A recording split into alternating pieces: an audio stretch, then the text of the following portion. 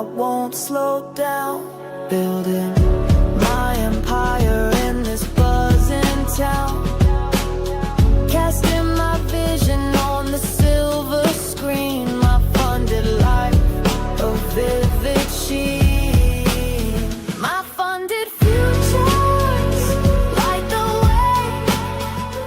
way. Good morning, traders. Welcome to MyFundedFutures and MyFundedTV. I am Terry Trades 100, and we have our expert traders, Bull, Barbie, and Nick Does Futures. Good morning, guys. How are you this morning? Doing good. Doing well. How about you? Good. Come on down. Come on down. Let's go. Did you ever watch that show ever? Price is Right? Yeah, I've seen it a couple times. I want to say I've seen it on something else, like some Disney show, like I don't know, or maybe it was like iCarly or something back in the day. Y'all remember that one? I remember iCarly. I've won a different generation. Oh man, those were some good times. That's why I didn't have a single worry in the world. I didn't even know what micro was back then. Back when we were micros. Yeah, literally. So yesterday it was such a small range during New York. I was surprised by that. Shocker. Damn, Barbie and I call that? Yeah, and it's like we almost warned about that. And your call of an inside day, Barbie. It was a total inside day. Spot on. Who would like to go first, Nick or Barbie? I'll go ahead and knock it out because I don't have much to talk about.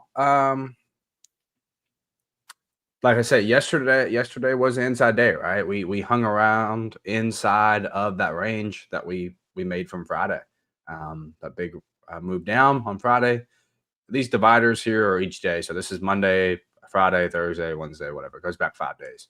And as of right now, we're still inside the previous day's range. And that day is inside the other range. So it's pretty small. However, I do notice all this trend line right here. So could be something to watch out for. Right there that we could. Oh wow, it looks like we're kind of selling off here. Yeah, we got an aggressive candle. I was just looking for news. I'll let you know if I see anything. Thank you, Barbie. And then same with ES. ES is a little bit weaker at the moment, but it did run that previous day high. So there's an SMT at those highs. However, I don't really. We're kind of consolidating, so I'm kind of taking the SMT with a grain of salt. Unless this move really starts to happen and get explosive to the downside, then I'll probably mark that off and note it. But at the moment, it's not really something I have of interest, especially heading into tomorrow. I think tomorrow's PPI, and basically the meat of the week is Wednesday through Friday.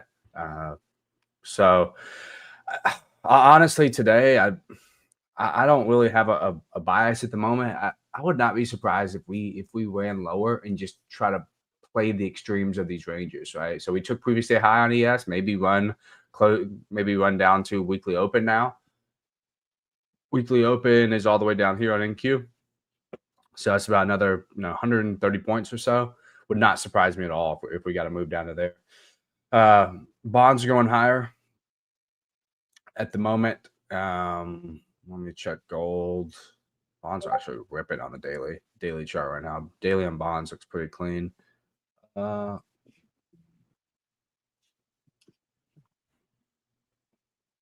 see. Gold, kind of the same thing. Gold did hit that 1.5 standard deviation that I have marked off on the charts I made from you guys yesterday, talking about from this consolidation low, this high. Next target obviously is up to here, but on that 1 hour chart, if I go back to it, it never gave me a pullback. This was the New York session yesterday, and it just kind of London and then New York. It just kind of ripped from there, unfortunately. So I'm pretty much on the sideline until tomorrow. It's not that like I won't take anything today. I just expect nothing to happen today. I think that's the best way to look at it.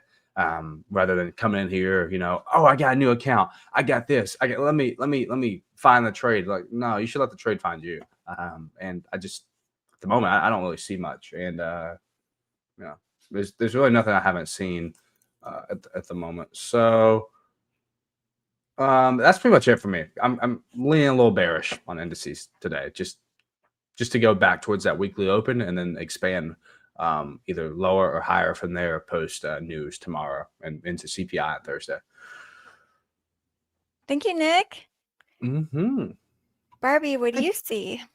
Well, I did see, I'll let you know real quick. I guess there was some blasts in Qatar. So I think the market might be reacting to that a little bit. Crude surged, I noticed. So I do think the market is probably reacting to that a little bit. We'll see if that cools down or not.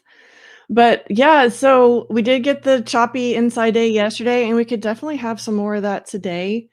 So let me make sure I have this refresh. I should have been doing that. I was over here trolling for news. Okay, the news today is again just dead. It's not there. But we've got all this good stuff coming later, especially PPI and CPI. Those will be big ones. The Fed needs these numbers. There's a lot of complicated stuff going on at the Fed right now. So, they're going to be watching that. But as far as the market goes, that does kind of leave us in really almost the same spot we were in yesterday. We've just kind of moved up slightly higher. I do see that trend line that Nick was talking about. I think we talked about that a little bit on here yesterday too, where That was we a just, different one, but yeah, it's not this one. This is just kind oh, of it the could have been basic. actually. Yeah, you're right. It was. Yeah, I think it looks a little bit different on NASDAQ, but I've been kind of paying attention to this too. So we could talk about, Nick was talking about a little bearish idea. For me, that would be getting below that trend line, which right now is really kind of lining up right around the 6,500 spot on ES. I don't think that we're going to like make a huge dramatic move lower, but that would definitely be a spot where well, this is just like kind of looking like a bunch of profit taking, right? So up there, that's looking like something else if it starts falling below that trend line. And so the obvious spots to look for, it's kind of around that 64.85 is kind of my first one. That could definitely be a little bit magnetic, especially if we get through the 6,500 and that trend line there. And then the other levels that I'll be watching lower, we have support at 64.60 and then that low from Friday at 64.52. But if that doesn't happen and this trend line holds, we're running out of room inside of that big candle from Friday. The top of that is 65.41, but you have to remember that's also our all-time high. So does the market really want to go to all-time highs before data? I don't know. We'll have to see. But that would be finishing out that trend line would kind of put us right at the top of that spot. Otherwise, this 65.23, you can see this kind of got this area of consolidation above it. I would expect this to be a speed bump at minimum. It definitely shot price down overnight. So I would watch that pre-market high again. That could be either another reject or breakout spot up there. I think the market might be a little bit lethargic again today, especially before I saw news about explosions in Qatar. But we'll see if the market's going to play nice and just kind of continue its normal thing, which would be before PPI, CPI, just kind of chopping around and not making progress. And by progress, I mean changing structure, getting outside of breakout points and things like that. It's just not as likely today. So I'll be a little bit more cautious on that. I'm also looking at kind of where we are in the daily, and we're a little bit in the middle of nowhere. So it's not an obvious buy or an obvious sell here. So it is kind of one of those trickier spots where you have to watch and see if something's going to develop. So that's why I talk about every day, where we show up every day and see what comes, whether we know it's going to be a good trading day or not. And we can just kind of wait and see if something develops. That's really how I end up being when we're just kind of in the middle of everything on the hourly and on the daily and between the levels. It just makes it a little bit trickier. So it makes me a little bit more patient. So that's how you protect your accounts, is when there's not something obvious, acknowledging there's not something obvious. Thanks, Barbie. Chat, what do you guys think? Are you going to take a long today or short? It sounds like Nick is bearish, kind of leaning towards bearish, and Barbie, you're like, let's wait and see. But would we really make a new high before all of that data? Yeah, that's kind of like what I just don't see it happening. I just don't think there's enough volatility for us to get up there. It just, the fact that we're already in a range and we have a day before, like we have no news today, and it's the day before really the week starts in terms of news. It would just make sense for price to chop around. So mark off highs and lows, significant swing points, and pay attention to what happens at those levels. If you're in a consolidation, which I think we are, you're probably going to see price run highs and then go for lows, and vice versa. So it ran these lows right here on NQ just now.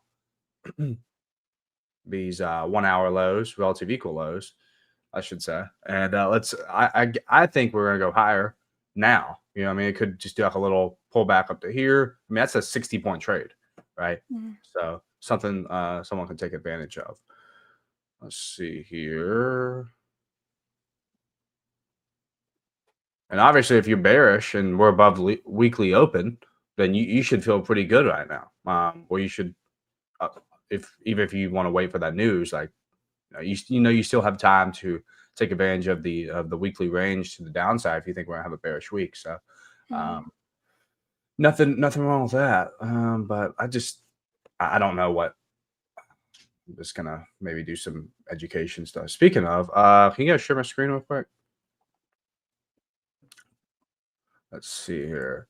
So this may look a little intimidating here, but I put this in my Discord. I want to share it with you guys here.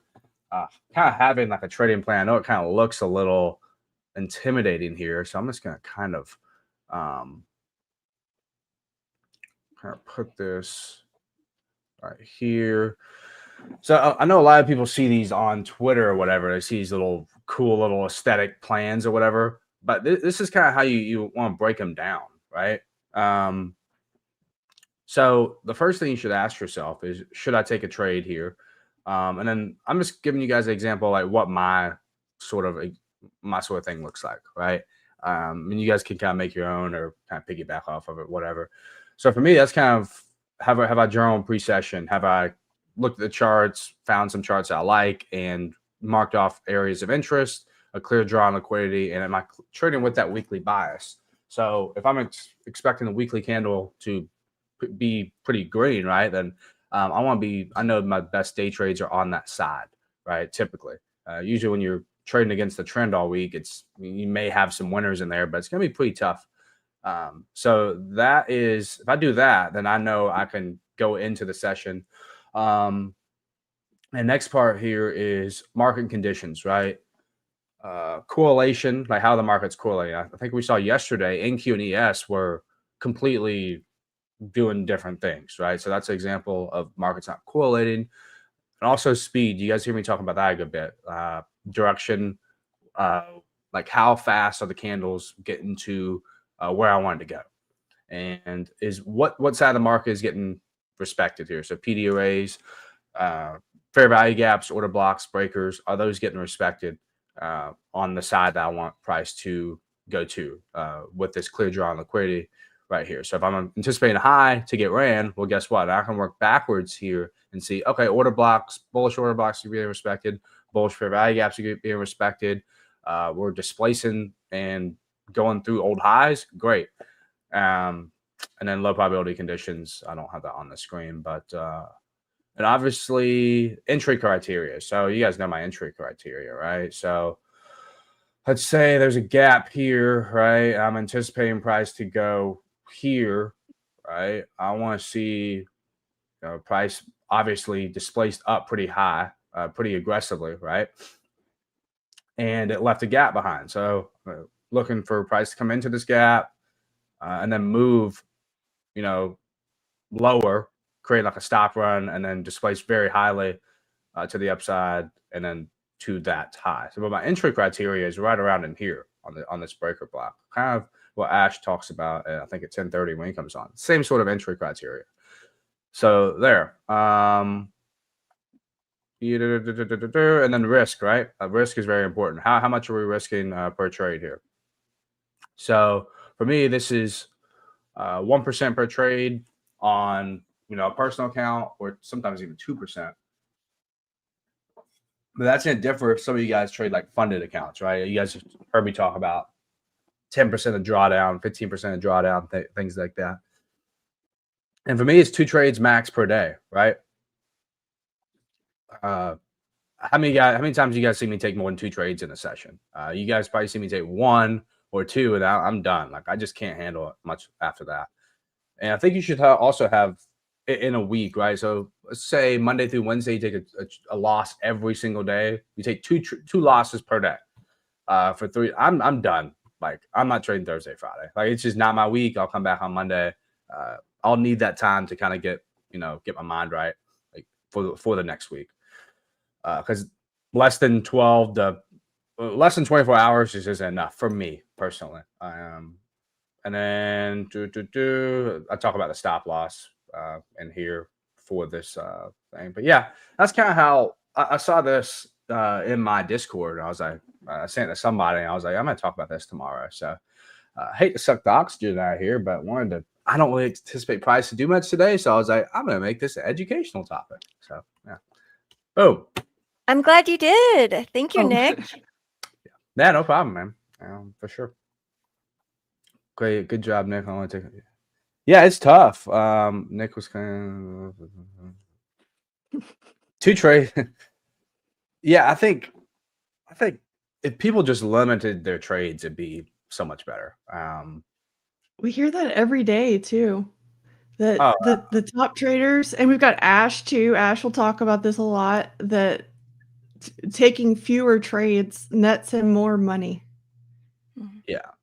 And that's the hardest thing when you first start off, right? You're like, what? I just worked a job where I worked 8 hours, and if I only work 2, I don't make any money.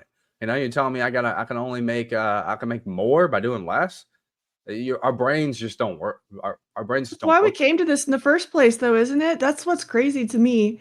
Is there's this appeal of I can go in and hit the market for a couple hours, be done for the day, go on the lake, go float in the pool, go ride horses, whatever I want to do. And then for some reason we get in here, it's like, let's get more. And if we just pull it back and calm down and wait for the best setups, the job's done for us. Yeah. But yeah, no, it's the craziest thing. I always say trading's the easiest, easiest thing you ever do. It's hard, Yep. but it's like the easiest thing. It's hard to get good at trading, but once you do, it's just kind of like you're literally just clicking buttons all day, or not all day, but you know what I mean. Twice a day. Not all day. Not all day. Kind of walking the moon trap there, but It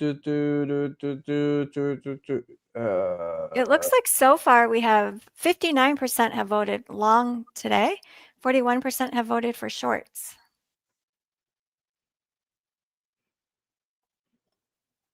also, when Terry is doing that competition, all T-Trades in come on, like I said yesterday, he does a lot of cool educational topics too. That even people who don't trade ICT, it's good. It's kind of great to. It's just nice to hear him talk sometimes. Same with some other traders that we bring on here.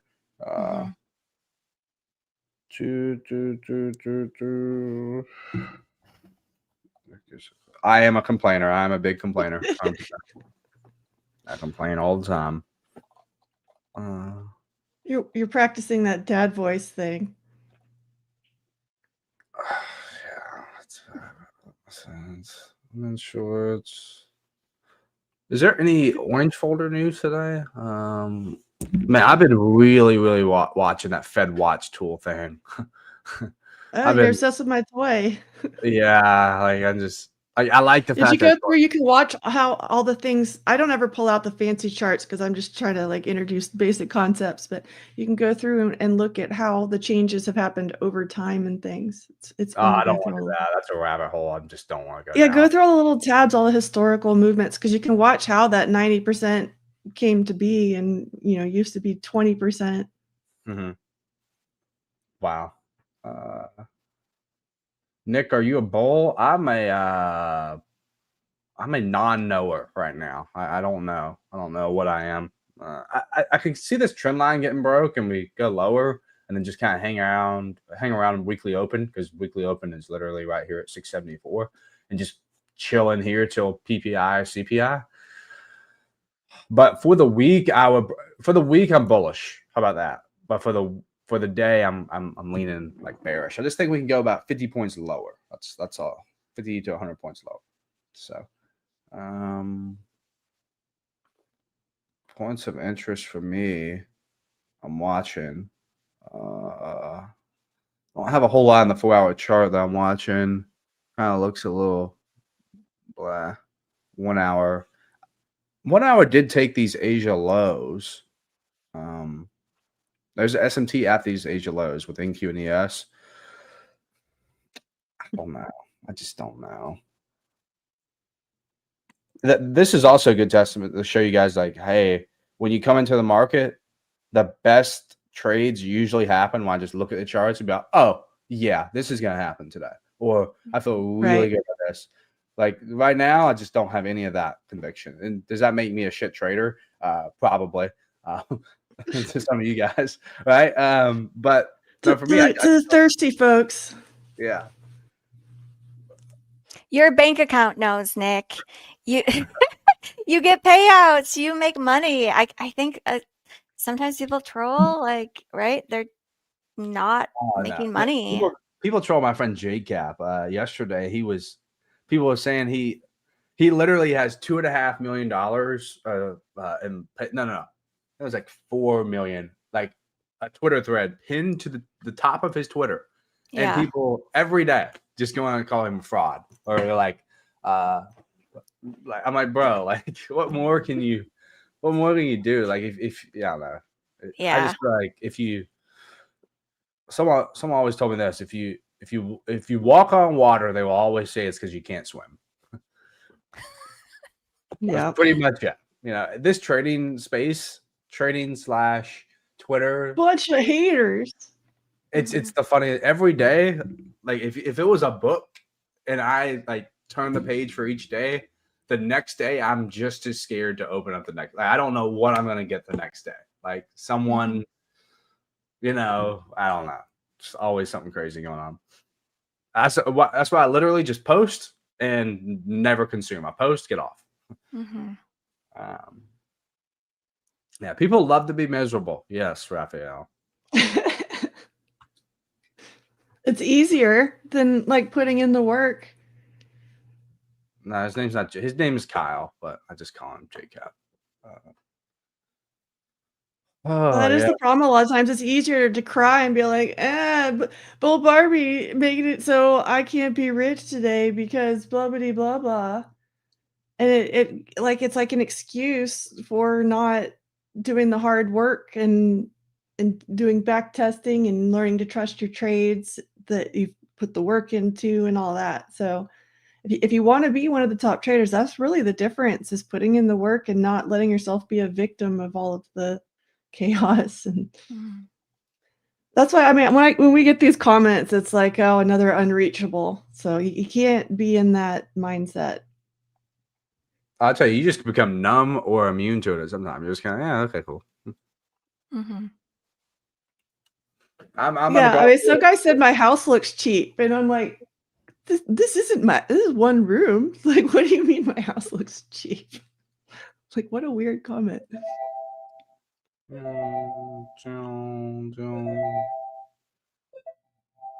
Somebody's connecting. I'm connecting. I got my personal, got all my accounts on here. Bring, bring, bring. We're ready. People are like, oh, he took my trade. I'm like, I guarantee I did not take a trade, bro. No, that's connecting. That's getting ready. We're getting get ready for what? Get ready for pure dog crap market right now. I'm just kidding. That's another thing. That's one thing I kind of do bad. I'm not very good at. I kind of will put an expectation on the day. I'll come in and be like, day before CPI, it's kind of a crap. And then it actually is a good move. But because I was too judgmental early on the day, people will, like, at least in my group, or they'll be like, oh, well, he's, not trading. And then there's a setup and they're like, well, I'm not doing it because he said this earlier. But so I should honestly probably do better than that. I should probably be positive. Today's going to be a good day of trading. So That's what I'm gonna do. It can And we always never surprise you, that's know. true. Yeah. We never know. But you're still waiting for that setup to be clear and not just take random stuff. 100%, yeah. 100%.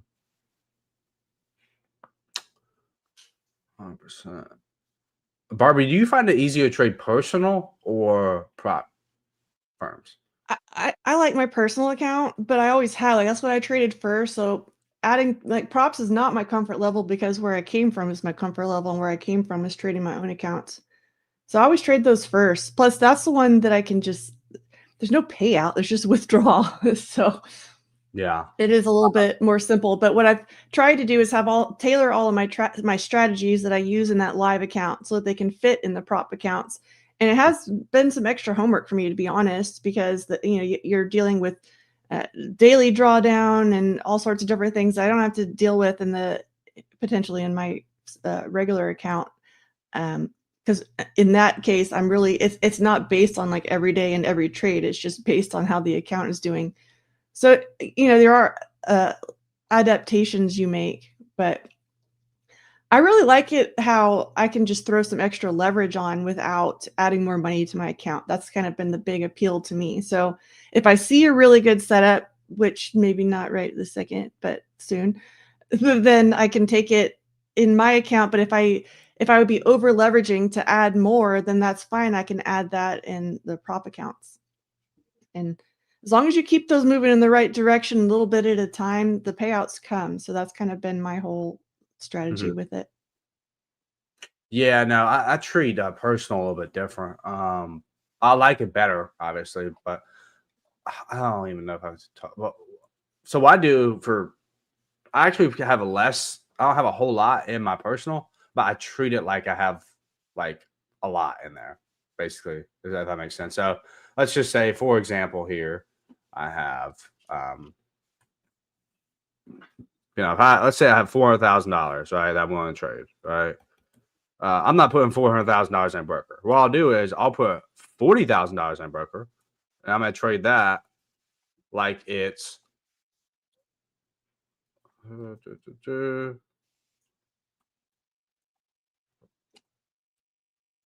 max per trade. That's what I'm gonna do, at least, right? Because I don't want 400 grand in a freaking broker. You know what I mean? I just don't want to do that. You can do margin Yeah, now. that's why I like these futures accounts where you can get that really, really great margin rate, is you can run a small account and then that's kind of your backup stop loss. Right. And then if you have some of these, you can just hook them up to Ninja or Replicante or whatever. Oh, wow. Ooh, wow. Market is They're open. open. Yep. So we ran those lows on NQ. And let's see. I guarantee, I think we go higher now. I don't think we go lower anymore, to be honest. Now that we Full ran switch, lows. Nick.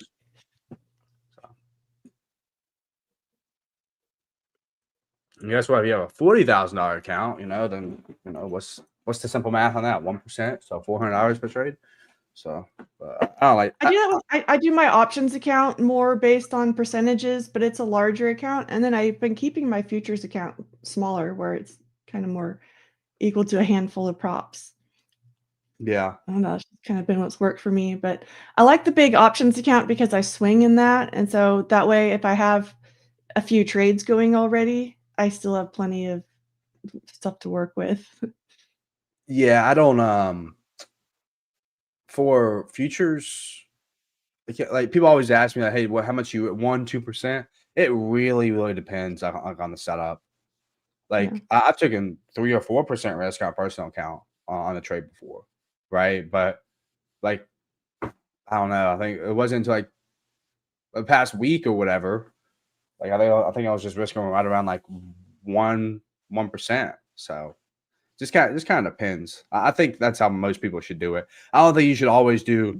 I mean, nothing wrong with this. But I don't think you should always do 1%, 2.5 R every single trade. Like I think it's just like market conditions. There's some people look at macro stuff like volatility. I don't know. I just don't feel like you should do that. I think you should just trade based on the setup or risk based on the setup. What's up, guys? Took a long at 8:23. Oh, nice. Should be looking good. I kind of like that, bro. Yeah, we talked about the Qatar news when it came out. We were looking at that candle. You know, we someone was pointing out we haven't had a lot of market moves on Israel news in a while. But I do think that's kind of developing. So Israel official says US President Trump gave them a green light for the attack on Hamas. So still developing a little bit. Might be why it affected our markets a little bit more. So the details are still coming out about that.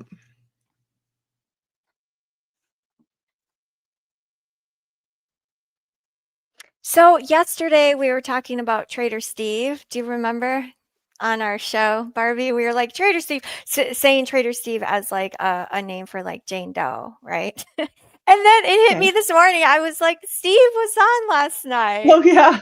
When we first started talking, I was like, wait, you mean Steve that started last night? I didn't get to watch because I was driving, but it was yeah, really good. It was really good. That's because of Screamer Steve, the bird that has moved into our back porch and sits back there and screams. Yes. That is Been there how we since last got the name week. Steve. Go out there, with the dogs, he'll run off and then come back in. He comes back. Okay, dude. So the stream last night. So Steve was on from SK Trading. So he'll be streaming on MyFundedFutures every evening this week until Thursday night, and then next week too, I believe. And then we'll see how it goes. It sounds like if everyone's loving it, MyFundedFutures will make it a permanent thing. Did you guys catch it? The stream last night? I did not.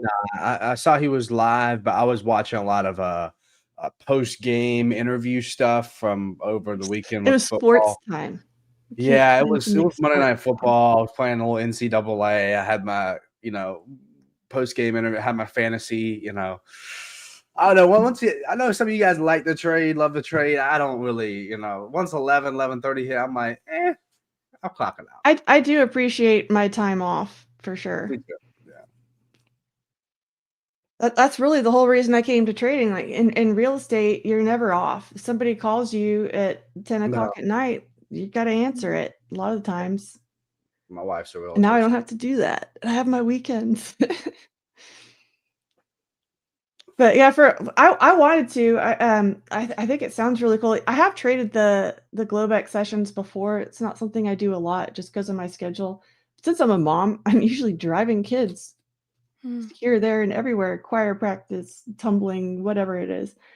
So it's not an optimal trading time for me, but yeah, Billo says, always interesting to watch a long-term pro trader in action. 41 years of experience. Mike Extreme. Good morning. Belongs to shore. Good morning. Damn, Nick has a wife. There goes me a chance. Yeah, dude, your chance long gone. My wife is hot as shit. Pictures are it didn't happen. I ain't putting on this stream, bro. Too many weirdos out there. Yeah, he comes on at 8 p.m. He comes on at 8 p.m. Eastern time.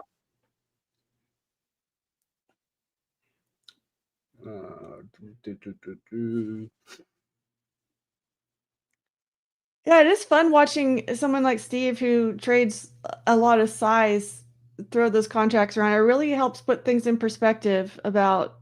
It's just numbers. Just nothing. It's just another number. Like, and that's part of the way I've kind of thought about it too. And this is a little bit different coming from the prop space, but I think it's really important, even if you're a prop trader, to kind of understand what the other market participants are doing. But if I'm going to fund my own account, whether it's my options account or a futures account, if I'm going to put my own money to fund that account, the second it leaves my bank account, it's not my money anymore. It's my trading funds. I've bought myself a tool that I can use to do my job by funding an account. So if I destroy that tool, I don't have it anymore. And that was an expensive thing that cost me money. But at the end of the day, I try to separate that mentally between being money, the thing that I go use to buy things and pay the water bill or whatever. And then I've got my trading funds. That's the tool I use to make my paycheck. That water bill probably could pretty crazy down there in Texas, especially in the summer. Well, actually, I said that, and I was like, "Wait a minute, I'm on a well." But I do have a city water line too. It only comes to one building. But yeah, it would be pretty crazy. But have that well, but I have to maintain the well too, which, anytime a well thing goes out, it's like an automatic $3,000 baseline, but it doesn't happen that often. Okay, if a well is stealing water from Mother Earth, where do you think the city gets it? They get it from the water factory? Yeah, the cities get it from the water factory that comes from the earth. Oh, man. You don't want my well water. It's hard AF. I was wondering what Voltron would possibly be looking at here. I'm getting mixed signals from my order flow, but I look at it a little differently than he does. Voltron says level 2 above. Nick, what are you thinking about longs right now? I'd wait until we see if we get close above here in the next 7 minutes or whatever. 5 minutes. Let me check out the 5-minute chart. Yeah, I'd wait for maybe a close above here. Potential breaker on ES, but I just. Well, Adam says we're shorting, so I guess we all need to hop on the short. Okay. All right. Well, we'll see how that goes. Adam's making the calls today.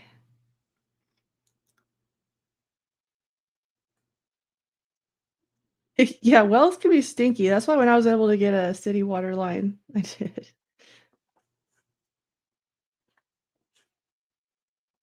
Destroys plumbing stuff. Wait, do we just get a flash sale? Last night? No, I don't think we have a flash sale. We have a new promo though. What's that promo, Terry? Do you have it handy? Let me pull it up. Okay, here we go. 25% off resets. Okay. Awesome! Use code YouTube, right? That should be active right now, I'm pretty code. sure. User code fall reset expires on September 14th. Okay. There you go. 5 uses. It's the weekly promo. Okay, cool. It's a weekly promo. Might need it on CPI week for sure.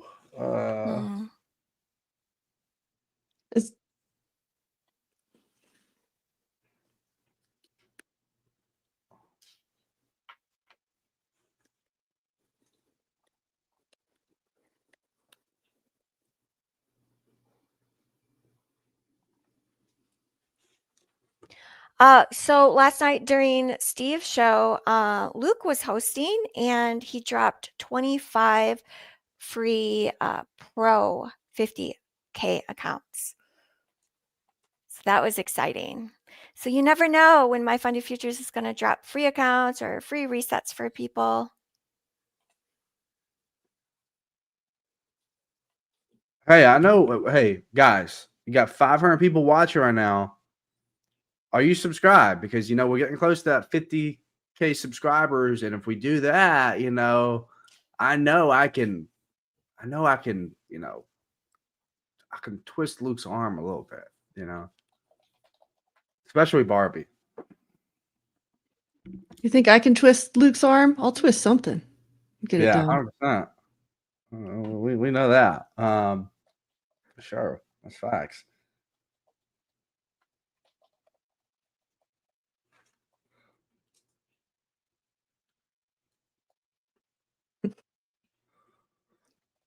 What are y'all talking about? I like when Barbie says something just a little, quote unquote, out of pocket. Chat. Oh my God, here she goes. That was funny. Voltron says sellers are trapped here. So sellers are trapped. Are you looking at ES? Or are you looking at? I'm guessing you can't look at ES, right? Voltron. Oh, if this breaks on the downside, the 5-minute orb and the 15-minute orb, people will be tagged on the short side.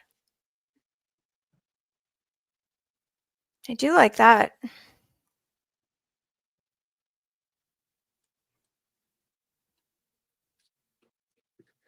I am always a little bit more cautious on choppy days of the breakout, but we'll see.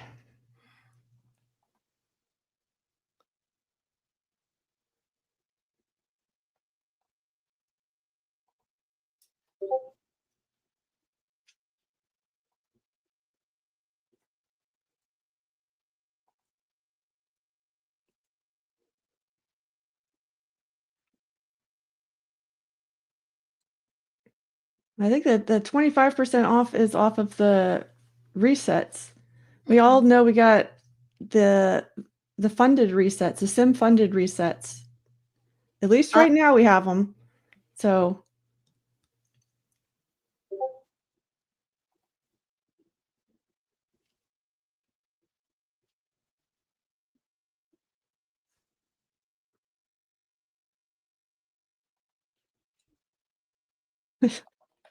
yeah, Voltron, I feel your pain there. Don't worry, I'm gonna take care of you, buddy.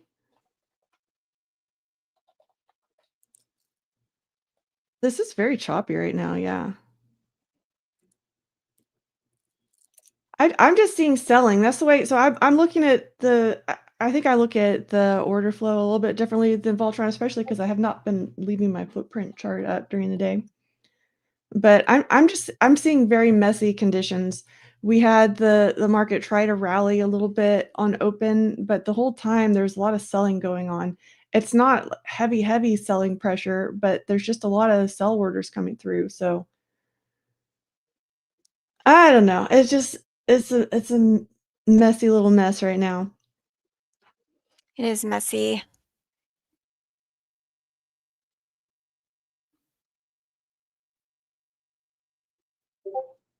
Everything's very choppy today. But that's why I mean, I guess kind of what Nick was talking about at the beginning, when when the market's just not really giving us what we want, we can still wait and watch for what we want, but we shouldn't try to force anything. That's the key discipline in this scenario that you have to kind of learn is until we actually have that real setup, we're still in watch mode. And some days are harder than others, and some days we really got to watch hard and get nothing. Other days we just open up the charts and we're like, "Oh, there it is." And we kind of know based on kind of the news cycle and all that, but we don't always know. Sometimes the days before can be big movers. When you think about it, we've got big guys positioning all the time, and they're placing their bets early because they're not going to mark it in or limit in real quick. What Voltron's looking at on the order flow, those are orders that are broken up, because if you've got a Steve size order with 2,000 contracts, you may not want to throw all 2,000 contracts out in one order. That's going to be really obvious, and it's going to make a big move in the opposite direction as all those try to get filled. So you'll end up breaking those up and putting them out over time in a little bit of a price range to get those all filled. And that's kind of the little puzzle that we're trying to figure out, is where are they doing that sort of business. But we can end up in a big choppy zone where there's just a lot of that going on, especially ahead of things like PPI and CPI that the Fed needs in order to do what the market is priced in, which is 1 to 3 rate drops this year. Still this year. There's less than 3 months left this year, so. Well, September, October, November, 4 months really, because we're still early 4 in months? September. Okay. Yeah, okay. 3.5. Ryan says these days are the hardest. Yeah, we are just chopping. Yeah, They're the hardest mentally, right? But I mean, it's almost the easiest because you don't have to be managing orders. We're just waiting. That's the hard part of mental, but then you're not in the execution mode. There are different kind of modes to trading, right? And one of them is waiting for the setup.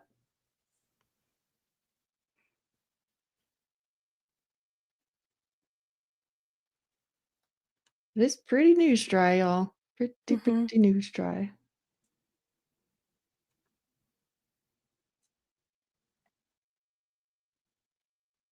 It's small bodies, big wicks. Nah, there's no orange folder news either.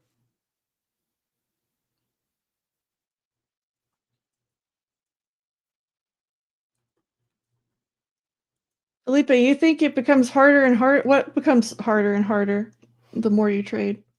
I think it gets easier because in practice, I feel more confident in waiting out of this, for instance.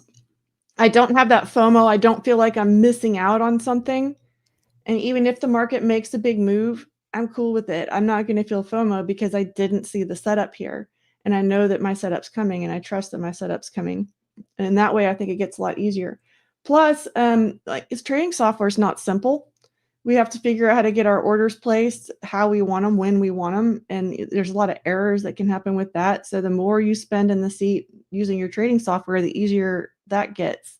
Because sometimes I'll come to the computer and I don't even know I'm in a trade before I've already hit the button because everything's there. And I'm just so trained that when everything's there, we push that button. Not until then. Someone Oh, the said, market structure is harder. I wonder about that a little bit. I mean, I wasn't as good of a trader a few years ago, so it's hard to judge that. I guess it's in some ways it makes more sense to me now as a more experienced trader than it did a few years ago. So it still feels a little bit easier, but I do hear that sometimes. I think it's just different style of trading. So some traders are liking this better and some aren't. We had a trader in our group that I was talking to, and he's just like, I just can't push the button anymore. I don't know what's wrong with me. I used to take trades every day. And it's these wide ranges were just not natural for him. And everything looks like a breakout, you know? And so I can see how I kind of see what you're talking about, and that might be where you're always having to evolve to the market a little bit. And it might be hard after you've gotten really used to something to keep evolving, but we do have to do that.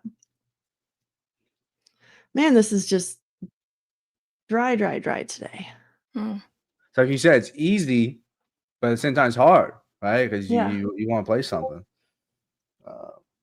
Ryan says you got to think and act like a profitable trader to actually be one. Yeah, like you kind of have to fake it till you make it in your own mind a little bit. You have to like approach every day like you are like profitable trader. I was watching something. It was one of the post game interviews. I was watching because I was like, okay, is this guy going to be out for next week? Should I start him on my fantasy team or should I bet?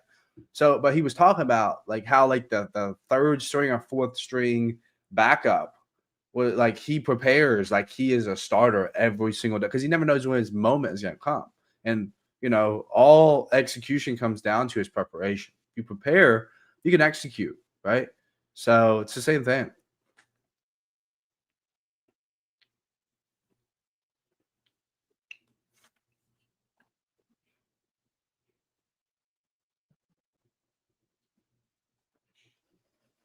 Okay, NQ is pushing below that first 5-minute candle.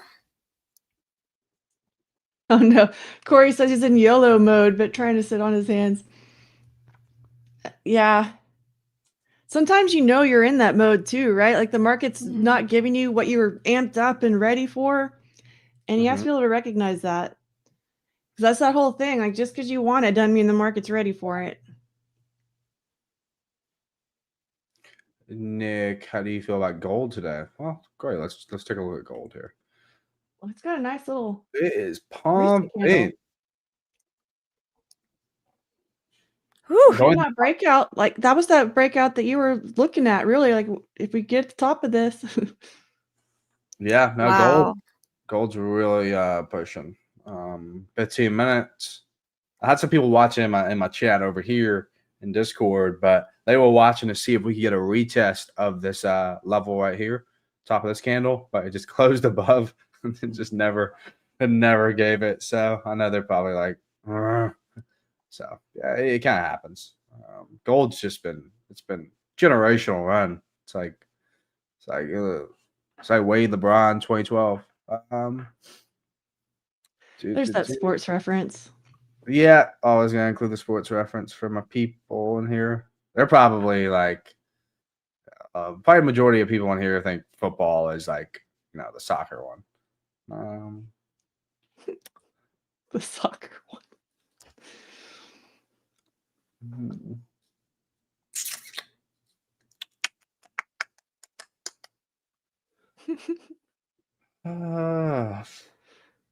Jan's ready to fight. That's okay. I mean, soccer's my sport, but I'll watch some football. Soccer is a real football. So yeah.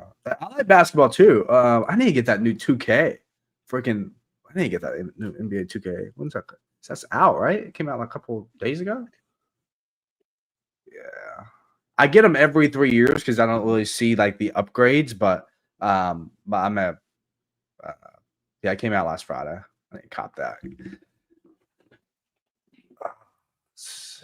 Yeah, this is like watching paint dry, man. I'd rather put a toothpick in my toenail and kick a football than watch this. Ouch! That's Are you muted, Terry? Oh, I said I was laughing because that image, it I sounded didn't think it so was that painful. funny, but you know. Corey, the phone trader, is going to be on our show again on the 15th on our Yay. morning show. I guess that was a little too graphic for some people. I'm sorry, guys. Bob, I'm about average height. Are you asking if I'm in a trade? I'm not trading yet. No. I mean, I said that the order flow looked weak. That doesn't mean that I totally had a setup. So I still have to have an entry and an exit to take profit and to have a stop loss. And I didn't have one in my playbook here.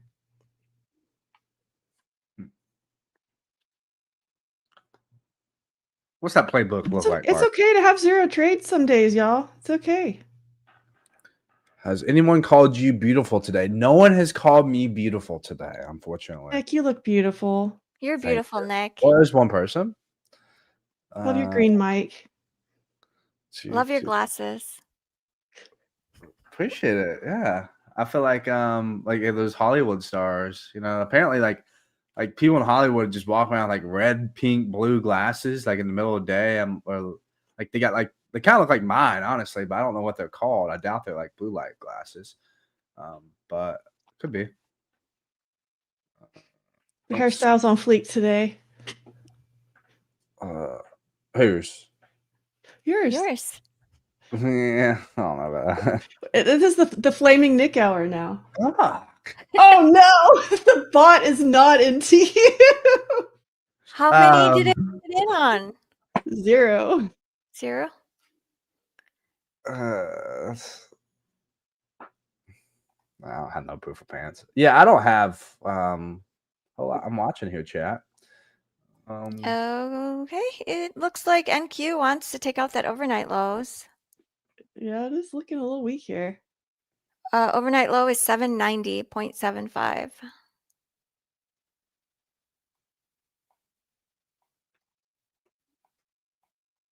I have noticed that when I look at the hourly chart, I feel less anxiety. I feel more calm. When I look at the 5-minute chart, it's like, ah! I used to try to trade on a 1-minute chart with a bunch of knuckleheads that weren't really trading, so that's how I figured that lesson out real quick. I was like, wait a minute, you guys are just screaming and you're not even trading in real life anyway. Just they were just calling. But the 1-minute chart gives you something to yell about, like, oh, it's dumping! Oh my god! No, buddy, it's not. I didn't know Terry's little "I love MyFundedFutures" TV up there changed colors. I was like, is that green and then blue and then red? Yeah, so cute. I got these. Someone got these for me. RA Optics. They're just blue light glasses. I have yellow for the daytime and then red for night. That way, I literally can watch TV and fall asleep. Like I just can't. Like if I'm watching like TV without these on, like it's just my eyes have to work harder to like watch it because blue light kind of strains your eyes. Whereas these, I'm just kind of like relaxed, and I just fall right to sleep. Since the market's not doing anything, what's everyone watching on Netflix right now? What's everyone binge watching here? Because I don't have anything for the charts. Just drop some series in the chat. Gold is just on a huge freaking candles. I'm gonna check bonds real That's quick. so interesting that gold is making all-time new highs. And we were just making highs in the indexes. I mean, we're there. So interesting to me. I find it funny how quickly it got out of that consolidation too. Yeah. It's not messing around. huge, I'm telling you, the longer it consolidates, the bigger the expansion every time. So I knew a big move was coming. I just honestly thought it was lower. I thought it was lower. Yeah, or yeah. A bit of a bear and Nick over there. What? Gold bear. You wanted gold? Yeah. I Me was too. I mean, I've been trying to look at a gold Rolex, and this is not helping me.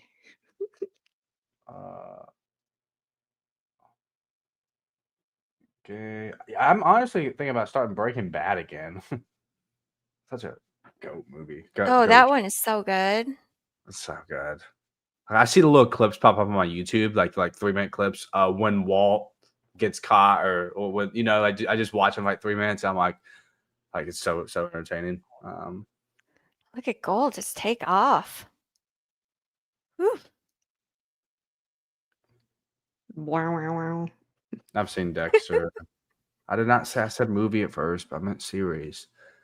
God. Did you say a wrong word? Oh my gosh. I started Better Call Saul again. Fall asleep as soon as I turn the TV on at the end of the day. I'm so tired. But I like being outside. So that is my entertainment.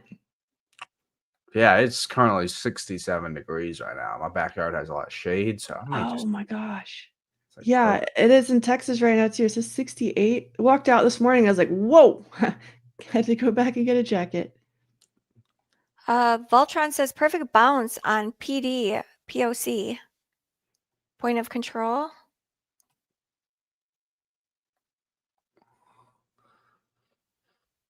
This is a tricky day. Have you guys tried watching paint dry? I have, actually. It's about like this. I was doing that this weekend because I painted something. We're redoing a small thing, and I was like, I'm just going to paint it myself. I don't want to have painters out. Well, it was humid, and it took all day. Getting very impatient. The POC should be point of control. I may am mad because I said it'd be like this until news on Wednesday. Yeah, it's all your fault, Nick. You cursed us. You cursed the market. I did. I did. I get blamed for everything. I get blamed for everything. I get blamed for everything.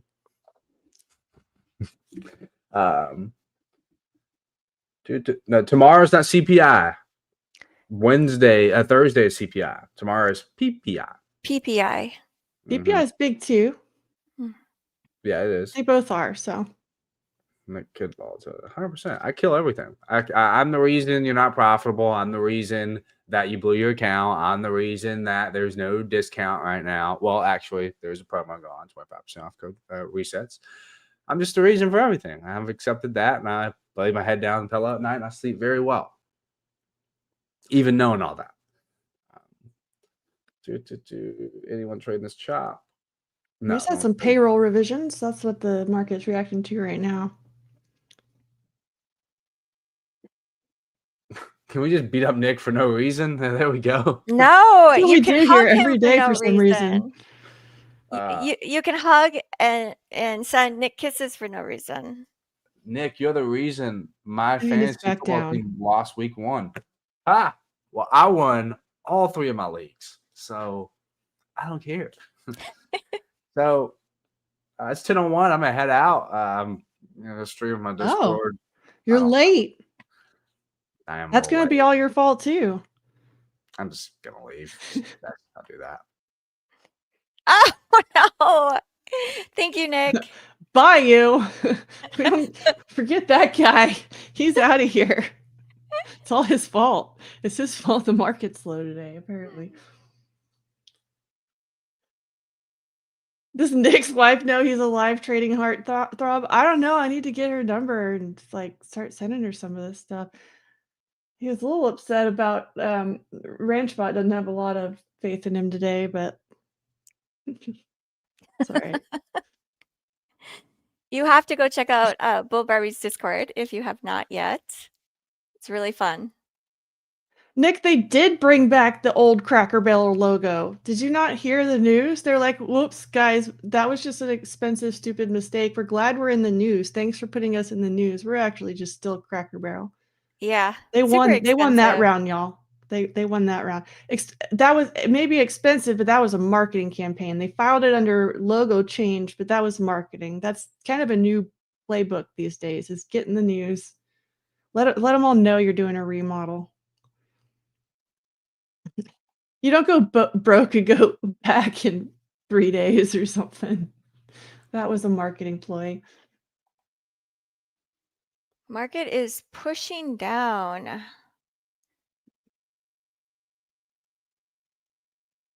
My God.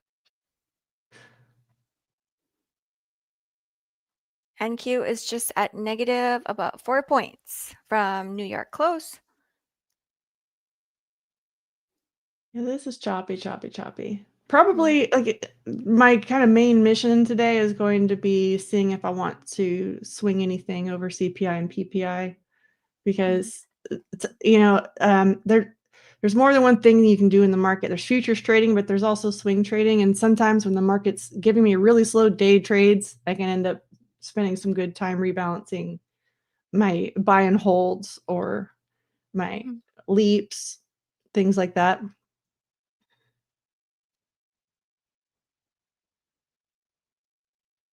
Yeah, Abhishek, we need some pictures yet. I'm waiting for those. Yes!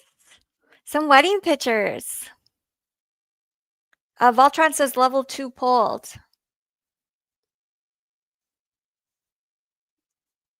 Yeah, this is looking a little ugly. We might get that sell. The thing is, we've got yesterday's low yet, and we're coming up on that because yesterday didn't give us a very wide range. I'm kind of seeing how much we've got because if we lose 6,500, I'm kind of looking at 6,490, which is not a huge trade. So that's why this is a little bit tough. I need the video of Abby jumping out of a cake. And dancing. Adam, your shorts are cooking. Awesome. Your entry was at 880. Sweet.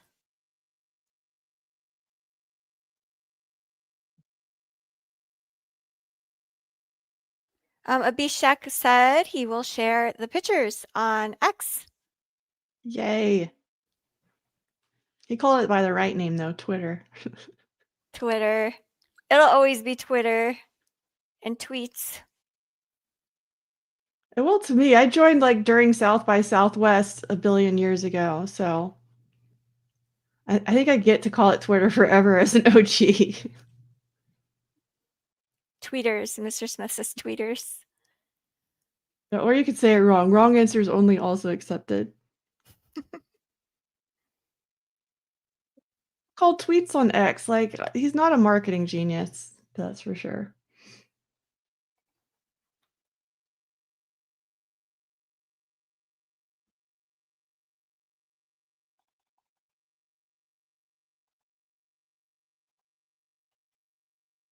Ooh, tricky day to trade. I have noticed that if I want to try and get the idea right for the day, if I'm not sized correctly, if I'm sized in like a mini, I can get stopped out. I can end up losing the account versus if I had just sized appropriately, like let's say with like 1 micro or 2 micros and like just let the trade run. I've noticed I do so much better when I'm sized correctly, small, and then if I'm trying to catch like the idea for the day, right? Yeah, but that's the same thing. Like we are always willing to accept the potential profit, but not the potential loss. Yes. Yeah. And you should kind of work backwards from that. Because if you want $10,000, I'm just using that as an example. It's a lot easier to get $10,000 slowly over time than all at once. If you're trying to do it all at once, you're trying to get a big blow away trade, especially if you're using the same amount of money. Because if you're using the same amount of money and you're trying to get one humongous trade, then you're going to have more risk on it and you're risking more of that account. Where if you do it slow and steady, you're never putting that massive risk on your account. You're much more likely to keep it and you can build it up over time. And I know it's not as exciting, but it is at the end of the day when you actually get to take withdrawals. So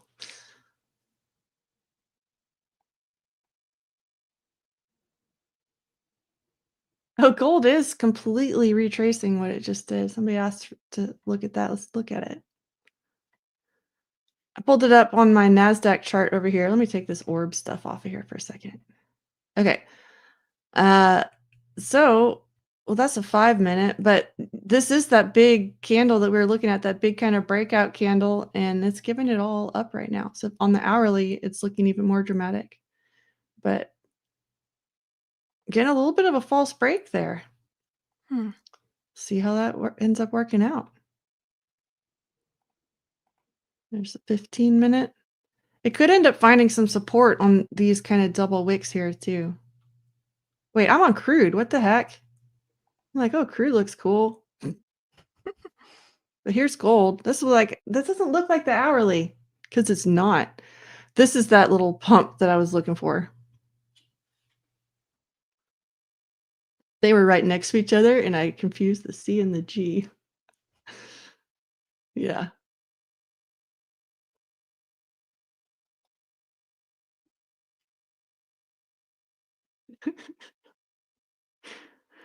I'm not even actually going to mess with crude today if we've got Israel stuff going on. I'm going to chill. But yeah, so here's the gold futures little pump and dump. And this is what I was looking for on the hourly, where I was like, that doesn't look like the right hourly. So that's that big hourly pump candle, and it's completely enveloped that candle now. So hopefully if you were in that gold pump, you got your profits or moved your stops, however you wanted to do it. This is a mess over here too. All right, I'm gonna go back to NASDAQ over here. Very slow day, but yeah, so each one of these candles is still fairly large, right, for a 5-minute candle, but it's all chop, chop, chop. Lots of overlap. are they big? What's the biggest one on ES? 11 points? I'm not, no offense, ES, I'm not impressed by 11 points. On NQ, like this one is about 43 points in 5 minutes. So it's whipping I need around 100 points NQ. or I'm staying in bed.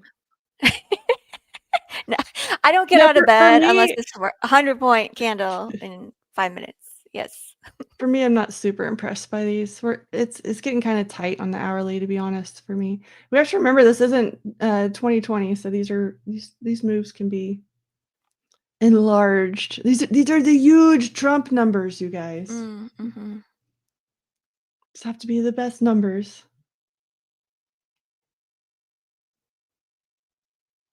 Oh, Voltron, you too. Yeah, this is a little tough. It's just kind of whipsaw back and forth, and yeah, for my money, I wanted a good trade.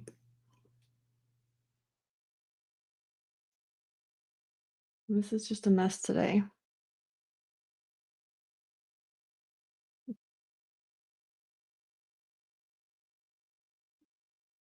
Wow. Now NQ is pushing to go test the open high. Yeah, very, very choppy.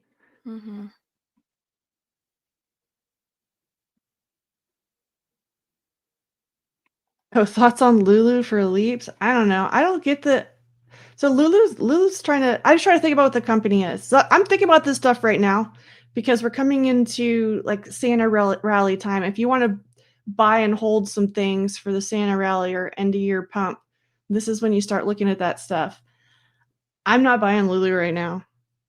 I know it's down. I was buying UPS the other day. That was on the stream, and we have that in Discord. But Lulu's pivoting to me. So you have to think about who's buying it. The housewives, the suburban white lady crowd, and the preteens and teens, they're onto other brands now, like Aloe and things. And I've noticed that Lulu's been pivoting more to men's I've noticed a lot of guys like, "Oh, I didn't know Lululemon was so comfortable," and this has just happened all of a sudden.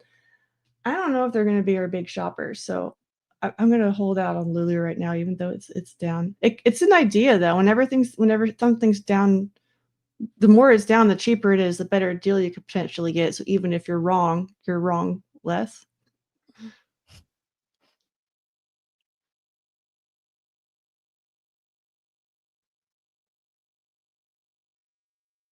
Yeah, Coop says they actually have really decent clothes for guys, not gonna lie. Super comfortable Yeah, clothes. I think they've been stepping it up too. There's the fabrics and all that. They're like it's like guys have finally figured out that it's actually nice, and they're in there not wanting to wear crappy clothes anymore. But With some stretch in the pants. do we think that the guys are gonna do those big numbers? I don't know. That'll remain to be seen. So that's a little bit of a bet on that one. That's the way I'm thinking about things coming into the end of the year, though. What's going to be the big Christmas item? Ralph Lauren had mad sales last year with the polo bear sweaters and stuff, so they did really well off that. What's going to kind of be that hot item this year? Pop Mart with their Labubus. If you can kind of pick up on some of those trends, we know there's trends coming into Christmas. There's going to be little hot items and things, and this is the time that stuff starts kind of developing. So if you want to put some Christmas bets, that's kind of what I'm looking at. The Santa rally, that's a real thing. Does anyone else like to go long for the Santa rally?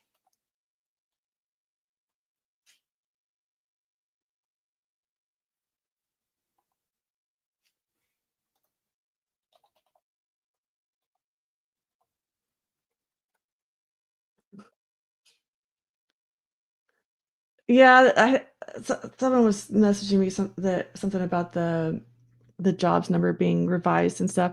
We are going to have a lot of revisions and silly stuff. There's a lot of politics going on right now, and for me, I don't want to get so wrapped up in trying to figure out how all of these numbers are intertwined and twist together. But some of these numbers are being revised and things just because we're dealing with illegal immigration and things too. A lot of some of those jobs are open now. You know what I mean? So there's a lot going on with the jobs, and they are going to keep revising them. That was a big thing during Biden too. It's like, well, we can just fix the numbers later. So we'll see how all that works out. That's politics more than finance, and we just got to kind of wait and see how all that goes sometimes. Unless you want to be an expert in it, but that's a crazy game of chess. Someone asked, what is a Santa rally? We're just talking about the seasonality. So it's not, I don't know if you like necessarily just like go long for it, but it's you're kind of taking into the consideration of the seasonality of the market. It does tend to pump going into the end of the year. And that's for a lot of different reasons. There's also tax loss harvesting and closing out positions and rotations and end of year stuff that people are doing. But there's also, we go into the holidays just feeling a little bit better too. So there's a little bit of consumer sentiment that can come into there. There's always a trick in trying to time it right. But the idea is if we have this seasonal Santa rally and September is historically a little more sluggish, that's a good time to position yourself for that final push of the year if you're playing some of this longer term stuff. I know futures, we're all like, what's happening in the next 2 minutes? I need to know. Give me a trade right now. I need a trade. But it's really nice to balance everything out. So when you have slower days like this, you have some other things that you can manage a little bit too. Like I manage a retirement account. I manage an IRA myself too. And that's something that I can kind of, that's what I play with on days when it's really slow. I can kind of go see what I want to mess with in there. Do I need to make any repositioning? What do I want to buy that's cheap right now? That kind of thing.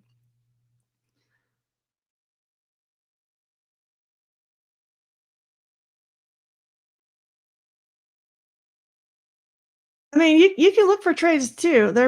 We have different times of the day, but yeah, when we're talking about coming to the market every day to see if something develops or not, sometimes nothing really develops, unfortunately. But we still show up because we don't know if it's going to be that home run day or not. Yes. We just know it's less likely when we've got a news week that looks like it does. I thought I was going to be so slick and flip over so fast, but no. Yeah, when we've got this pending and nothing here, and all this pending, the market knows. The market knows we're waiting. And it's open, so there's going to be little movements. But I always look at, are we going to be rejecting or breaking out? Because level-to-level trader, that was the biggest mystery for me when I get there. When I get to my level, is it going to hold or is it going to break? And that's when I look at things like this. Well, is it this day when there's nothing on there? This is less likely to break. This is more likely to have strong levels hold. Over here, I'm going to be watching to see if those levels can break, but not when we're in a holding pattern. Oh my God, the slot's already filled. MyFundedFutures just dropped a flash sale for half off. A Google form in chat. Did they already fill? One half form done for today. The other half I for missed later all that. today. Woo, that was fast. Okay, so we have to pay attention. Chat in our chat. MyFundedFutures will be dropping a form later today, and then you'll get a chance to get your name on that form, and then you'll get 50% off for a flash sale. I don't think it's a half off. What's the form? Oh, it's not half off. It just says one half. It's a flash form that is half filled. Okay. Is it for Since a I was free talking, I account? think I missed what this is. Maybe you're gonna have to let us know. Part 1 out of 2. So we've got half of the form filled, and they're gonna drop half of it later. I just don't know what it's for. Is this a giveaway? It's a surprise. Okay, there we go. So it's not half off. It's 100% off. 100% off. Even better. I like that. All right, another form dropping later. See, y'all got to pay attention in chat. There's a whole little subplot going on. Yeah, and if you're listening, you don't necessarily know about it. And if you're listening and not paying attention and participating in chat, do participate. Prizes for y'all.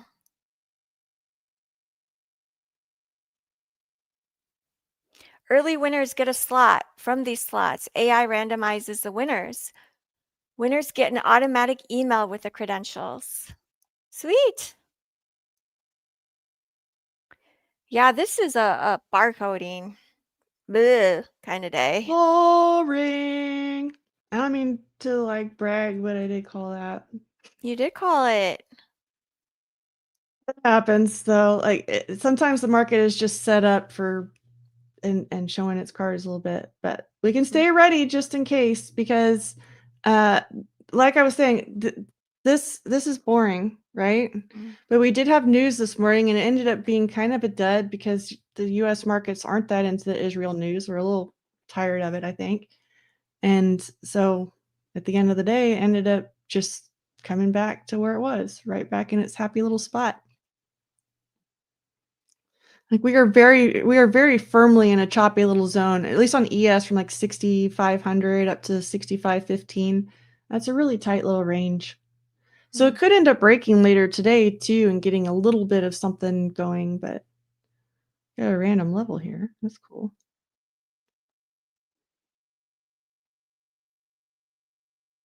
These charts travel from stream to stream and sometimes I never know what's on there.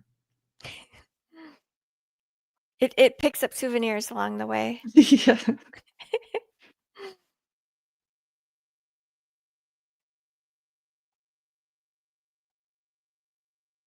Yeah, we still have 63% voting long. We have 536 votes so far.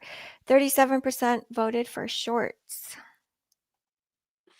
Cheater. Why did you go against your system? That is a good point though. So if you journal, like that needs to be a big thing. I used to, instead of like I had my little spreadsheet that I would journal, but there was a big point is like, don't be a dumbass. Then I would put that on a little sticky note. Got my little sticky notes here, put a little sticky note, smash it right up on the monitor. Because if it's something that I'm just absolutely going against myself and being an idiot for, it's got to be right next to my charts. I remember one month it was just steady because I would get there and I would have my setup and then it would get there and I'm like, okay, what do I do? And so that was my reminder to go, you know what to do. I always have like kind of an anchor where it's like, you know what to do. you execute the damn trade. And so I just put that study there to remind me to keep recentering before I go messing with all that. But you get that when you are tracking your trades and kind of figuring out, because then you can put, I entered this. Why did I enter it? Seriously, why did I enter it? I know better than to enter that. And that can go into your notes. And then that helps you kind of develop the setup that you're looking for. It's like the feedback. Not to call you out there, but you did set yourself up for it. Oh, the UNH? I wish I had bought United Healthcare before it had its little pump, but honestly, I don't really like playing healthcare stocks. I think it's icky. So if you're not that into it, that's part of it. I mean, sometimes you got to believe a little bit in stuff that you're holding long term. You don't want to see it sitting there.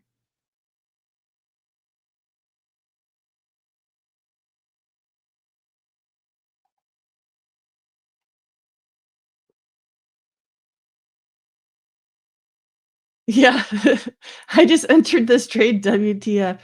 It really does help. I know that sounds silly, but that helps. That's going back to when I started doing that, then I had to sit there and think, like, is this worth journaling, or am I gonna have to put some, I entered this trade because I'm stupid. I don't want to write that. I want to write, okay, well, I entered this and I followed all the rules, but it didn't work out. Like, that's different. Hopefully it does work out, but you know what I mean?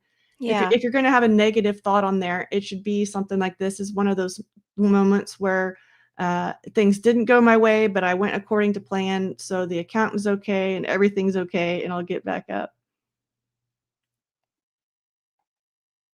Oh, nice on United. But yeah, I've got my own healthcare gripes a little bit, so sometimes if you've got like a personal thing, it's like, I just want them to die. Like, you don't want to take the play. Don't want to go long.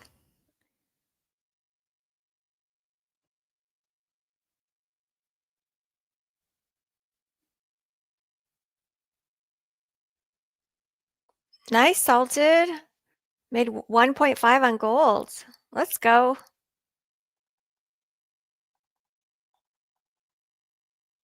So how are y'all doing on this choppy day? Checking in. Who has followed the rules on this choppy day? Whatever your rules are. They're not my rules, they're your rules. Did you follow your rules today on this choppy day? On this barcodey. I'll put the orb back over here. Kind of day. If you need to reset your accounts, make sure you use code YouTube to help support the channel. It is 25% off resets right now. This is one of those good days that if you're up, you enjoy that and get out of here. Yeah, the orb is not good today. That's why I was even telling Terry, like, I don't want to take the orb today. It's not a good orb day. Yeah, you called it.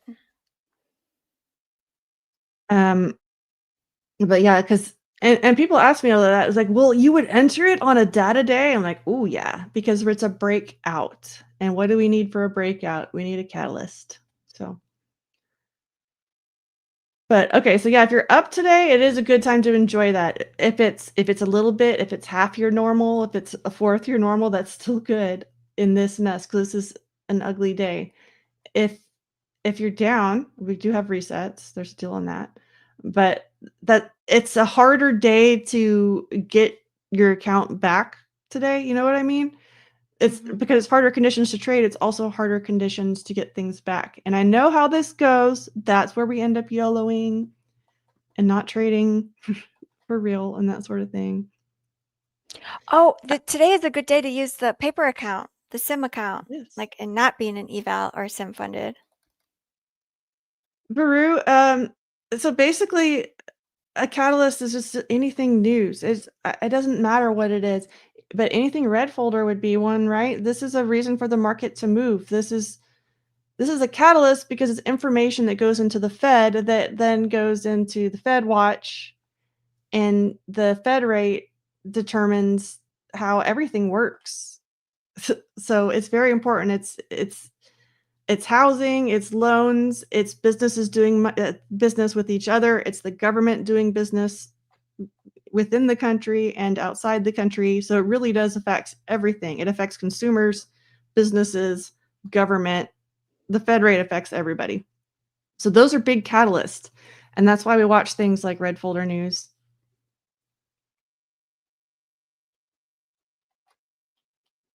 That's not to say it can't work out on a slow day. It's just not as likely.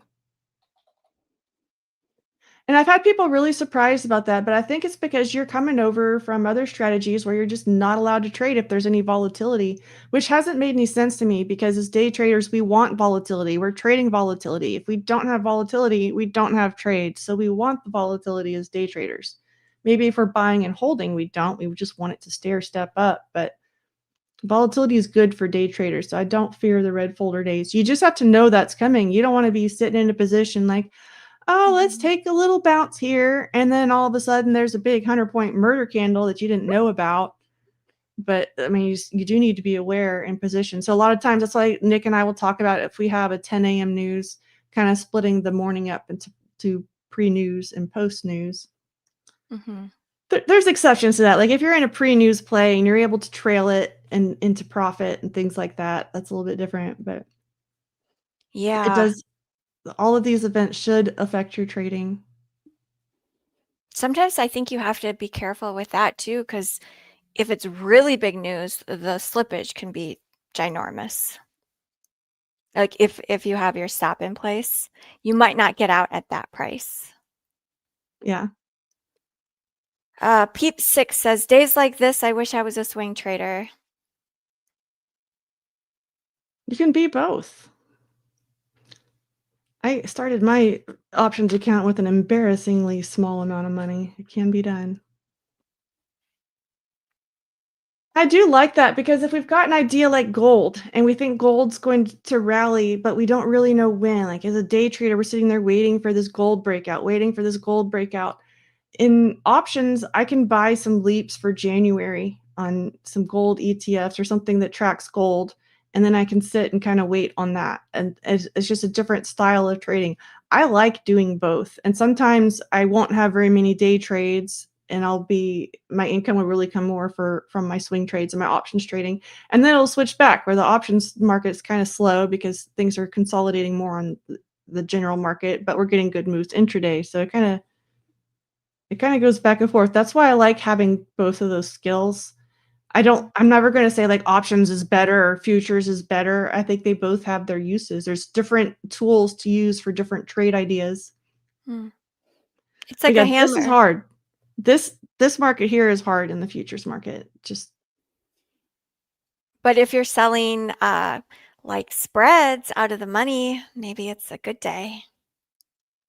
I usually just buy and hold. I do spreads sometimes, but for me, I use spreads more for non-directional plays, and then I just want that pump.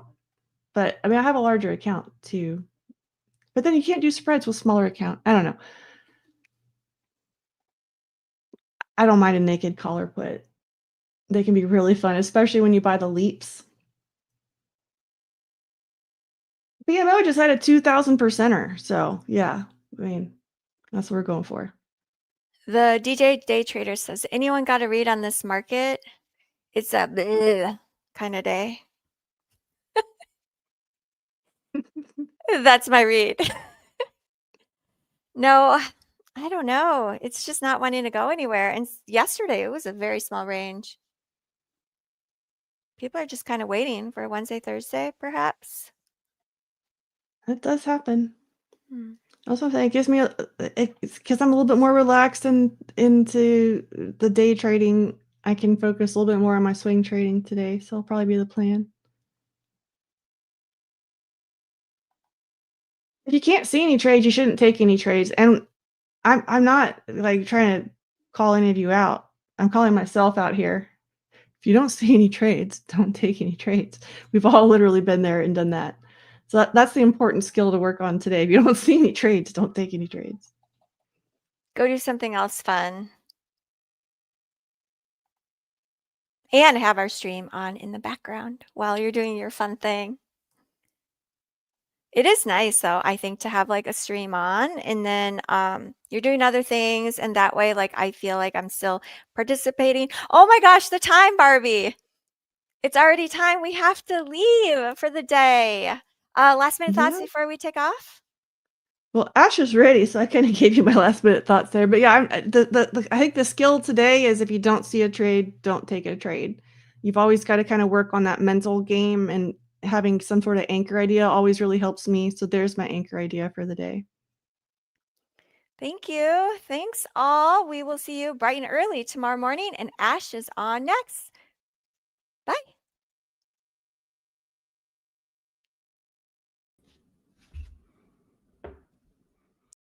Hey, good morning, everyone. Good morning or good day, depending on where you're from. How's everybody doing today? How's everybody's day going so far? Good morning, good morning, good morning, or good day, depending on where you're from. Hope everybody's day is going well. Hope everybody's week is going well. Just going to go ahead and welcome everybody into my segment, and then we'll get into the conversation. Hello, hello, hello. How's everybody doing today? Good morning, Thiru Trades. Good morning, Saban. Good morning, Nicholas. Good morning, Green. Good morning, Thou Trades. Good morning, Oats Trades. Good morning, Rayan. Good morning, Ethan. Good morning, Andras. Good morning, G. Good morning, Lifetime Learner. Good morning, Paul. Good morning, Jordan. Good morning, Lucas. Hello, hello, hello. Good morning, Voltron. Good morning, Cheater. Good morning, Nikolai. Good morning, Rod. Good morning, Drax. Vignesh, good morning. Jenny, good morning. Ali, good morning. Terp, good morning. How's everybody doing today? How's everybody's week going so far? Throw a 1 in the chat if you're green on the week. Throw a 2 in the chat if you're red on the week. And throw a 3 in the chat if you have not traded yet this week. See how everybody else is doing so far. Good morning, good morning, good morning. Hope everybody's week is going well. Hope everybody's day is going well. See how chat is doing so far. Starting off with some 2s. A couple 1s in there as well. Some more 2s and some more 1s. All right, looks pretty 50-50 so far. Looks pretty 50-50 so far. Well, I must say there was nothing easy about this morning. I mean, man, they've just been chopping it up. They were just going sideways until right this moment, right? It's been a really lethargic morning, to say the least. How would we have known that there would have been no volatility this morning? What is the thing that we could look for beforehand to understand this type of lethargic price action? Where would you all go to analyze that so that you can prepare yourself properly heading into the session? What would you do? Exactly. The news calendar. Right? It's pretty clear that we had no news here this morning. We had no news yesterday. And more importantly, PPI and CPI. CPI is our largest volatility driver. So that is a very important news event that's going to occur. Thinking that the volatility on the week may occur there during Thursday, in my opinion, that makes complete sense. Okay, so on days that don't have red folders, that doesn't mean you can't trade it. But like I specified yesterday, having lower expectations, right, being more patient and selective than normal, that's how I would approach days that have no news. Being more patient and selective than normal. Okay, so let me know, did you guys take a trade today? How did you guys do today?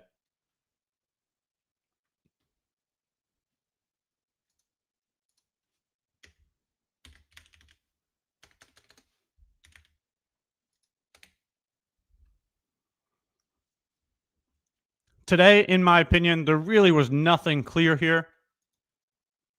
Just now it's getting a move, right? So in terms of the model that I use, right, a breaker block plus an FEG, this is the first time we're getting any kind of breaker. Just now. right? So in terms of understanding when not to execute, it could be as simple as sticking to your strategy, right? If you have a certain way of engaging with the market, a breaker block plus an FEG, when that's not on the screen, then you would know there's nothing to execute here, right? So for example, if you're looking for like a bullish breaker this morning and you're taking a look at this right here, you get a swing low, you get a swing high, you get a new low, but then it never makes, ooh, whoa, the line's going crazy here. Give me a second. You get a swing low, you get a swing high, you get a new low, but then you never get a new high, right? So in terms of an entry function, this is where creating a game plan and sticking to that game plan could be highly beneficial. Being process driven instead of results driven could be really beneficial, because some of the time,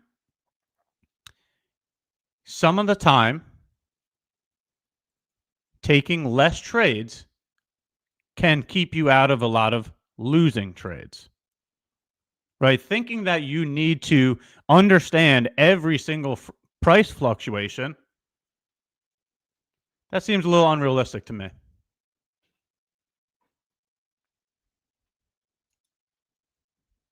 Okay.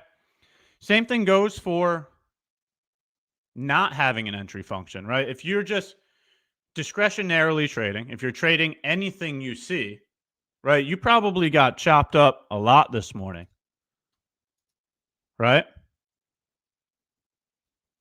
Like let's take a couple examples, right? Here at New York Open, if you're you're not sure about your process, so you think that, all right, today we'll try an inversion today. Okay, well, here's your inversion here, right? Let's try this inversion long right here. Well, that goes and gets stopped out, right? So then you go back and you're like, oh, okay, inversions don't work. I'll try a change in the state of delivery. Let's see if we could do a change in the state of delivery. Okay, here's a bullish change in the state of delivery. We get the candle closure above the candle that takes out liquidity. Bullish change in the state of delivery. Well, that gets stopped out too, right? So strategy hopping is just as bad as having no strategy at all. Okay? So, in my opinion, you should create a game plan heading into the market and then look to execute that game plan with strictly defined risk management. It could keep you out of a lot of losing trades. Sometimes avoiding losses simply comes from sticking to a strategy.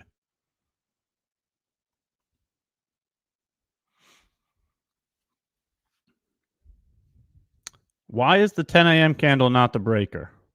Let's take a look.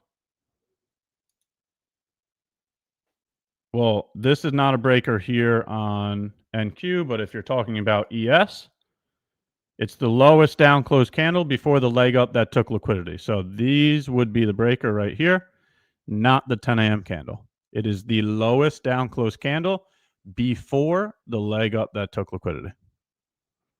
Look at the closing price here. Look at the closing price here.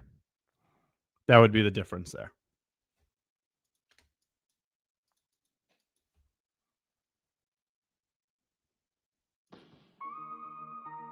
Oh, it's an early one today. You ready, Pat? It's giveaway time, the buzz is real, spin the wheel for a 53 resets using code FLAT50. Who's going to get one, chat? 50 free resets using code FLAT50. Who's going to get one? An early code today. Love to see it.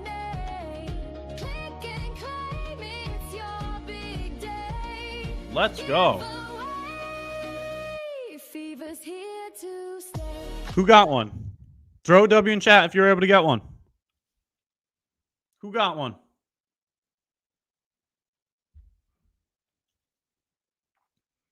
Looks like Luke got one. Looks like Tao Trades got one. Looks like Monica got one. Kenneth got one. B Gravity got one. Alec got one. Let's go. Congratulations to all the winners. Another day, another giveaway. Congratulations.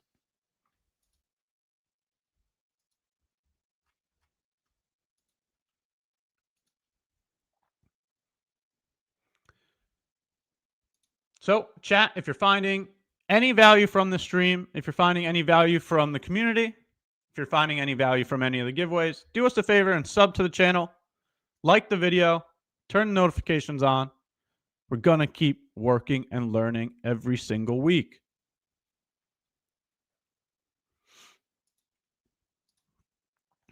All right, so let's get into it. Let's take a look at what we have for the rest of the session. Updating the information from yesterday. We did some weekly outlooks from yesterday. The thing that we were looking at on NQ and ES, we had an if-then statement for our weekly outlook, looking to see if this right here is bearish SMT. We need to know if this is bearish SMT. If it is, that looks like a bearish bias as price swept out a swing high. When it swept out a swing high, it created bearish SMT. If you head over to ES, you can see it here as well. It swept out a high. After sweeping out the high, it created bearish SMT. For this reason, we had an if-then statement. The if-then statement was, if this is bearish SMT here, if this is a crack in correlation at the highs, then we would look for a move lower. Okay, so we have an if-then statement for NQ and ES. And then we'll go over to Dixie, Euro, oil. Let's take a look. We were looking at a bearish unicorn on oil. Right, so we're looking to see if this area of price provides a rejection for lower prices. Equal lows is what we would aim at. So the target for that idea would be these equal lows.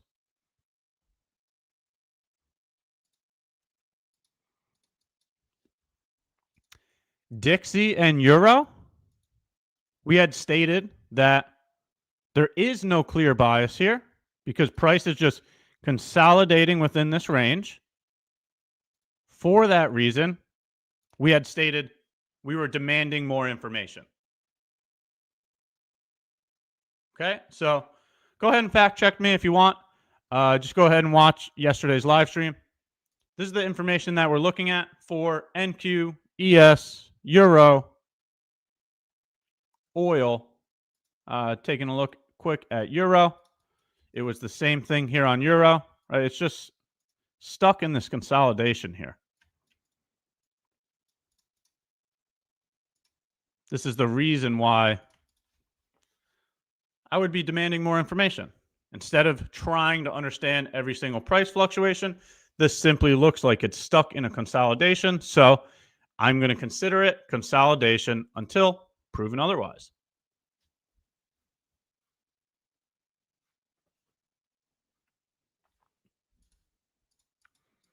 So this is what we're looking at moving forward into CPI. We love to get these top-down analysis completed.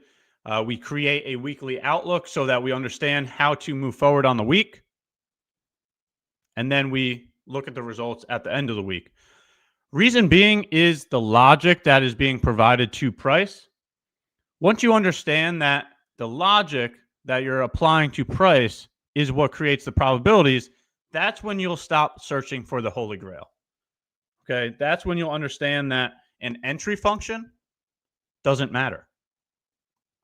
You can enter the market however you want to enter the market. Trend lines, inversions, opening range breakouts, change in the state of delivery, any of the above. Any type of entry function works. Any type of strategy works. Any type of model works. As long as you're providing sound logic to your decision making. As long as you're controlling your risk. Okay, so we'll see what we get for CPI. In my opinion, CPI is going to be the driver on the week. So I would not be surprised if the move for this week occurs there Wednesday, Thursday. Okay, so just a quick little update on the weekly outlook. I'll give you guys a moment for any questions or comments. Is there anything that you'd like to go over regarding that analysis? Is there any kind of questions or information you have about those weekly outlooks? Go ahead and throw it in chat.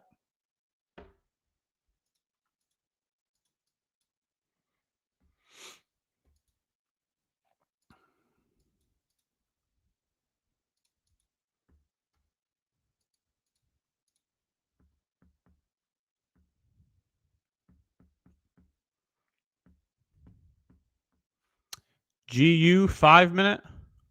Can you review? Let's take a look at GU.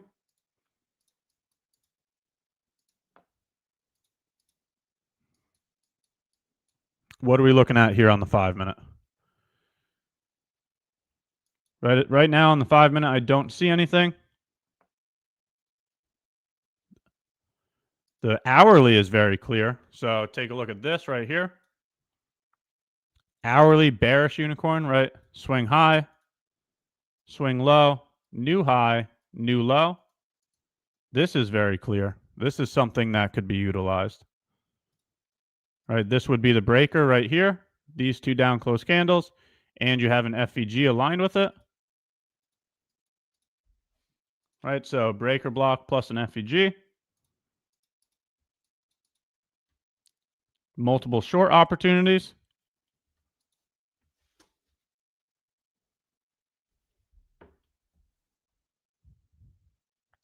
The one before that wick. You got to, like, is it a short? Is it a long? Is it a breaker? You got to provide a little bit more information. I'm not sure what you're looking at here on the 5-minute chart.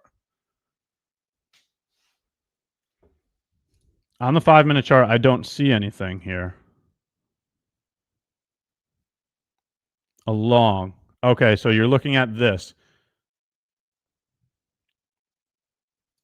Okay, so let's just take a look at the hourly chart real quick.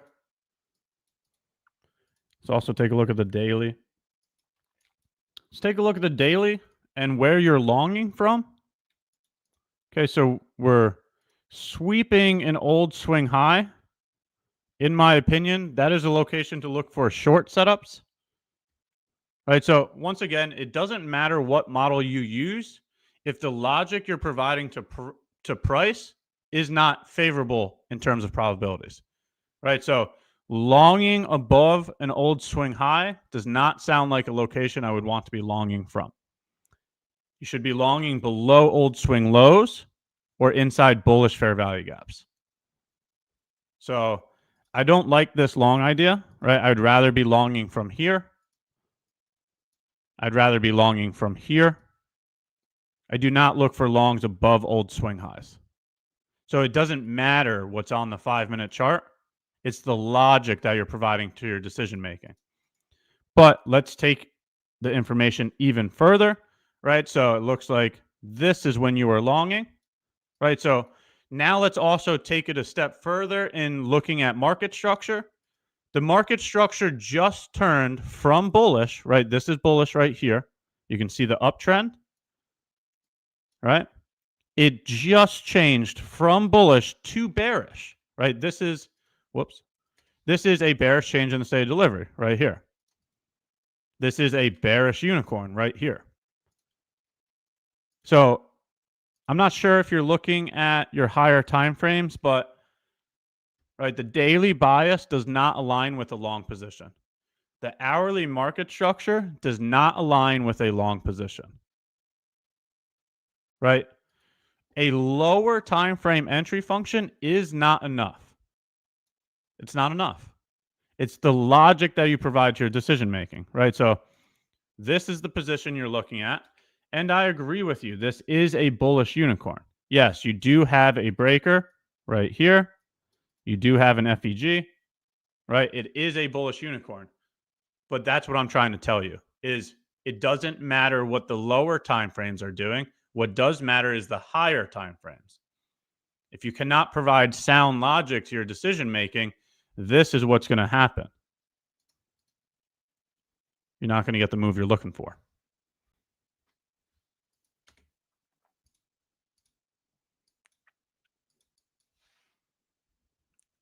All right, so hopefully that helps your review of that trade.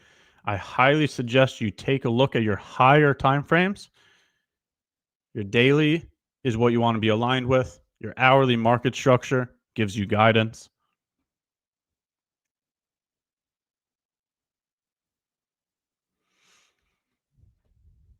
You think it'll go deeper?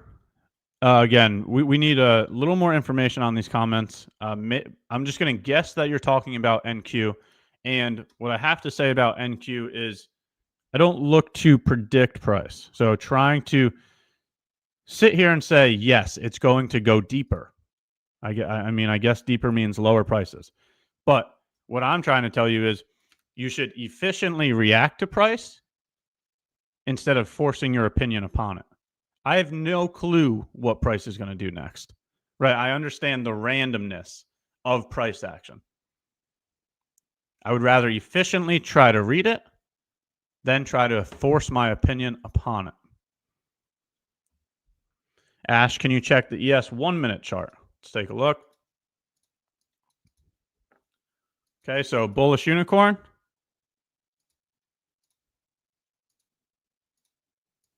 If this is what you're asking about, this is in fact a bullish unicorn. FVG right in here, breaker block here.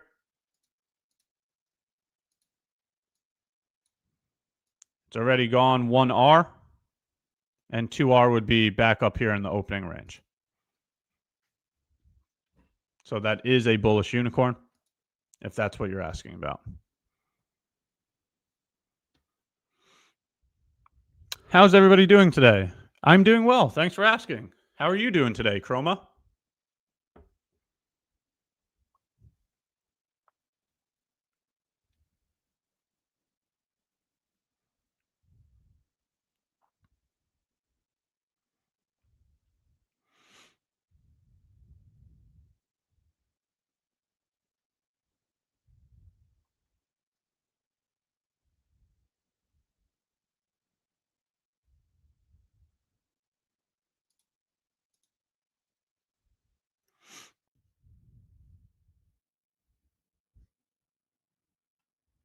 What do you guys think? How about you? How about your prediction? Do you guys think we're going to get lower prices today? Or do you think we're going to get higher prices for the rest of the session? What do you guys think? Ash, can you check the daily order block you mentioned on oil on lower time frame when you short it if you were to? This is not an order block. So this is a breaker block. Those are two different things. I pointed to a breaker block. Okay. That's the first thing. That is not an order block. Second thing is on the lower time frame, there's nothing to enter here. So if you were looking for shorts, okay, this isn't doing anything to short it. Right now, it's just consolidating. Right, it's just like creating this wedge right here. So just understand the difference. That is a breaker block, not an order block. And on the lower time frame, there's nothing justifying taking a short here.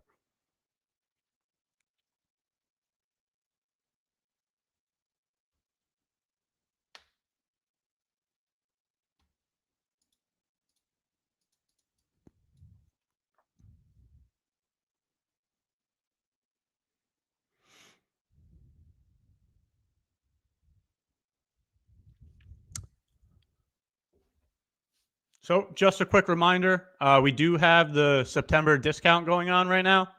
It's 25% off resets. There's 5 uses per user. You could use code YouTube for that. It expires on September 14th at midnight, New York time.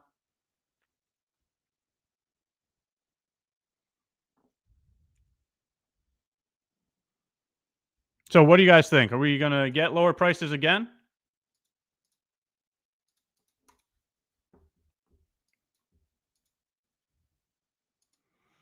Ash, do you ever use the weekly 4-hour, 15-minute time frame alignment?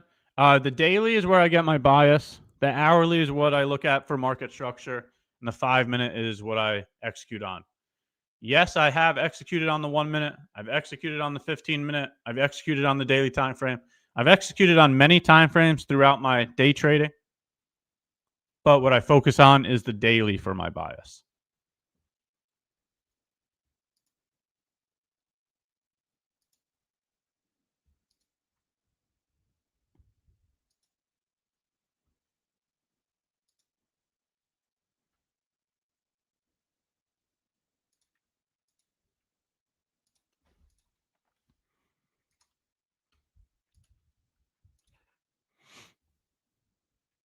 So back to the opening range low there.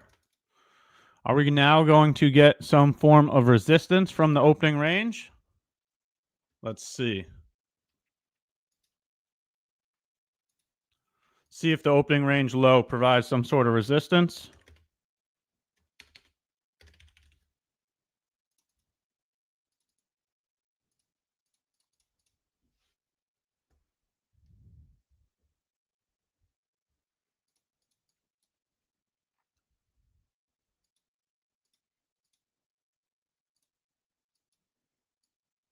For new low of day.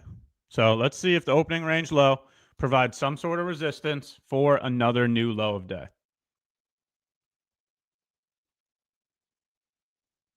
When is opening range? Well, it depends on what opening range you use, right? There's people that use a 30-second opening range. There's people that use a 5-minute opening range.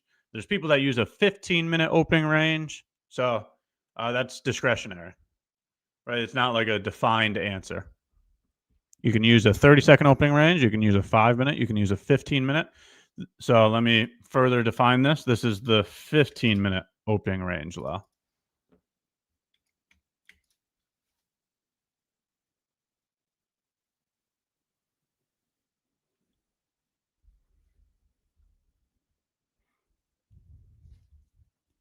Can you explain your process for a bearish bias today? I do weekly outlooks on Mondays. Okay, so on the weekly outlook, this is what I pointed to. You could just go back and watch yesterday's live stream as well if you need to fact check me. On the daily time frame, I look at swing highs, swing lows, and FEGs. When price is above a swing high or inside of a bearish FEG, I have a bearish bias. When price is below a swing low or inside of a bullish FEG, I have a bullish bias. Then I use a Kraken correlation to confirm that idea. So here you can see there's a bearish Kraken correlation between NQ and ES because ES swept out new all-time highs. NQ did not sweep out new all-time highs. That is a bearish SMT. That bearish SMT occurred at a swing high. So the if-then statement that I provided to everyone yesterday was, if this bearish SMT holds, then I would look for lower prices. So looking at swing highs, swing lows, and FEGs, that is how I obtain a bias on the daily time frame.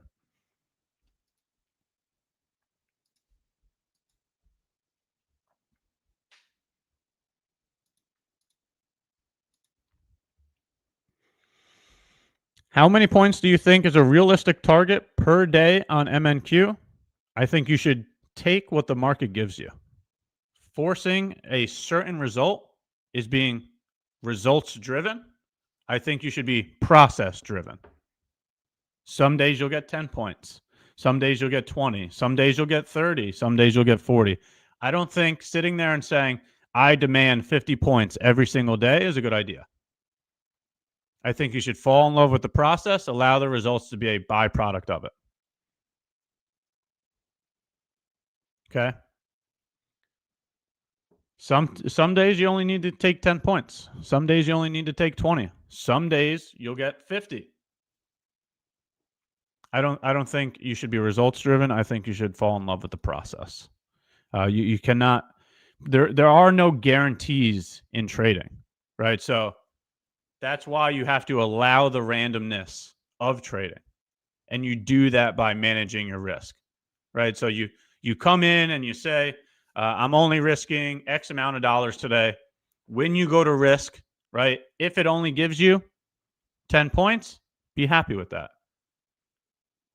If you go and risk X amount of dollars and it gets very euphoric and it gives you 50 or 100 points, then again, you allow it to do whatever it wants to do. Allow the randomness.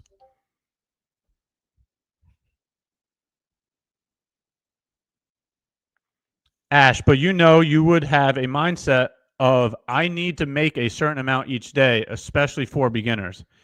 How do you overcome that? You overcome that by setting different type of goals, right? Instead of being results driven, be process driven. So here's the difference. Instead of saying, I need to be, making 50 points on the day every single day, let's change that to, I need to be green on the day, right? Let's just change that to, I need to make sure I journal every day. Let's change that to, did I stick to my plan today, right? Every day you stick to your plan. Every day you stick to your risk management. That's what a win is. Not you being red or green.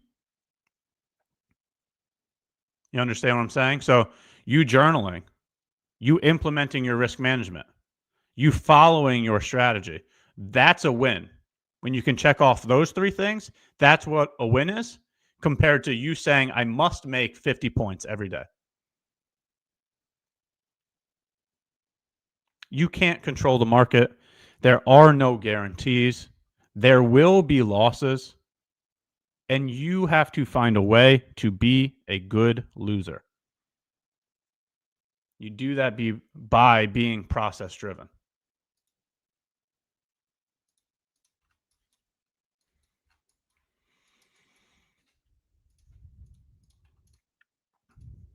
So we'll go back to our idea here. We're looking to see if the 15-minute opening range low is going to provide a rejection for lower prices.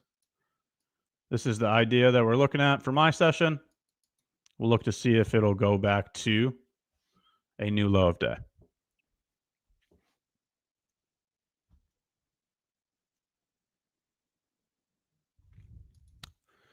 Ash, after this 10 years, do you feel the journal still has a benefit for you? Yes, I still journal every single day. I journal in Discord. I journal on Twitter. I'm here on live stream with you guys. So I do it via text and via recording. So yes, I am still journaling every single day. And I don't really understand this, but there's a lot of communications that happen on social media. A lot of times people like to provide their opinions about the documentation that I provide. The main question that I always get is, why would you share that information if you didn't take that trade? Well, let me ask you a question, okay? Do you think that Michael Jordan only shot the basketball when he was in the game? No. No, he shot the basketball every single day of his life, no matter whether he was in the game or not, because he was always working on his business. You build the muscle memory by repetition.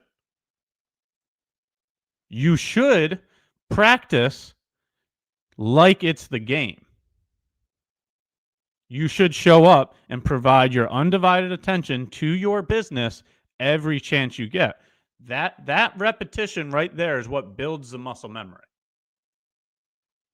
You understand what I'm saying?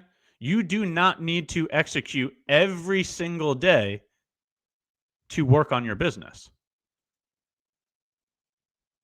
Matter of fact, I don't even think that's a good idea in terms of risk management. I don't think taking 20 trades every single day is going to result in a good result. Because price is not always doing something you want it to be doing.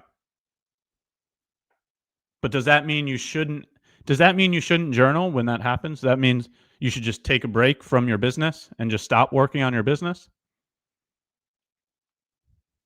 Nope. In my opinion, you still got to keep working. Okay? And when you're working, you should provide it the respect that you want to see in your results. Whether it's game time or practice time. Practice how you play. Right? Like if you're not working your hardest during practice, then during the game, it's going to be harder because the game is harder than practice. You need to be working harder in practice than the game, so when you get to the game is easy. See what I'm saying?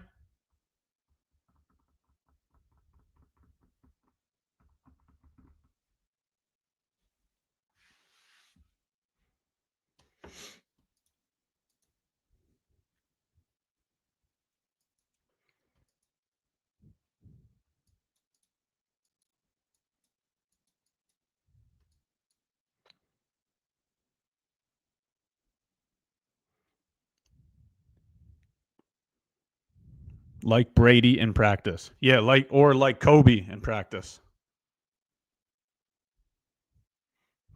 I remember watching videos of Kobe like getting in fights with his teammates because he's going so hard in practice that his teammates would get pissed off at him because he's, shoving his teammates around, and he's like, "Well, dude, if you're acting this way in practice, why would I want to give you the ball in the game?"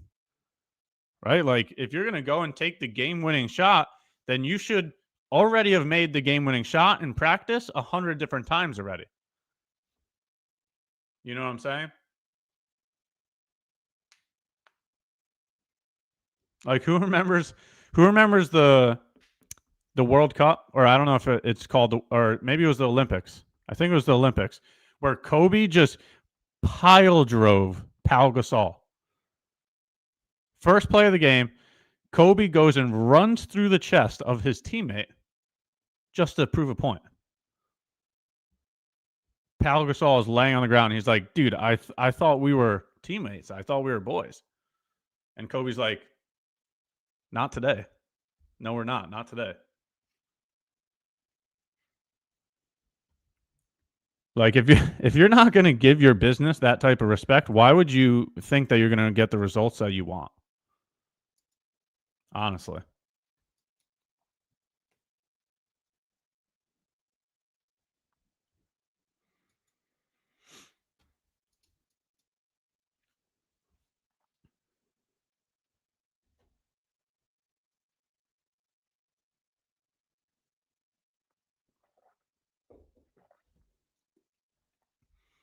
So, any type of questions, any type of information, feel free to throw any. It doesn't have to be about today's information. It could be about anything to do with the chart. It could be anything to do with the trading business, mental or emotional intelligence, anything about trading. Feel free to throw it in chat. Right now, we're just watching a short idea, opening range low, providing resistance to price, looking to see if it'll send us to a new low of day.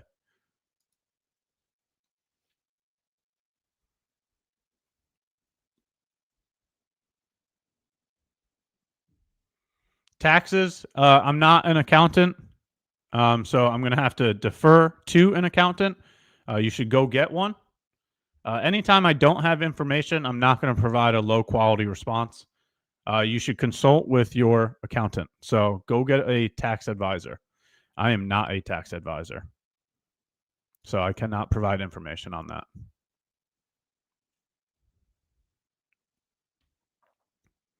Ash, can you chart the first uptrend break at 9:30 for NQ? The first uptrend break at 9:30. Uptrend break. So like this is an uptrend, right? Ready? This is what an uptrend is. Higher highs and higher lows. So higher high, higher low, higher high, higher low, higher high, new low. So this would be the uptrend breaking, turning into a downtrend. So maybe I'm just not understanding your comment, but at 9:30, maybe you're looking at like a lower time frame, because I don't see any uptrend here, right? So at 9:30, we have lower low, lower high, lower low, lower high, lower low, lower high, lower low. Ash, can you chart the first uptrend break at 9:30? Yeah, 9:30 is right here, and we're in a downtrend. So maybe I'm just not understanding the question, but this is a downtrend, right? So there was no uptrend break. This is a downtrend. All right, so just to do this real quick. Uptrend is higher highs and higher lows. So this is what an uptrend looks like right here. So when an uptrend breaks and it becomes a downtrend, this is what it would look like. All right, so higher highs and higher lows, higher highs and higher lows until this moment in time. This is where the uptrend breaks. But that's not what we got this morning. This morning, this is what price looks like. Price is doing this morning. It's doing a downtrend, and then it went lower, right? So downtrend is lower highs and lower lows. And then this morning it went even lower. So let's take a look at that.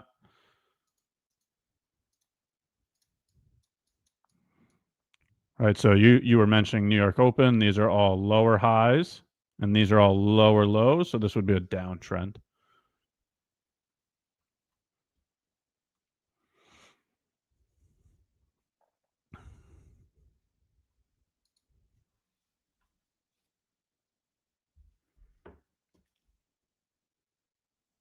What I meant to say was I took that uptrend break short. Yeah, I'm sorry. Maybe I'm just not understanding, because this is a downtrend. These are lower lows and lower highs. So we must be looking at different information. Sorry if I'm not understanding correctly. What I see here is a downtrend. These are lower highs and lower lows, but you keep saying uptrend. So maybe I'm just confused or something.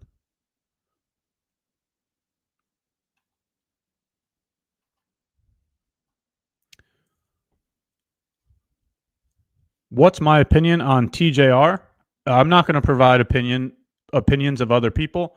In my opinion, that's just a waste of time. We're here to work on our business, not focus on other people. So if you want to talk about price action, if you want to talk about trading, I'll happily do that. I don't have time to be providing opinions of other people. Ash, if you have 10 accounts, I understand 5 trades a month is enough, but for our beginners with only 1 account, you have to understand, once again, fall in love with the process, allow the results to be a byproduct, right? I understand that you don't start with 10 accounts, but to develop the muscle memory, you should be doing the same thing throughout your entire business, right? You develop muscle memory by repetition, by doing the same thing over and over and over again. So you should be doing the same thing you were doing with 1 account as you were doing with 10 accounts. So I would treat 1 account the same way I would treat 10 accounts. There is no difference there. That's how you build the muscle memory. Ash, how do you train your mindset? For me, it was books. Okay. Here, I've gone through my book selection before. I'll do it again real quick. Here are the books that have provided the most amount of education for me in terms of this day trading business. Going from most important to least important, here you go. The Best Loser Wins by Tom Hogarth. That was one of my favorite books when it comes to day trading. Trading in the Zone by Mark Douglas. Another phenomenal read. The Power of Positive Thinking by Norman Vincent Peale. Another phenomenal one. Principles by Ray Dalio. Okay. Extreme Ownership by Jocko Willink. The Art of War by Sun Tzu. And then The Psychology of Money by Morgan Housel. Between reading and going to the gym, those are a couple things that really instilled the mindset, really helped me train the mindset. And then lastly is experience. Coming in here and collecting data, right, is what showed me what happens in this business. I've been in Discord for now 10 years. So I've been documenting in my Discord. I didn't start off publicly. So the Discord's only 7 years old, but I've been here for 10 years. I've been documenting for the past 7 years in Discord. So in terms of collecting information, I have about 7 years of information worth. And that is what shows me, right, losses are inevitable. You have to get up and keep going no matter what. Going through the journal and collecting information day in and day out is what has provided that training for the mindset.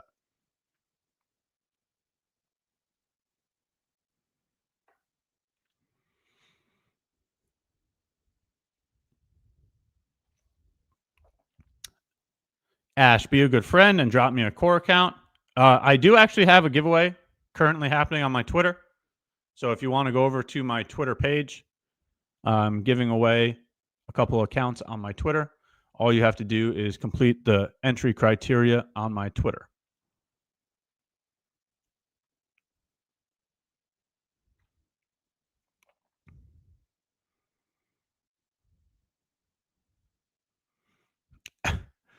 Ash is lying. He's an AI. He knows everything about taxes. You know, all you got to do is type the question into my search bar.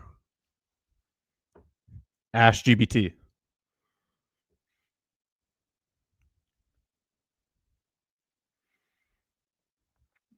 Abhishek, congratulations again on that marriage. Very happy for you. In my opinion, that was the best day of my life. When I had my wedding, man, I wish I could do it again.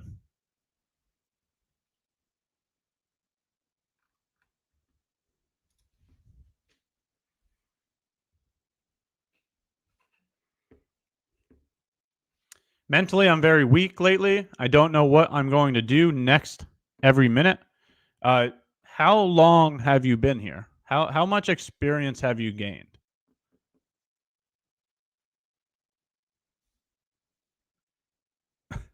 No, I'm not getting married again. I meant with my wife currently. I would want to marry her again.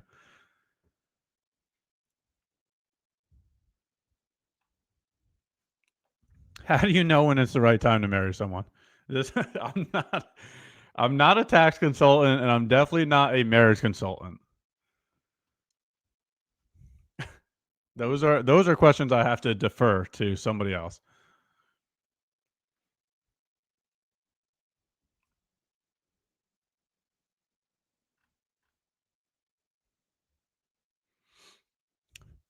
$5 years and nothing. All right. So what over those 5 years can you point to that you could specifically say you're having issues with? I'm not talking about results. I'm talking about journaling. I'm talking about moving your stop loss too quickly. I'm talking about controlling your emotions. I'm talking about risk management and putting the numbers in your favor, right? Like, for example, have you strictly defined your risk management, right? What is your process in terms of risk management? Have you set a maximum daily loss limit? Have you set a maximum daily amount of trades? Are you adhering to those rules?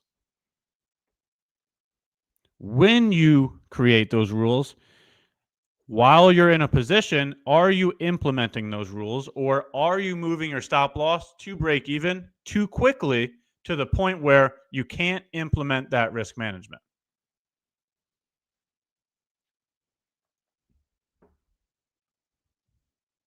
Right?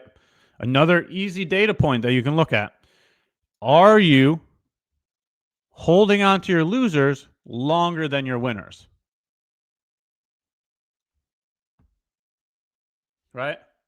You want to have no hesitation. When you have a loser, you want to instantly get out of the loser. When you have a winner, you want to hold that winner for as long as you can. Right? So it's an easy data point to see, right? On average, are you holding your winners longer than your losers? Yes or no? I always find good setups and quickly put the break even. Most of times, 80% I miss those. They're on all the next trades are going to be losers. Okay, so that risk management conversation is probably one of the reasons why you're not making progress, right? So I'm not holding mostly. All right, so these are the things that you're going to have to change. And if you're not going to change them, then I would not expect your results to change. I've done this example before, and I'm going to do it again real quick. We're talking about risk management. We're talking about moving your stop loss to break even or not. There's two different examples. In both examples, we're going to take 4 trades. In both examples, we're trying to do 1 to 2 risk to reward. In both examples, you'll have a 50% win rate. These are all logical outcomes, right? A 50% win rate is probably where you're going to be around. A 40% win rate. Aiming for 1 to 2 R is something that will help your risk management.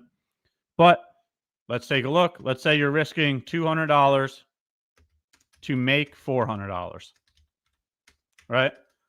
Let's say that your losers, right? It's a 50% win rate and there's 4 trades. So 2 of them are going to be losses.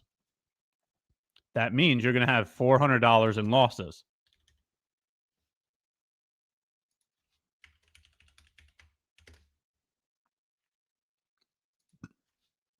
That means your winners, right? You're going to have 2 winners.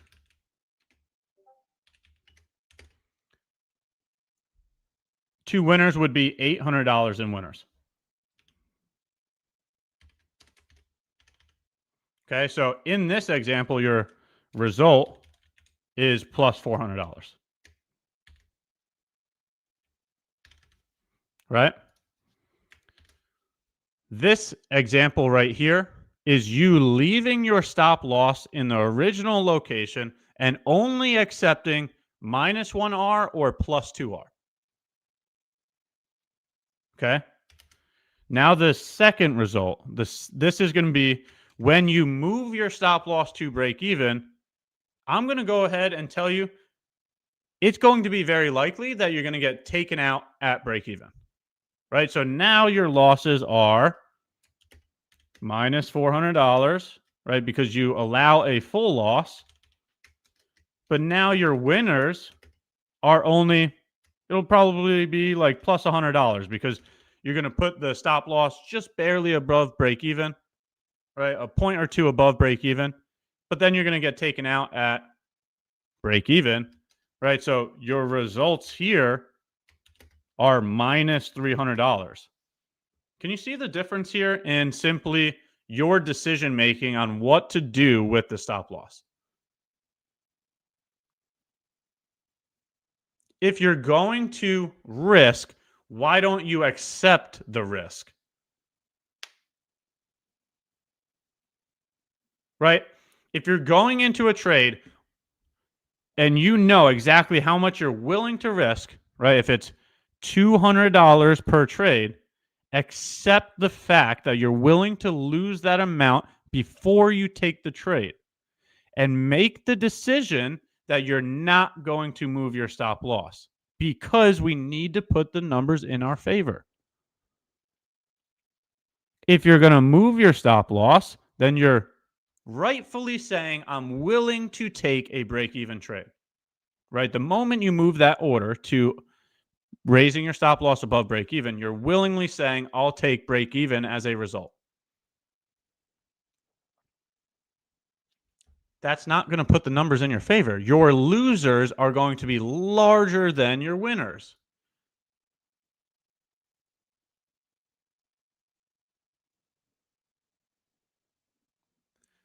Now, the understanding of how to implement this is all right here. It's your ability to control your mind, your ability to control your actions, right? The things that you are saying in your mind, the feelings that you are feeling in your body, those are the things that are going to allow you to hold a position to actually go to take profit. Right? If you've fully accepted the fact that you're only going to accept minus $200 or plus $400, then it doesn't matter what price does during the time of.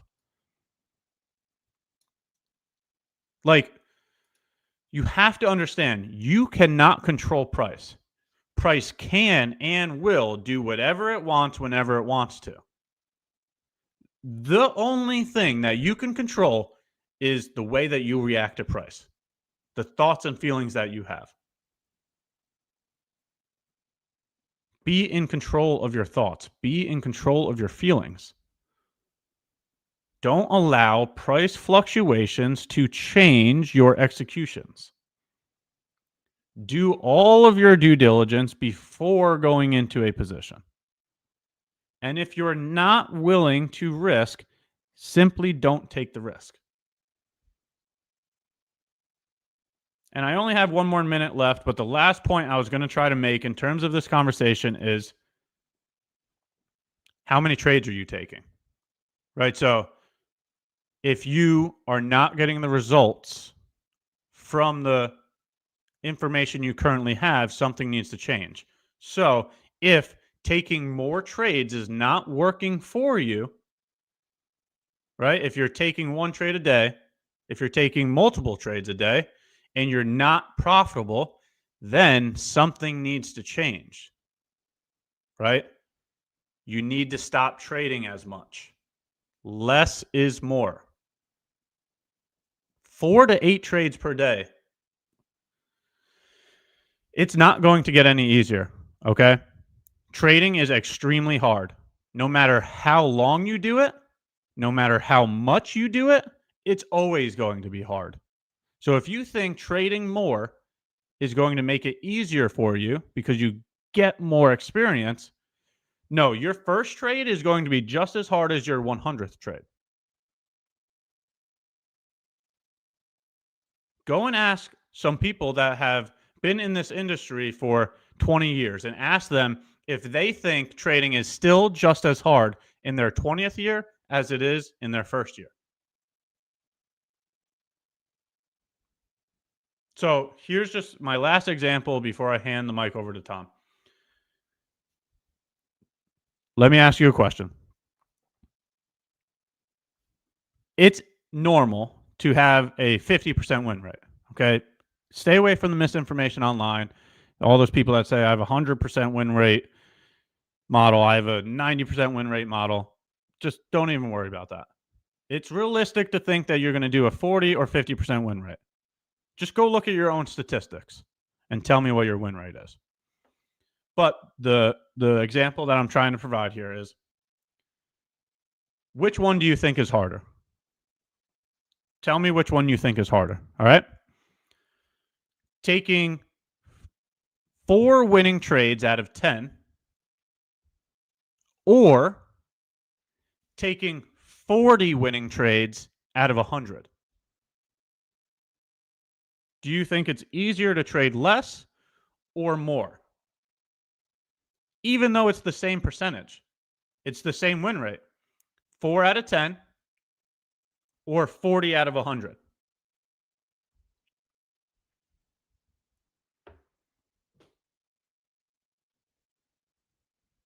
It's a trick question, chat, because the fact of the matter is both of them are hard.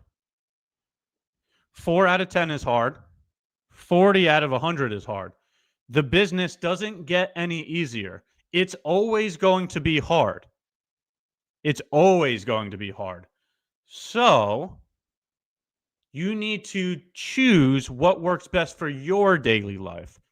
If trading more is not working for you, then trade less. Both of them are going to be hard. It's the same result, but 4 out of 10 is hard.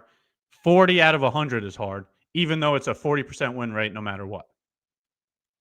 Trading doesn't get any easier in your first year or in your 100th year. That's why you should fit it to your own daily life, your own personality. Okay?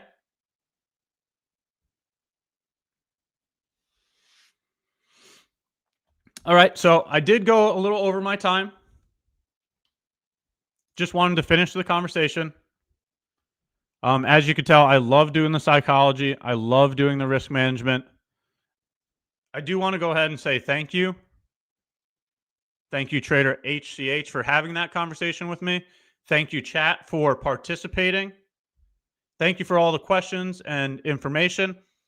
It is really a valuable experience to be able to go over this information. Being able to share perspective, being able to learn from other people, it is really valuable being around other like-minded professionals. Gaining more perspective is where we get more learning opportunities.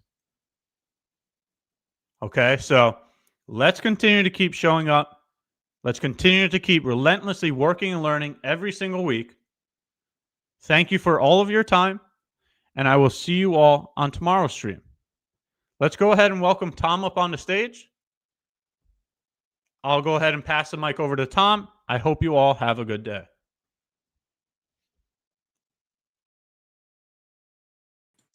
Hey, everybody. Hello. And again, before I say anything, let me just say, Ash, congratulations. This session was just amazing. This was amazing. I mean, as always, but really this, risk management, psychology, everything, W's for Ash. I really much enjoyed listening it. So yeah. He was on fire right now, right? Thank you again. This was a great session. I really enjoyed it. So how's everybody? Hello, welcome, and good to see the chat, and hello to the hosts, Muds. Abhishek is here, Magnus, Danny, good to see everybody. Ash, thank you so much again. This was a great session. I so much value as always. So hey guys, so I know we have to go through some routines, while we start up the session. So let's just get it over with. I'm just gonna say it up, okay? So now we can move on. All right. So what happened so far? I hope. What a crazy market open. Yeah. AKA Liam Neeson, exactly. What a crazy market open at 9:30. I must say that this was a tricky one, a very tricky one. And that's why I said, we need to have some sort of an exit strategy of sessions like this. But yeah, and what Ash was saying, when you put on a trade, before even putting on the trade, technically, you need to accept the risk. So I was keep reading in the chat, and also in my stream, I have the same questions like, "Oh, I'm scared. I'm scared to hold this trade. I don't know what to do." All that could be prevented, or can be prevented, by just accepting it beforehand. Okay, that's why planning, preparing. We talked about it yesterday. Is so much important, right? That's it. More patience, Joseph. Patience comes from preparing, right? Patience comes from having your levels, your targets. And by the way, thank you for saying that you need patience. Everybody needs patience in trading, right? From patience is gonna, confidence. Basically, what I want to say is we're building up confidence, and the way to build that up is obviously to master that that skill, which is patience, discipline, right? From that is going to come the conviction in your trading model and the confidence, right? One is not working without the other. I learned that from trading in the zone, but tend to forget. Yeah, I was reading that book like 4 times now. I love that book. Patience is key. Exactly. So, hello everybody again. Amazing session. I really enjoyed it. So, without saying too much, because the London session this morning was absolutely not what I was looking for. Was actually not doing anything in the London session. The only level I had is that 15-minute demand zone, but this was a tricky one, and we're going to talk about it. So, and we're going to talk about getting that patience, by the way. You're welcome, Joseph. So, yesterday we talked about the preparations. Last week we talked about gaining confidence, the scorecard and everything. We're going to continue how to build that patience, how to build that discipline. Okay, we're going to talk about that because I have a good topic for this one too. Actually, I have 2 very short topics to talk about, but the puzzle pieces come together and you will see the big picture, right? So, what's going on? How's everybody doing? Any profits? What do you guys think about this session? Is this the best session or not? Right? Yeah, we are all struggling with patience. The best session ever, right? The best 9:30 market open. Ricky, hey there. Good morning. Yeah, Biz, good to see you. So best session, right? I mean, most likely talking about the market. Obviously Ash was great. Everybody was great at MyFundedFutures. I'm talking about the market. How was the market open? The greatest, right? Yeah, I'm losing pounds every day, not just profits. No, trying to be energetic. And, I'm just going to drink some ICT. Oh, yeah. Let's just drink some ICT again. Don't worry, this is not sponsored, but let's just drink some ICT. Okay, before we start. Nice. All right. So, now I know everything about the market, actually. Oh my God. I see that moment when Neo starts to see the code. I'm seeing it now everywhere.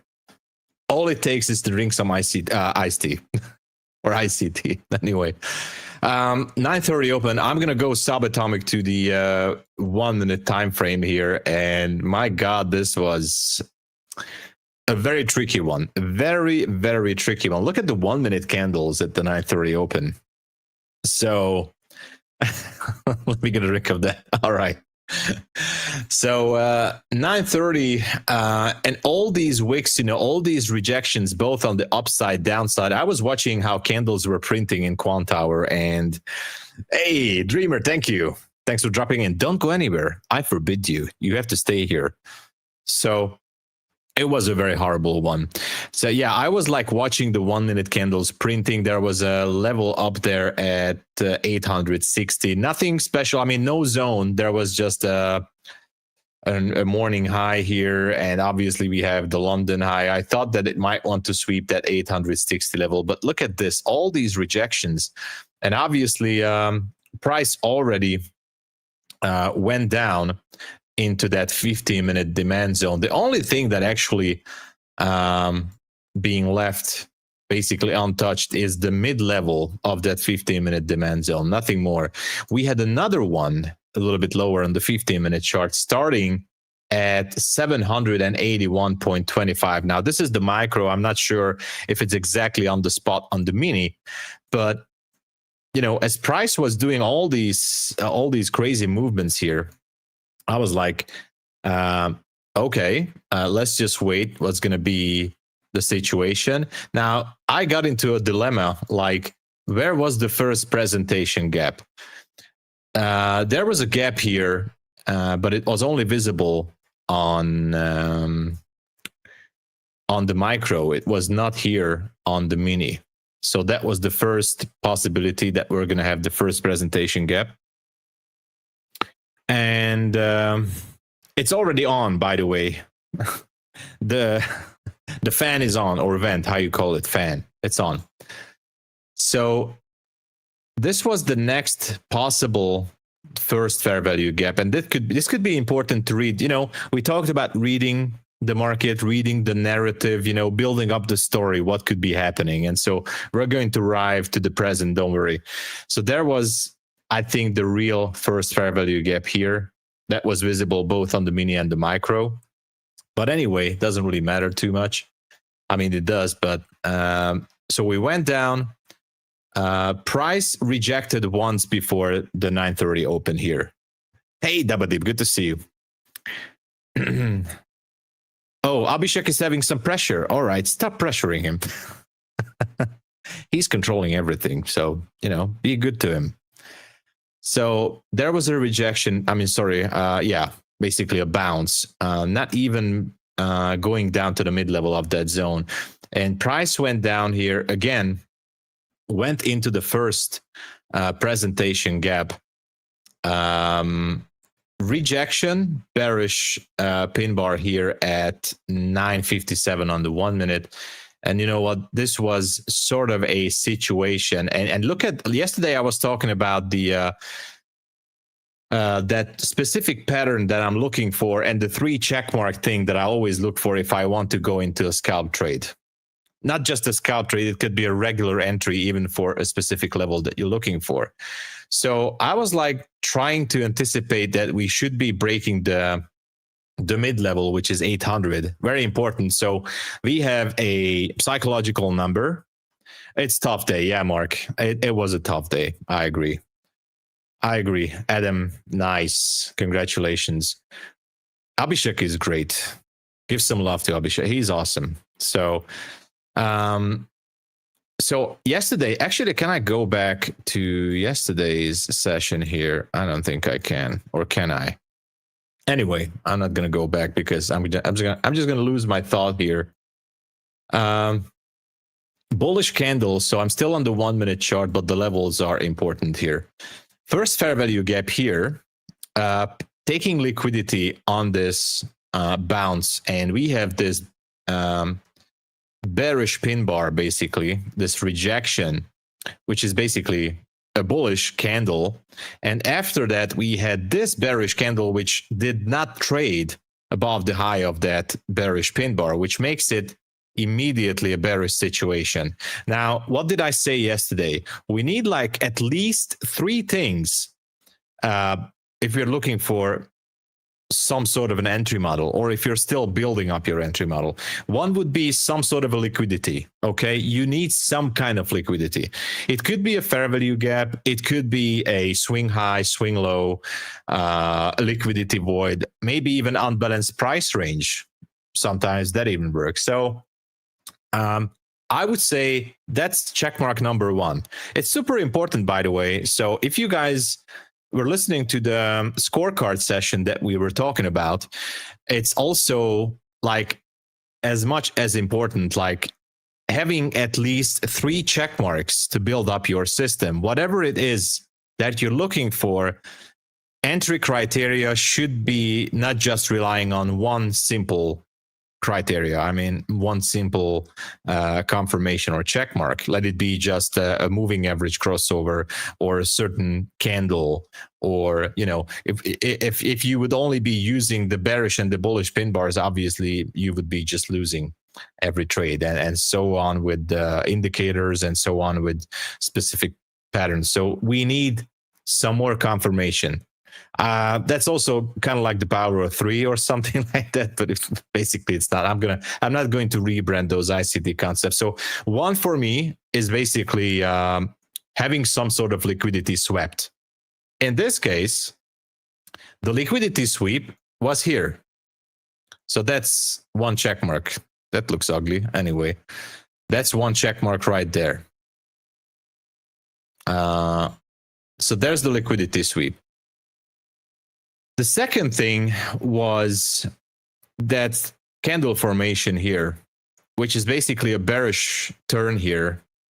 As I said, closing below in this point when we're anticipating a bearish move. Closing below this bullish candle also indicates that the market could continue to go lower, right?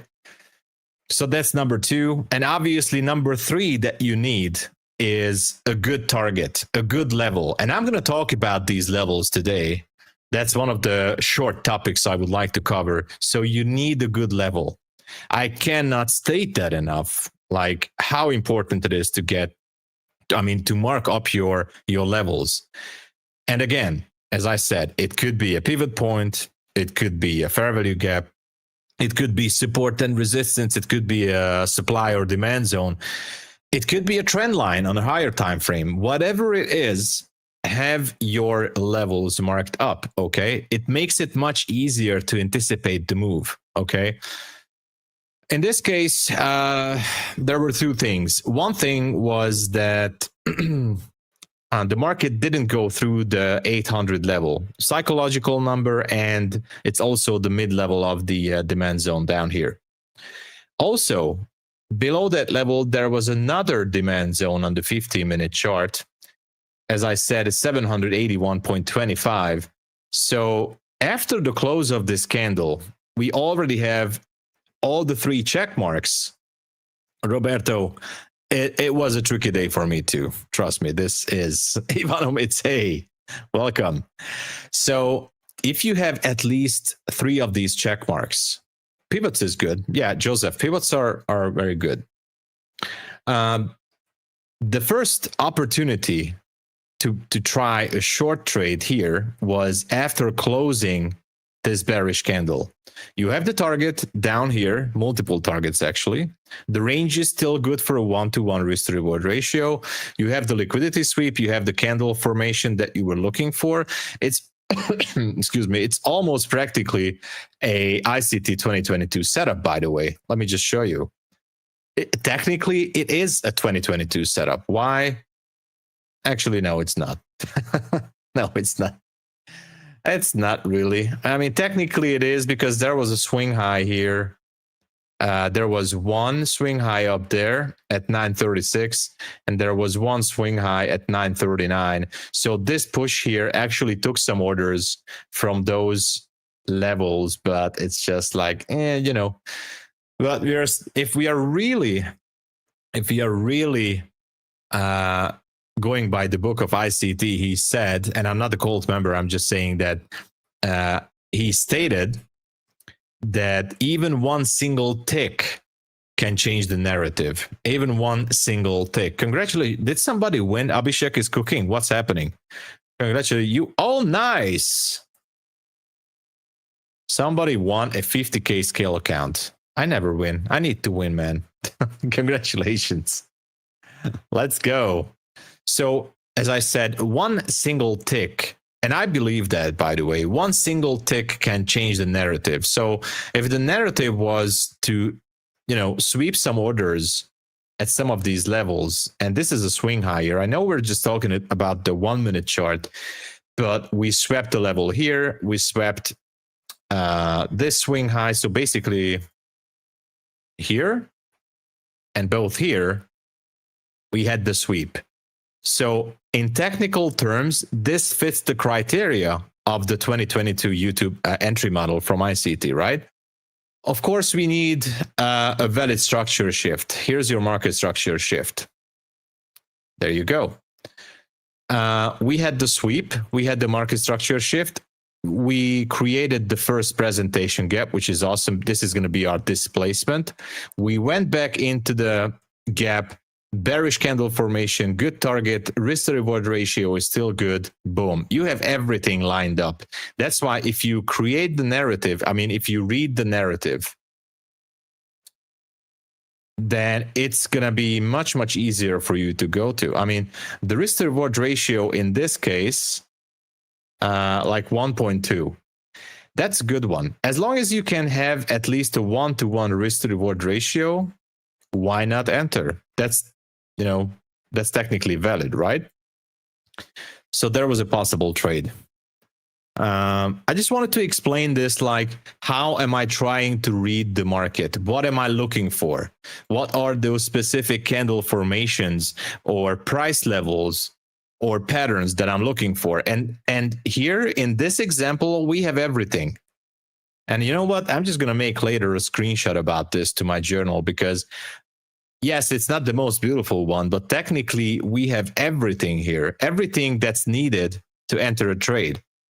And even more, without even getting into analysis paralysis, we have even more, much more than we need, by the way. Definitely more than just 3 check marks in this scenario. Anyway, I'm not saying this is like the best of the best trade out there, but it's technically valid. So there was one, and obviously after, and I don't know if it's just random or not, but as price hit the zone down there at 781, immediately, pushing higher, sweeping some more liquidity. Now, I find it a little bit interesting, and that's why I'm going to say this would be the first presentation gap that has some sort of value, that the price was, going through here, then inverting basically the gap again, and retracing back into this first presentation gap before going lower. Anyway, it was just interesting to follow through, and obviously this drop completely destroyed the zone, almost went down to previous day low. Almost. It missed it by a tick. But it was real interesting to see and read this. And I'm going to go back to the 5-minute time frame right now. Now, in terms of zones and levels, and this makes it easier for me. I don't have any targets on the upside. No zone, no nothing. Yes, we have relative equal highs. Up here, we have fair value gaps and all that such. For me, I'm not interested to take a long position. Absolutely not. If anything, I'm interested in is maybe look for a short position later, maybe. But anyway, I'm not going to trade today anymore.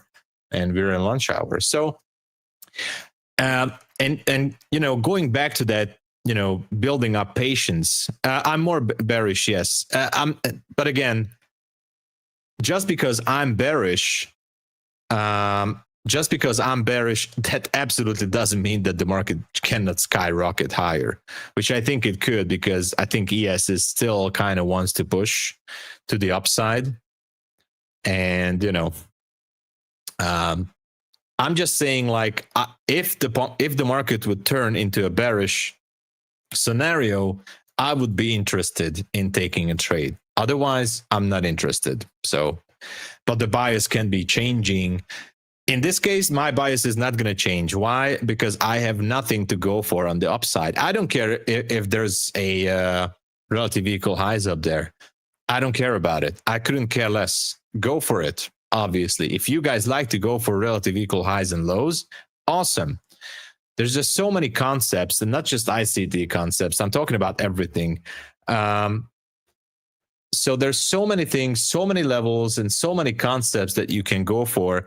Then that's where you're actually going to get the analysis paralysis. I learned that through a lot of losses, a lot of pain, a lot of emotional struggle, that, yeah, the zones were working, but now I'm just going to go for the relative equal highs. Now, we keep forgetting, and I'm not, bashing on ICT. I learned a lot, and I'm super grateful, and I'm very, very grateful for the man for his teachings and lectures. But,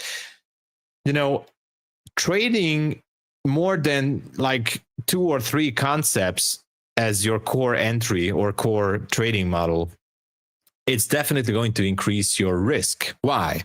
And I talked about this. The more concepts, I'm not just talking about ICT concepts, the more entry models or strategies you're using in the same market, in the same chart, on the same day, you're basically doubling, tripling, quadrupling, I don't know, you're just increasing exponentially your risk, and you're going to have contradicting signals. So I might be having a beautiful, I don't know, demand zone down here, but the price is just going up there where there's a relative equal high. And you know what? Okay, I'm just going to jump into a long position before it gets down to the demand zone. I don't like that. So My X handle, you can see my X handle on the upper right corner, x.com/TomSaboBiz. That should be that. So on the upper right corner, you can see my YouTube and my X handle, if you can read it. But it's super simple, TomSaboBiz.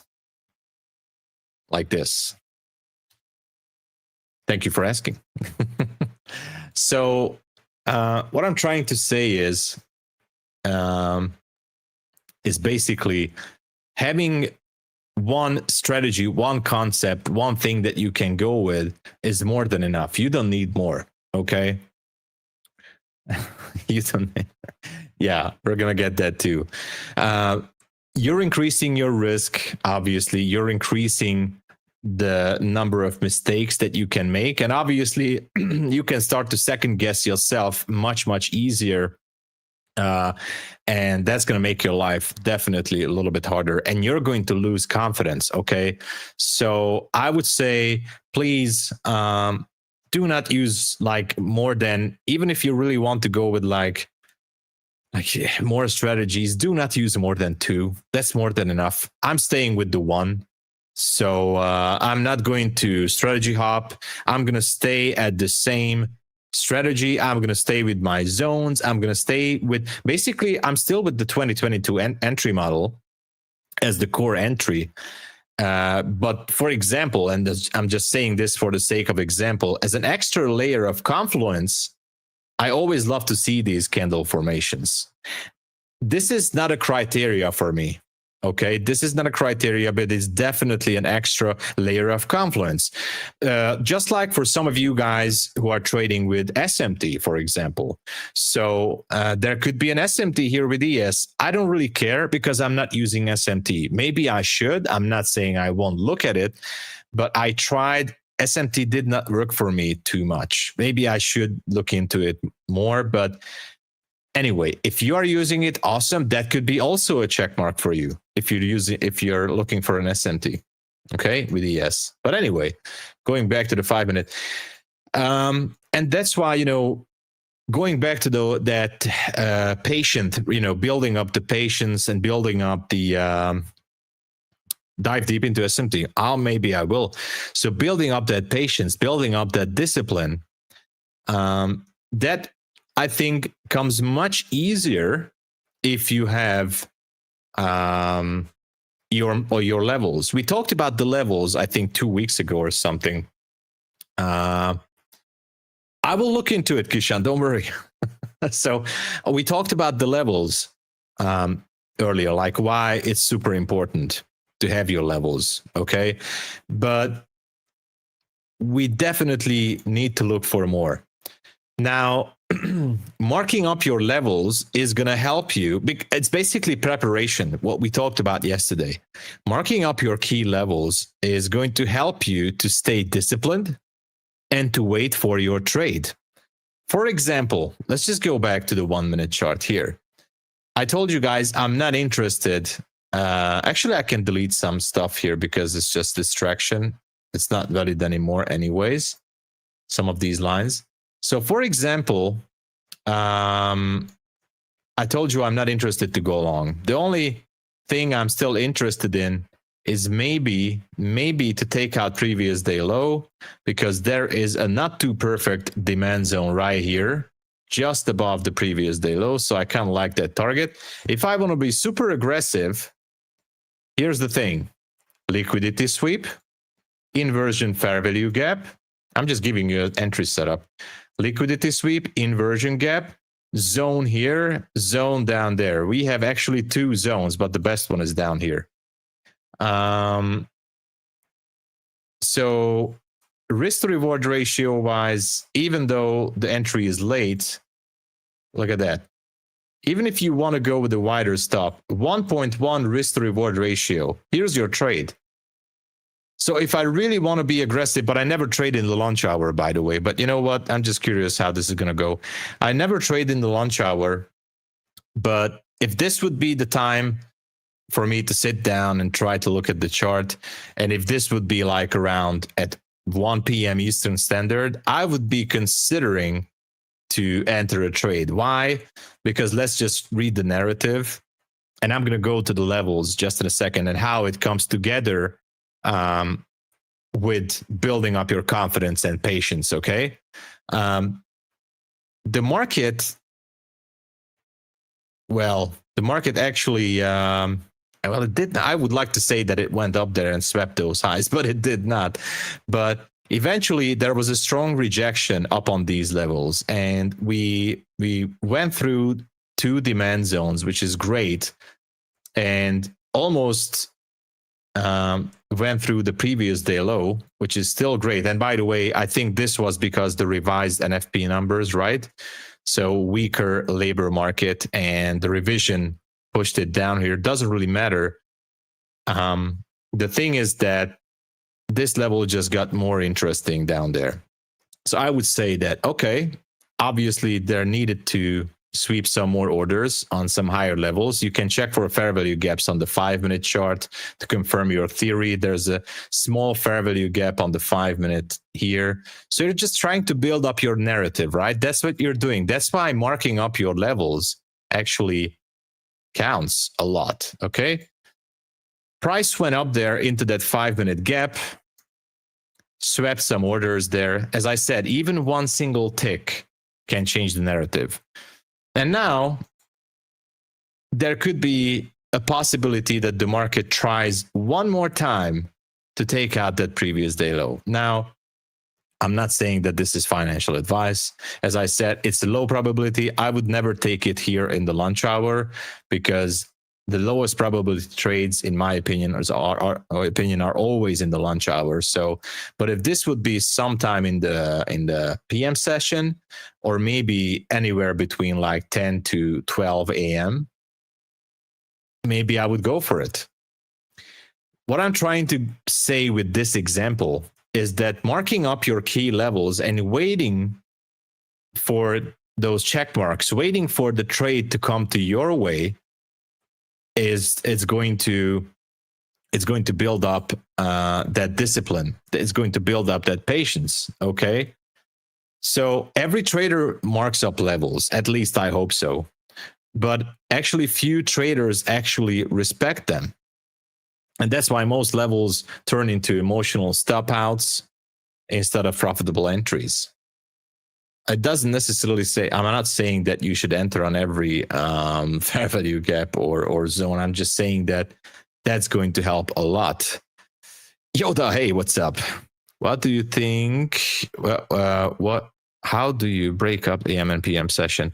I would say I break it up to 3 stages. First stage is from 7 a.m. Eastern Standard to, I would say, if I would have a position, I would definitely like to close the position somewhere around 9 a.m., before the market open, if I'm trading on NQ.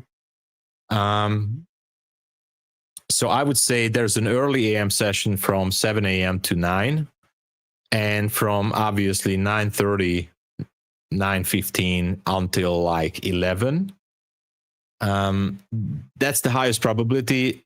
Some would say until 12, which is also good, right? I'm not saying there's no real good chance to take a trade until 11, right? But from 11 to 1 p.m., that I would call the lowest probability setups in the whole market. And from like 1:30 all the way until like 3 p.m. That's how I would break. And 3 p.m. to 4, I think, especially from 3:30 to 4 p.m., I would call it an absolutely risky market session. The so-called power hour, especially the last 30 minutes, especially the last 15 minutes and 10 minutes. And I don't want to debate, and I'm not disrespecting anyone who is trading the power hour or the last 10 minutes, because why not? And if there's a clean liquidity level in the last 10 or to 15 minutes, go for it, especially if you're a scalper, by the way. There's 2 problems in my end with the power hour, especially the last 30 minutes. There's a lot of manipulation, lots of manipulation, and there's no time. I would like to have more time for a trade to develop.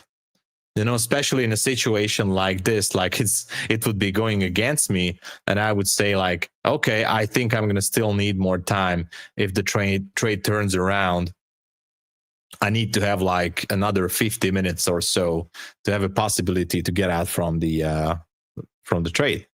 So too many manipulation and not enough time. That's why I don't like the power hour. For scalpers, obviously, I'm not in the trade, by the way, Dominic. I'm not in the trade. I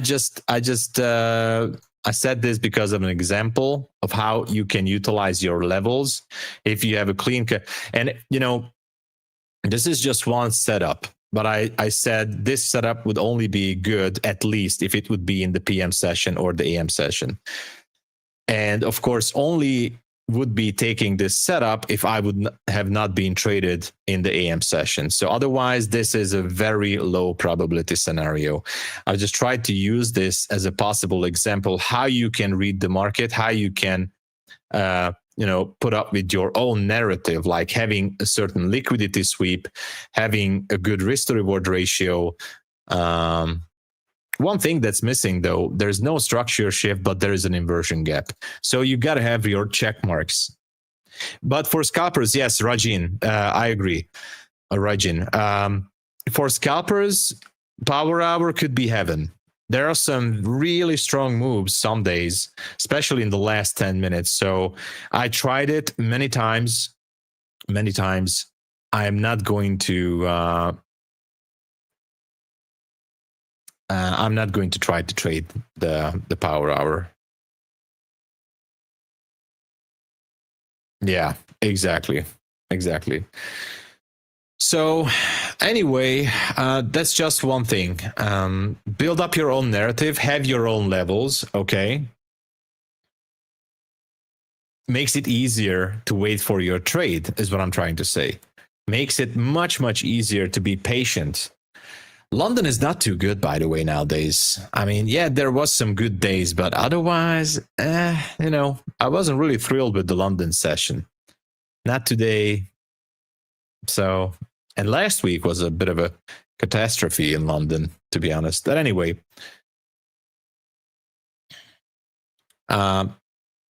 building up these levels and waiting for your narrative, your trade, to build up the entry towards your level, it's going to help you. At least what you can say to yourself that, okay, I'm just going to wait this one out. I'm not going to take a long position. Yeah, it might go to 860. And I'm going to talk about that 860 level in a second. It does look like it wants to push it. If you don't have a game plan on the upside here, that actually makes it easier for you. Okay. Obviously, if some of the major levels have already been taken out, this could be a lower probability scenario. So looking at the 5 minute now, actually, let me get this off. The 5 minute now, it does definitely look like, well, yeah, previous day low, relative equal lows there. 5 minute zone. Kind of interesting. It's kind of an interesting level. London high is almost where it was, almost reaching previous day high at 88. What was the high here? It was 85. Okay. Yeah, at this point, and it does seem like it might try to go for it. And all this rejection at the open, that was not something good. Okay, look at that. Now it's going above that 5 minute gap. So we'll see. Anyway, it kind of helps. Obviously, there are some mistakes you can do if you have too many levels on your chart. That also kind of gives you the analysis paralysis thing, right? We could take let me check on ES, by the way. I really want to look ES. What's going on here? I know we have a level up there. Practically, yeah, still kind of goes. ES is still pushing. I haven't really marked anything up here. Relative equal highs on ES. So yeah, we do have a chance especially if ES wants to push it more. So we're here at the 5-minute gap right now. I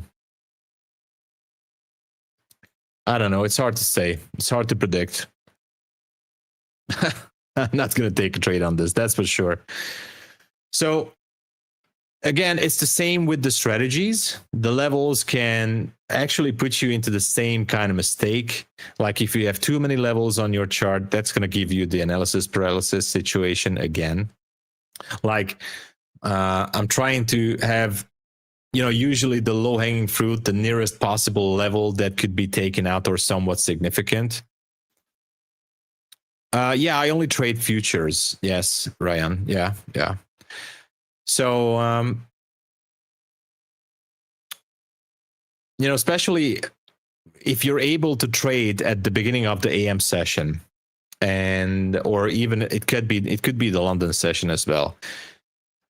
Those zones or levels could be even stronger, or I would say like acting up as a magnet much better. But because the main move already happened during the AM sessions or session here, you gotta take it into the bigger picture or the big context as well, before you make your final decision.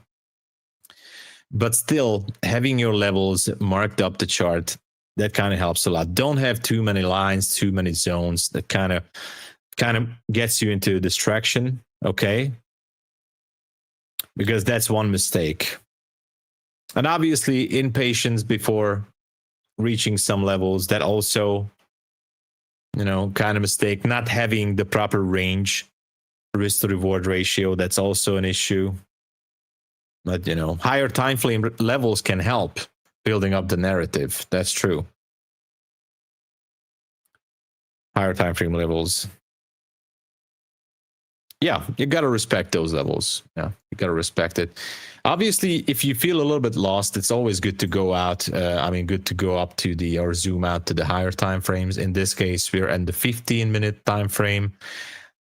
I cannot look away from this relative equal lows at previous day low. It's just looking so good, but I still feel like that 860 level is pretty much in the cards. But because my main levels were actually taken out throughout the AM session, it's hard to predict where it goes next, right? The main move happened. Did get in trade? Yeah, I got into a short, actually. After the London stream, I entered the short, and I managed to put the TP down to, I think I entered somewhere, somewhere up here. I put my stop a little bit wider. It took a while, but I managed to reach that 800, and I think my TP was 812 or 10. Just around this swing low, because my TP was then a little bit lower, but then it went against me. But eventually I got it. Yeah, eventually it went down to that 15-minute level. So yeah. Anyway, I'm just trying to say, like, if you're preparing yourself and anticipating those levels, and if you have, especially if your narrative is technically one-sided, it's going to make your bias much easier to confirm. And if the market just goes against you, like right now, the decision is much easier to make, like not going to take a trade. Even if you feel like it's going to take out that 860-ish area, let it take it out. That doesn't mean you need to jump in. Yes, you can, but once you jump in, you're already increasing your risk by using two different strategies. If your strategy is to, in this example, to take out certain demand zones, support or resistance zones, whatever it may be, on the downside because you're bearish biased, and you decide to jump into a long position because it feels like it's going to go to 860, then you're just basically turning into a discretionary trader, which is not a bad thing if you have enough chart time. But at that very moment, you're doubling your risk, even if you're applying proper risk management. So never forget that. At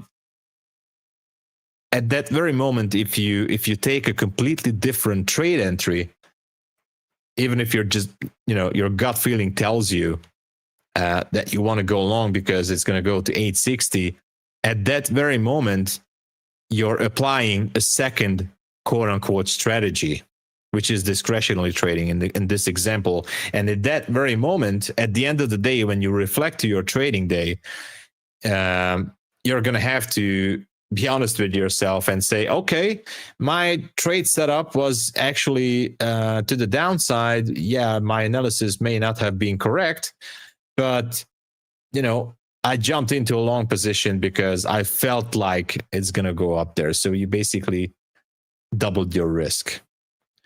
And yes, you may win this trade as we're going to 860, and profit is always good, but it's not going to be like something that's building up your confidence. Anyway, so building up false confidence can also be an issue. I'm just saying.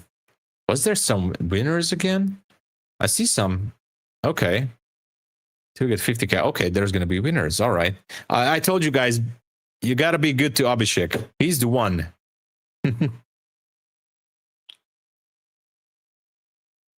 I love this ICT. I mean, iced tea. Anyway. If you have questions about the setups, risk management, let me know. This was actually, I wanted to talk about the levels, the narrative a little bit more.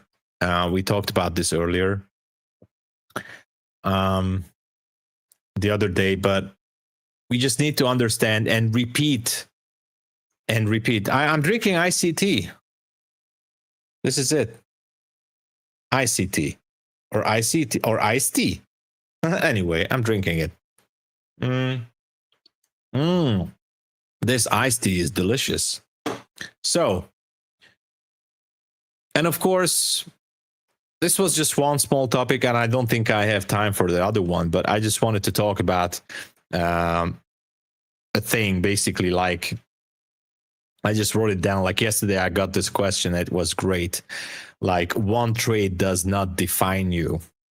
And because I got this question, like, it's always a little bit scary to take that first trade of the day, or take that first trade on your funded account, or to take that first trade on your new evaluation account, or take that first trade when the market opens up. And what if that first trade is going to end up as a loss? And I know it hurts the most when your new funded account, basically you're starting out your new funded account and your first trade is ending up as a loss. And that can actually take a toll on you. And I really wanted to talk about this. Like, one trade does not define you. One trade does not going to define your results throughout the day. Who am I voting for? My God, did I miss the vote? I don't know. I think I missed it. You can change a person's career, really? I don't know. I don't know who to vote for. So, yeah. So as I was, but I think we're going to talk about this tomorrow in a little bit more detail.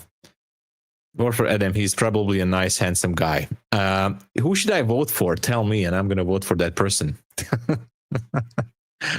Anyway, we're going to go into that topic because that's important. Because too many traders thinking, that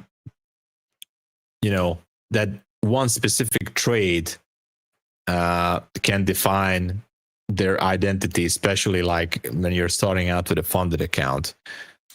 If it's a green trade, you feel genius, but one red trade and you feel like a failure. But, the truth is no single trade defines you. Okay. What defines you is your process over like hundreds of trades. Okay. Hundreds of trades. Again, let me just say it again. Okay. I have to zoom into this chart because I'm seeing some interesting moves here. If I extend this 5-minute gap, it seems like we are inverting this. I'm going to be curious how this candle is going to close. I'm going to vote for, oh my gosh, who should I vote for? Okay, I'm going to vote for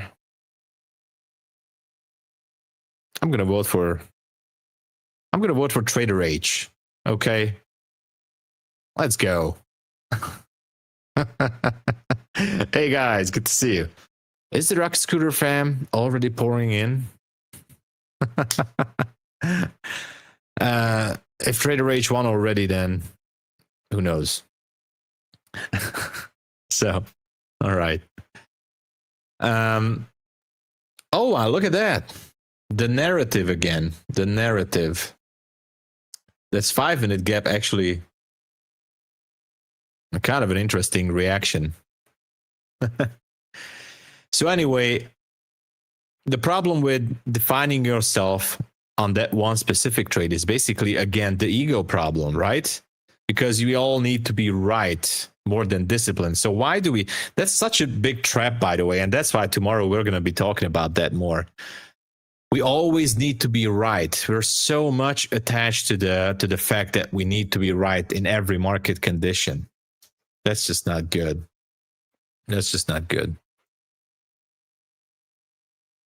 Oh, sorry. I just clicked away something here. Okay. So yeah, obviously, there's more to it regarding the pressure. Hey, Volks, good to see you. Regarding the pressure, especially if you want to pay out your bills from your trading payouts, okay, or rent, or even just proving to yourself or proving to others around you. There's so many things regarding to this. Thank you, Adam. I hope everyone has a good day as well. I hope you as well and everybody. Hey, Adam.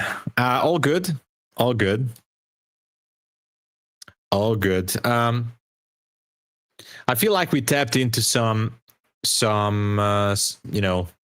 short topics here and there, but I mean, there's really more to it, and especially, starting out on your new funded account, and if you're feeling a little bit scared because of the lack of discipline and the lack of patience, I guess most of us have already felt the same way. Like you got that funded account finally, and you started out, and on your first day, you started to feel that pressure, right?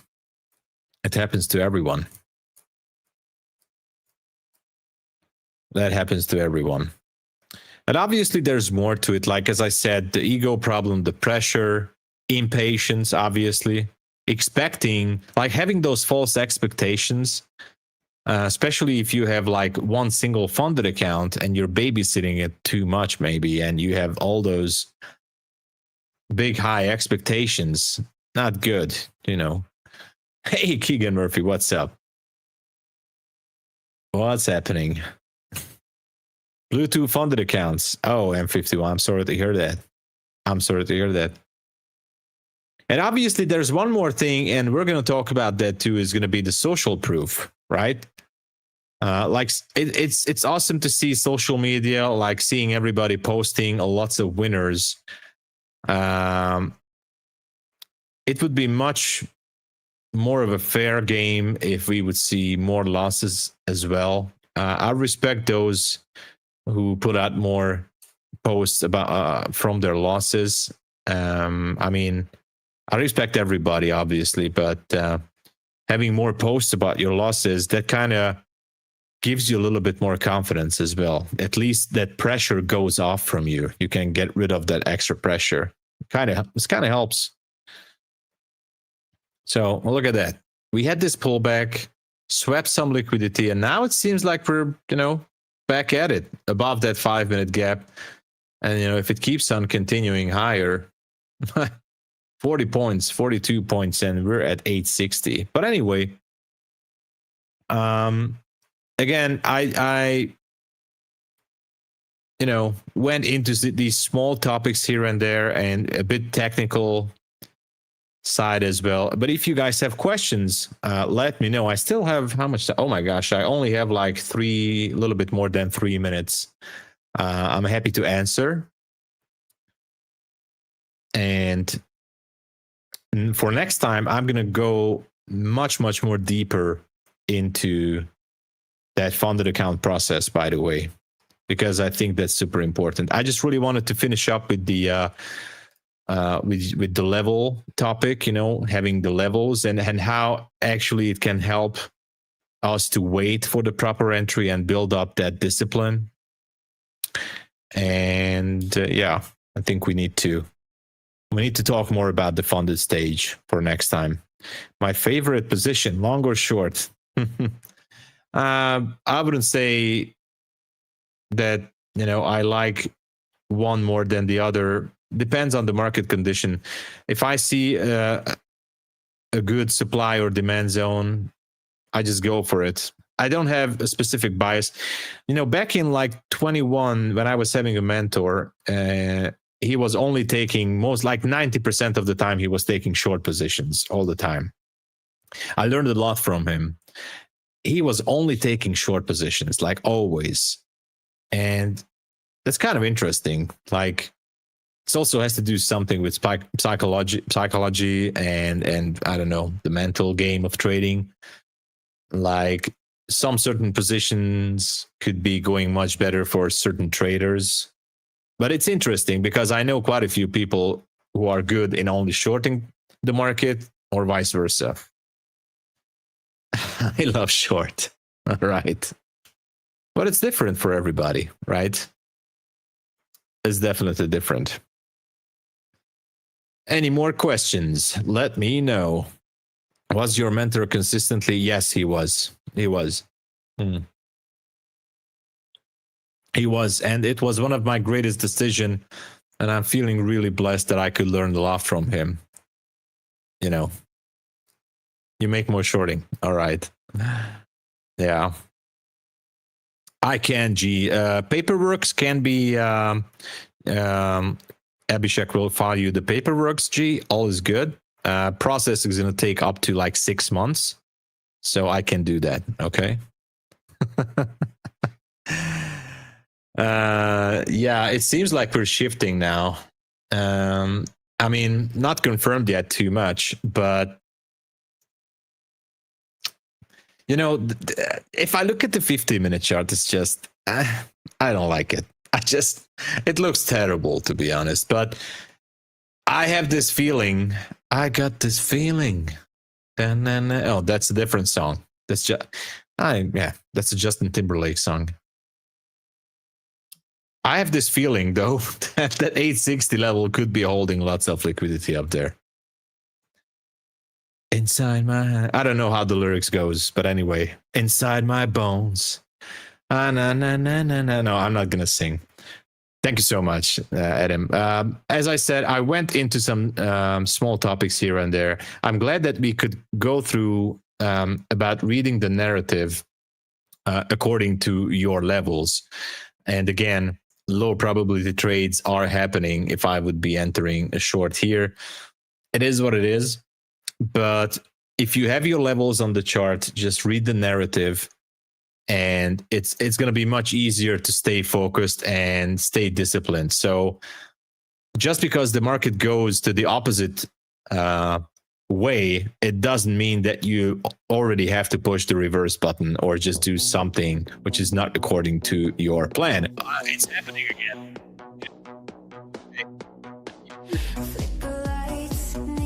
It happens.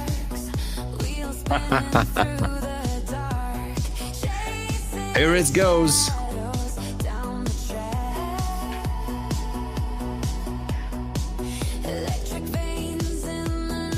The Rocket Fam is here.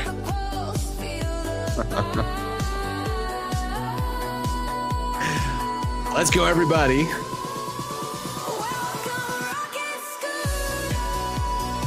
Let's go.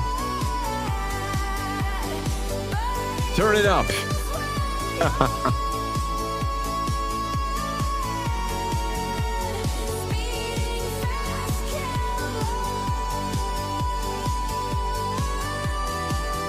Let's go, everybody.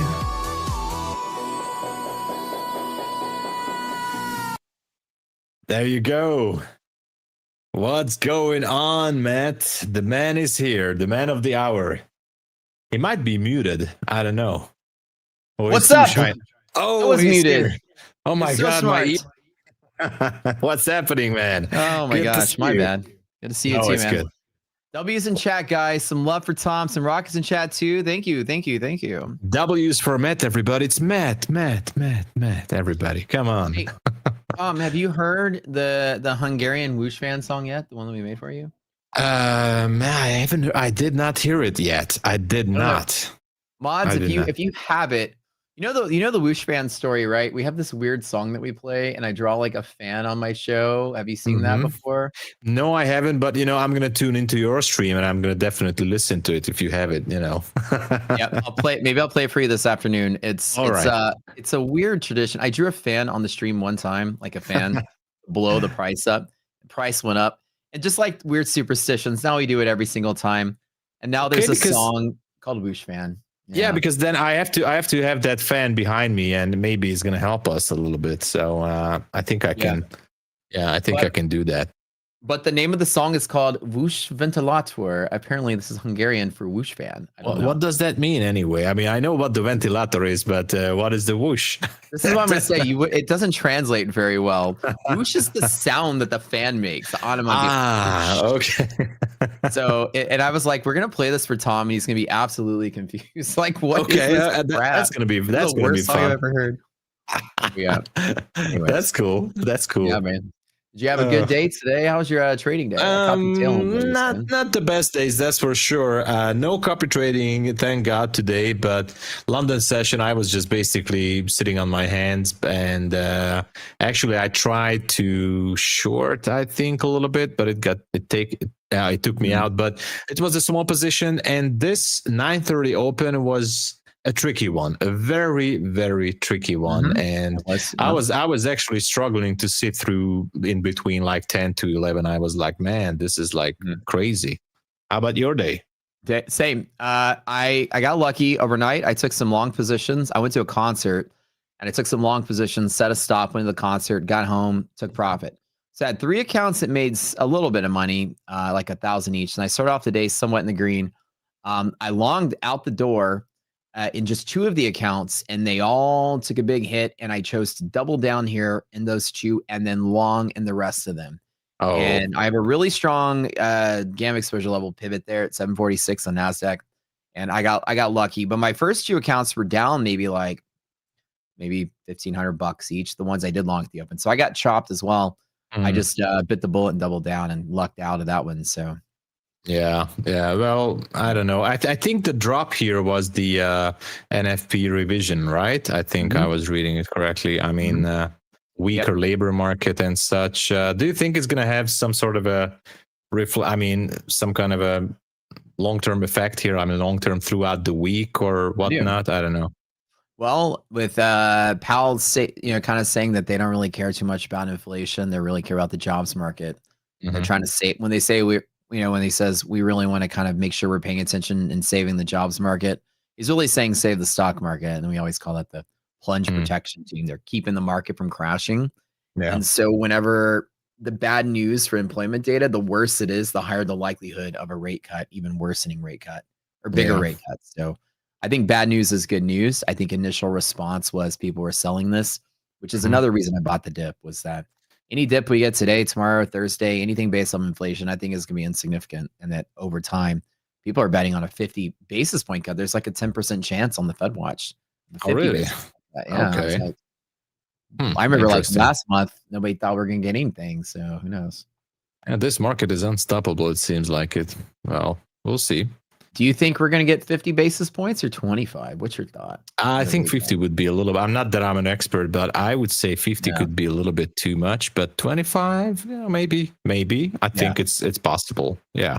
Yeah, I would be surprised on the 50, to be honest. I would be very surprised, but anyway. Yeah, I agree. I was like a month ago thinking, I'm like, yeah, we're not going to get any rate cuts. Inflation's going to be crazy. And then Powell's like, inflation's temporary. And then when he said that after Jackson Hole, the bond market's just been going through the roof. With temporary inflation, those yields are very attractive now. And so bonds have been rallying for like the last 3 weeks. That's been crazy. Yeah. We'll see how it goes. Well, anyway, Chet, thank you again. I'm going to say goodbye now. And thank you so much for the vibes and everything. It was awesome. And see you guys tomorrow. And Matt, I wish you, as always, an awesome session with the chat. Everybody's super hyped that you're here. So have a great session and tomorrow, right? Appreciate it. All right. All right. Have a good one, Matt. Cheers. All right. Thanks, buddy. Okay, guys, welcome to Lunch Money with Matt. This is the best afternoon live trading show, period. Well, MyFunded TV is the best trading show, period. You guys come in here every day for the good stuff. We bring it to y'all every single day. There's other shows out there. You know, they're all good, but we're doing a little bit better. So appreciate you guys being here and loving what it is we do and being here for us, chilling with us in the afternoons. I am super thrilled. Today was a winning day. Nothing really bad yet. I think that the first thing I said this morning was I'm going to buy every dip I can this week, even if CPI, PPI melts the freaking market. I'm going to grab the dip and long it back up. I think the market, Wall Street, is been completely shocked by Jackson Hole commentary. Powell just basically said, you know, I know we were kind of like not going to do rate cuts because we were talking about inflation, but inflation kind of seems temporary. So we're really focusing on the other side of our dual mandate, which is the labor market. And when he says that, everybody here understand when Powell says labor market, he really means stock market. The only handle they have for the labor market is to do something to keep companies from laying people off, is to prevent company stock prices from tanking. There's no other real thing that the Fed can do to help the labor market other than to bring out the trampolines. The plunge protection team runs out there and puts a trampoline under the market so it bounces. And so giving the market any hope is good. And Jackson Hole has completely changed the narrative that inflation is no longer a deal. So PPI isn't going to matter. CPI isn't going to matter. Just like today, the bad news is going to dip and people are going to buy it right back up to the top. And I'm already 2 steps ahead of that. I did that today. And if you look on my screen, there's my P&L today. It was pretty decent. I wasn't afraid when the market dipped. I actually was so confident in that on the stream. People were making fun of me because I longed in all of my accounts that hadn't longed that right there. And I didn't even put a stop and I went to take a leak. And people are like, damn, Matt's that confident in buying the dip today. Well, as I gave you a speech yesterday about everything I did today was what I told y'all yesterday. You got to get ahead of the market. Always get ahead. Use your logic, get ahead. Bad news is good news. Does everybody remember yesterday when I told you bad news and good news? Does anybody remember that? Y'all remember that conversation yesterday, right? When I said we're going to get ahead of the market. We're going to assume bad news is good news. Any bad news about the labor market is a higher probability that the Fed's going to cut rates. So the newer traders in Wall Street, or the less informed traders or the newbies, are going to be like, oh, that's bad news. Let's short it. The good traders are going to be like, oh, Powell's still going to cut rates no matter what. I want to get a good entry so I can be long into a possible 50 basis point cut, which if we get, the market's going to fly through the roof. Right now, futures are planning in a 10% chance of a 50 basis point cut. A month ago, there was an 80% chance, or it would drop down to almost 60% chance we even got a cut at all, and a 40% chance that we got no cut. The narrative absolutely changed. The bond market is reflecting that narrative, right? Even so. So the idea is we're going to get ahead of this and say, bad news is good news. The knee-jerk reaction on PPI tomorrow is going to be PPI. Today, jobs numbers, dog shit. PPI, cat shit. CPI, dog shit wrapped in cat shit.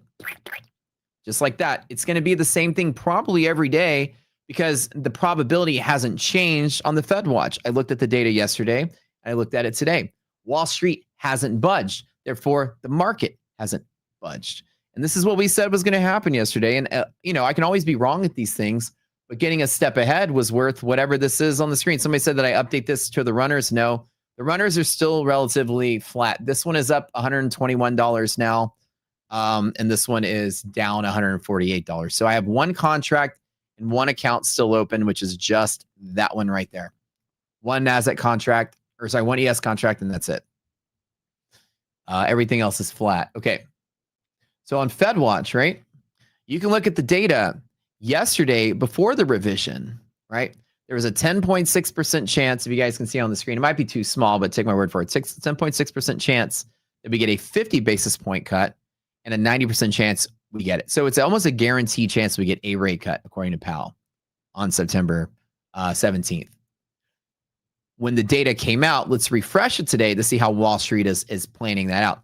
We now have a revision with slightly worse jobs data. It's practically the same. It's slightly less, but it's still noise. Almost still an 8% chance we get 50 basis point cut. You see how bad news isn't really that bad? The likelihood, and when I said yesterday, right? Remember when I was saying the likelihood of the market dumping on bad news is very low. Bad news is probably good news. And this is why I tell you getting ahead is everything. But if you go to the news, you can actually see that same sentiment reflected. Like you can go down to when that data actually came out and you can see, and even like, Market Watch says the economy created 911,000 fewer jobs in the year over year, the revision. More ammo for Fed rate cut. This is the speech I gave yesterday to get ahead of the data. Bad news is a higher probability of a rate cut. You guys will understand this? So when I try to teach you and train you guys here on stuff that we're going to learn, is that getting ahead is everything. I came into this trading day with that mindset. And what did I do? I spread my risk out like a genius would. I longed in 2 accounts. It dipped to support. I longed in the other 7. So I had 9 accounts. Wait, hold on. 1, 2, 3, 4, 5, 6, 7, 8, 9, 10, 11, 12 minus 3. I longed in the other 10. 10 total. I longed in 2, longed in 8 more, and then ran up. Why? Because it's more ammo for rate cut. Exactly what we said yesterday. And the news literally presented it exactly the way that we said, right? So the idea is bad news is likely rate cut. NFP came out and it was way below expectation, and we were still bullish, as Adam have said, right? Because since Jackson Hole, Powell's telling you the worse the jobs market is, the more trampolines we have to bring out. Does that make sense? You guys remember yesterday when I had this conversation with y'all? Simple as that. That's exactly what we said, right? Somebody said, Matt, are you full of yourself? I don't know what that means. I'm full of money today, if that's what you're trying to say. My wallet's full. I can't even sit down. I'm like leaning this way. There's so much money in my wallet today. It's been a good day. So that's the point. The trading style I present is that being first is everything, even in your opinion. And we had this whole educational lesson yesterday to understand that getting ahead of people is 100% the way you're going to win as a trader, as much as you can. And whether you're right or wrong, it doesn't matter. But if you're a step ahead of somebody, you can make the right judgment call. I know a lot of people were trying to short today when I was clawing in and doubling the long on another strong pivot. Why? Well, because that wasn't bad news. I was betting it wasn't bad news. And the fact is, the news came out here and we ended up back there. It's called a non-event. A non-event means it's priced in. Anytime there's news and the market moves a direction, it's moving because it has an effect on the price. But if you return to the same price you started at, it's called a non-event. It's no longer what's moving the market. It was effectively priced in at the start of the event before it even happened. Now, Wall Street does this thing, and they call it the efficient market hypothesis, which states that all available information plus all available speculation on future information is already priced in right now, meaning that all available information that's possible, somebody has made a bet on it, and therefore the market efficiently is pricing in the future at all times. It's a hypothesis. Now, it's not necessarily true, but the market is always going to have people betting on inside information, and therefore the market is likely pricing it in. If you start here and you move back to there after the event, you can say we effectively priced it in. The event was not unexpected. We guessed it right. And then we just had some volatility. And now we're back to where we started, which is why when I bought the dip and went to here, I closed out all the rest of the accounts at profit and just held a runner. One account, one contract. And so the idea becomes, as a trader, it wasn't the charts that made the decision. It wasn't the whatever. There was some people on my stream that were like, it's going to crash, it's going to crash, it's going to crash. And I'm like, I mean, maybe in the grander scheme of things, maybe not. I mean, maybe today it would probably be unlikely because there is no bad news that people aren't waiting to buy a dip on. If we tank on PPI and tank on CPI, because they're expected to be bad. PPI was bad last time. It's probably going to be worse this time. As tariffs are finally baking their way in, it's only a matter of time that the CPI catches up and starts to price in bad as well. So here we go. Ready? I'm a step ahead, and so will you be. PPI is going to be bad tomorrow. Probably the high threes. CPI, probably the high threes. It's probably going to start catching up, maybe mid threes, but it's going to get worse over time. And you can't say, oh, bad CPI, market's crashing. There are people that are like, oh yeah, bad CPI, finally a dip to buy. Because Fed's going to cut rates 50 basis points probably. All the 10% of Wall Street that thinks a 50 basis point cut, they can't wait to buy the dip. And that's going to keep the market from crashing. See, 3 steps ahead. And so CPI and PPI are already priced in, as Mr. T has said, 100%, right? This is kind of what you have to think as a trader. So the market's already priced in, which means if you think it's already priced in, you tell yourself, return to where you started. And that's what it means. If it's priced in, after the volatility, you go back to where you started. And this is why getting ahead of this is with a good opinion is a correct way to trade. Because the charts would have told me we broke a gap and we're gapping down, the momentum's down. Let me chase the short. Yet I got in on the long on the greater fundamental understanding that Wall Street's likely going to buy a dip because in the last month, the narrative has completely shifted around. We used to price in a 40% chance of no cut whatsoever, and now we've got a 10% chance of 50 basis point cut. The script has flipped. The script has flipped. Scripty flippies. The table is on the other shoe, if you know what I'm saying. We're now pricing in a possible 50 basis point cut. The traders on the left side of this chart can't wait to get in on the dip because according to them, the highs of the market right now are the lows of the next year. So these people are the ones buying the dip. Here we go. There's like plot twist, right? So getting ahead is everything. We're saying, but the market's bearish. Somebody said this morning on my stream, there's a ton of sell orders, get out of all your longs now. And I was like, agree to disagree. And while they were right for about 30 minutes, I was doubling down when a lot of people were like, let me get on the short. Doesn't mean they were wrong. They were right, but you're right in different time frames. It was right for the short trade in the first half of the hour, but for the greater scheme of my plan is to continue to stay long on the grander scheme of things because 10% of Wall Street is betting on a 50% rate cut now. They can't get in on the long side fast enough. Every dip they're going to buy up. That's my bet. And so why would I think that they're changing their mind when the data comes out and that probability doesn't change and we crash? I bought the dip. The turns have tabled. The shoe is on the other table, right? So as we try to bring you guys one lesson every single stream, the idea becomes getting ahead with your logic is somewhat better than just using the charts. I use the charts to know where I wanted to add my position at. And that quick decision of, well, it can be a coin flip. What should I do? Well, let me trade both instances. I longed in 2 accounts here just in case it went straight up. Hallelujah, there's some money. But I saved the rest of them just in case it dipped. We fell. Those 2 accounts were down like $1,500, maybe $2,000, and the rest of them were at 0.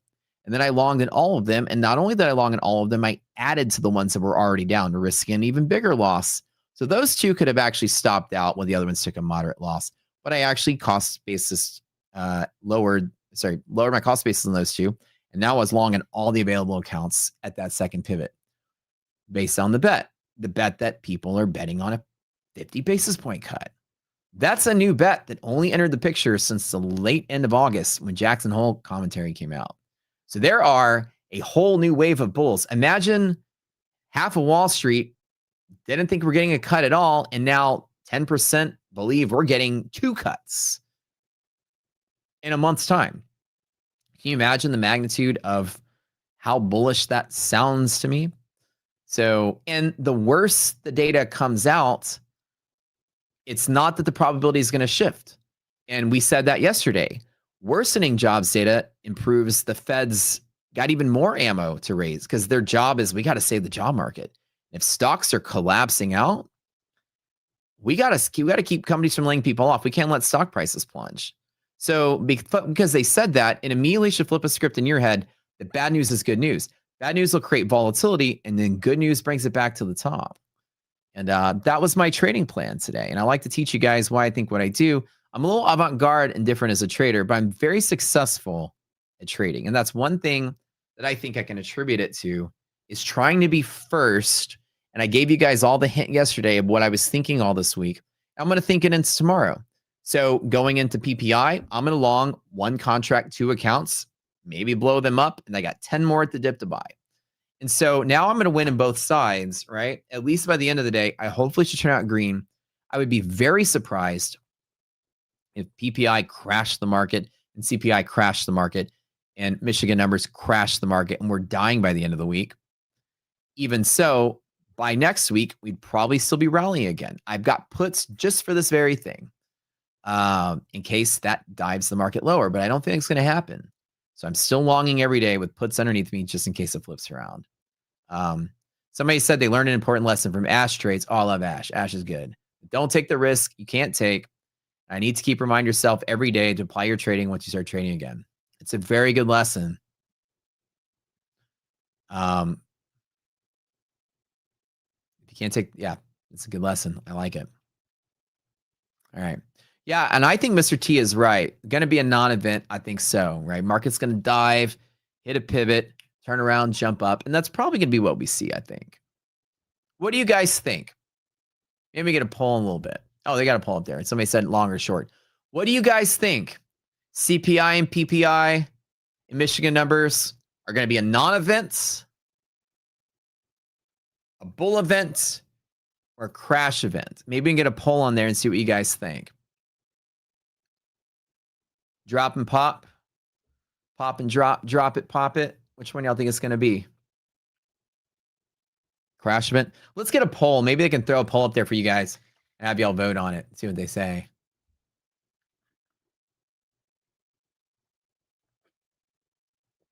Big crash coming up next week. Oh, we got some bears in the house, though. Pump, short dip. Could be. Crash and recover, seek and destroy. Search and seek and destroy. Sorry, Matt, you think we're crashing? Well, you don't have to say you're sorry. No apologies here. Trading is all about people having differences of opinions. It's the differences of opinions that create liquidity or illiquidity and volatility after all to begin with. If people didn't have different opinions in Wall Street, the market would never move.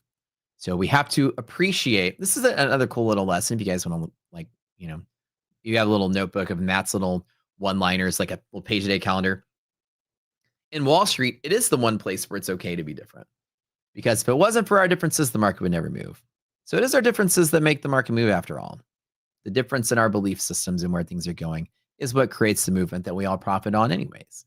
So it is to be celebrated that we're all different, that we all believe different things. We should never not like each other for believing different. You win some, I win some. It's all part of the game. But the fact that we disagree allows this game to even exist, which is what I like. Great piece of little nugget of information for y'all. But, all right. Were y'all talking about drinking? Wait, what do you guys drink? Somebody says, was the concert good last night? Yeah. So I went to, so I don't know any of my, where'd my mouse go? Any of my friends out there in my funded community. I don't know if you guys are like, if y'all are fans of Taking Back Sunday in Coheed and Cambria. So IDOC and I went to the the concert. Funny story about that. She got to experience her first mosh pit, which was a very light mosh pit because it was Coheed. You know, Coheed's a rock band, and you know, it's not like metal, but it was pretty rowdy. And she was like, we were standing there, you know, and again, it was a really fun concert. We're standing there, and all of a sudden, people were like, kind of like moving around, and she's like, I think people are fighting over there. And I looked over, and I was like, oh, bless her heart. I was like, you know, no, honey, that's called a mosh pit. And she's like, oh, is that a mosh pit? And I was like, yeah, it's people. She's like, she's like, well, what are they doing? I was like, oh, and I was like, well, let me tell you, you know, when I was a kid, I've been in mosh pits since I was like 12 years old. You know, I've been to some of the heaviest mosh pits I've ever seen. You know, I've been to Ozfest. I went to see Pantera White Zombie when I was in junior high. Dude, that was a mosh pit. I've seen Gwar 13 times. There's always a pit in Gwar. Like, I've seen every metal show you can name. I've been to all of them. I've seen everybody many times. And I was like, okay, well, a mosh pit is just people just like get together and stand in a circle, basically just like push each other around and swing their arms and punch and kick. And it's usually pretty friendly. And she's like, wait, what? How's that friendly? I'm like, well, you're kind of there with a bunch of angsty teenagers just getting your aggression out. It's usually pretty friendly. You don't want to hurt anybody. As a matter of fact, usually in pits, if somebody actually gets really hurt, metalheads are pretty cool. They usually will stop and be like, hold on, somebody's hurt. Let's get him out of here. And they'll usually like carry you out on their shoulders, you know, like, let's get this guy out of here. He's hurt. Nobody wants to hurt each other. They just want to like get their aggression out and tackle each other and have fun. It can get deadly. She's like, do people get hurt? I was like, yeah. And sometimes they die. But the probability is small that it's going to be you. And she's like, I'm going to go ahead and take a step back. I was like, this one's kind of mild. You'll be fine. But I was teaching her, I was like, so if it gets rowdy in a concert, we're in the pit. There's two things you got to do. Number one is you got to stand away from it, but you know, you'll get bumped around. So number one is you keep your hands tucked in. That way you don't get hit. You don't get your arm bent back or twisted or jammed.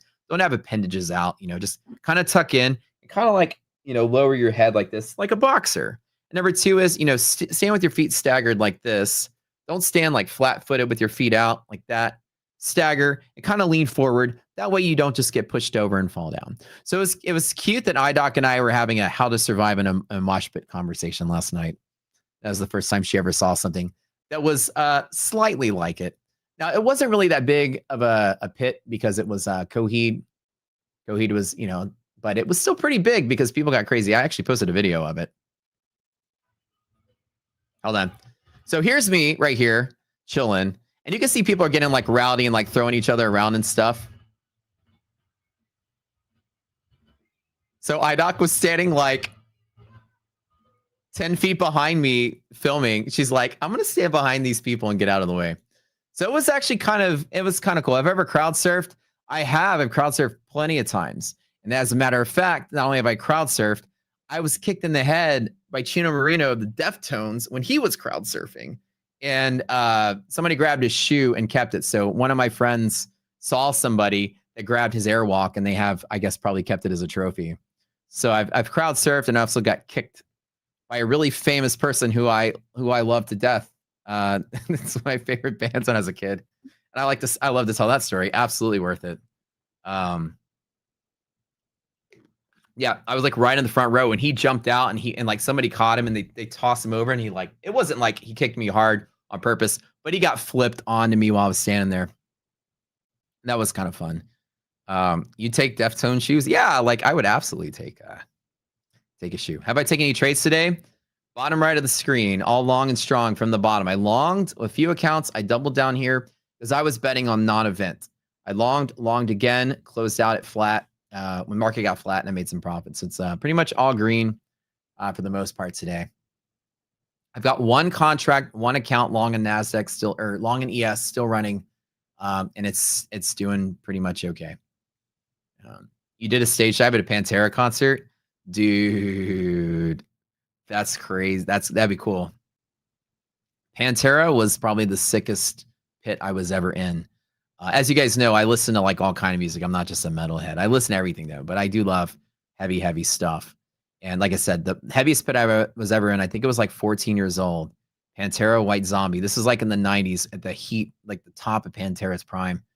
And dude, it was like the entire floor was a pit. You couldn't go anywhere without people just like trampling around. It's crazy.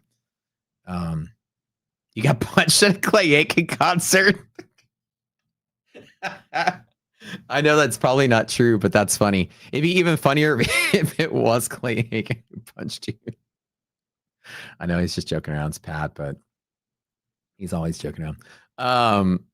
But yeah, y'all are so funny. But it was actually pretty cool. And the funny thing was that the joke was, I told IDOC and I was like, trust me, hon, this is just a mild pit. She's like, what is this? I'm like, yeah, I know. Mosh pitting is a thing of like metal culture and alternative culture.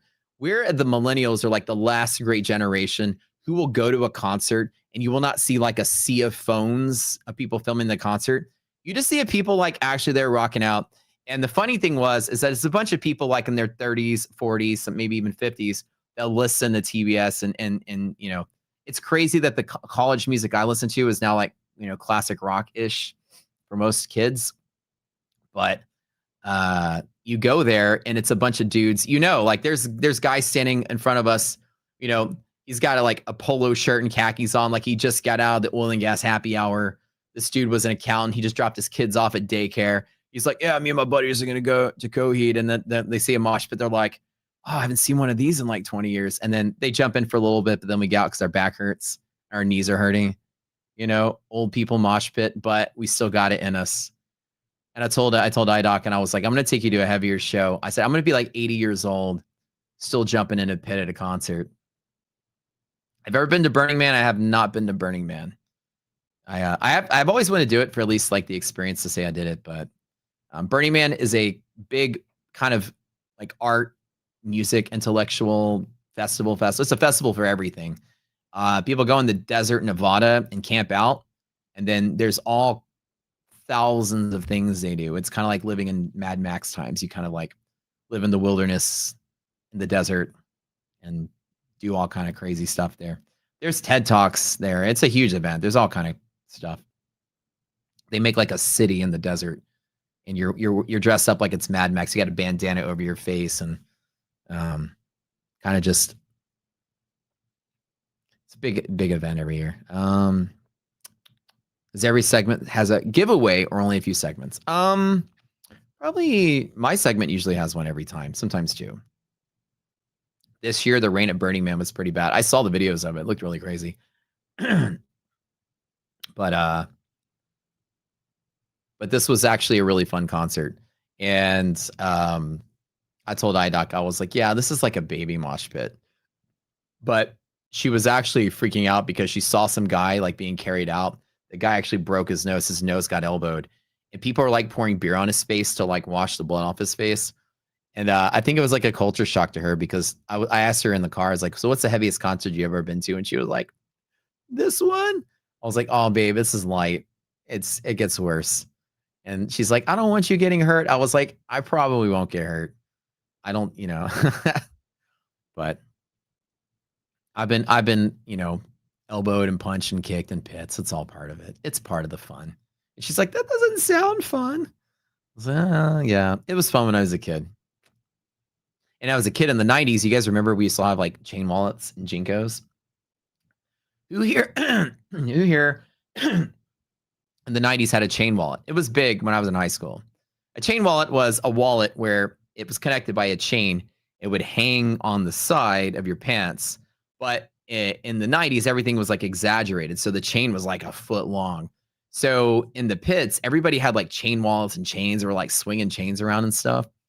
It was almost pretty dangerous in the 90s metal because everyone had spikes and chains and stuff.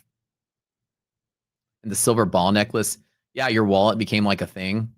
So is it bad that you still have one? No, I actually still have one too. It's more of a fashionable chain, but I actually still kind of wear it sometimes. It actually looks pretty cool when I wear my black jeans and my black boots. It actually looks cool with it. But back in the day, I had like a freaking dog chain that fell down half my thigh by like a whole foot. And it was really funny to see people like your chains would get caught up. People would grab it and pull it and rip your pants and stuff. You used to get, I mean, you would think that you would like secure all your jewelry before getting in a mosh pit. But there's guys that are like swinging around like this and chains are swinging around. It's almost like walking into a circus level death trap. So Chain wallet with Caparici pants. Right. Yeah. Anyways, do I remember the Vans Warp Tour? Yeah, I went to Warp Tour a couple of times. It was pretty cool. One time I went to Warp Tour, and was the first time I ever saw Amberlin, which was one of my favorite bands. And I saw them at Warp Tour. It was really good. Maybe like 15 years ago. But anywho, it was a fun experience. Yeah, we had a good time at the concert. We're going to another concert tonight, by the way. So last night was TBS and Coheed. Tonight we're going to see Hans Zimmer. So Hans Zimmer, the composer, right? The guy that wrote, Interstellar and Gladiator and Pirates of the Caribbean and all this stuff. So Hans Zimmer himself in concert, right? So that's gonna be pretty dope. And it's gonna be at like the Toyota Center, like the big place where the Rockets play. So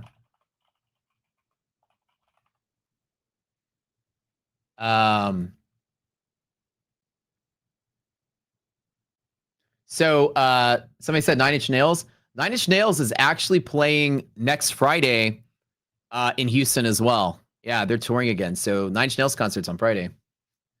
And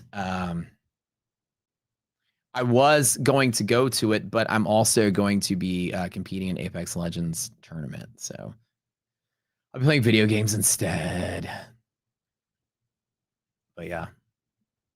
So it's cool to see 9 Inch Nails still going around.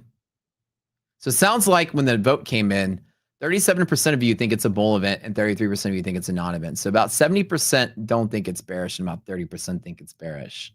So it sounds about in line with what I'm thinking, a non-event to a bull event. But basically, I'm going to have the same stance as be in a position to the long side. And then just if it dips, take a stop, buy the dip, and then dig my way out of a hole pretty much all the days. I think we should be fine.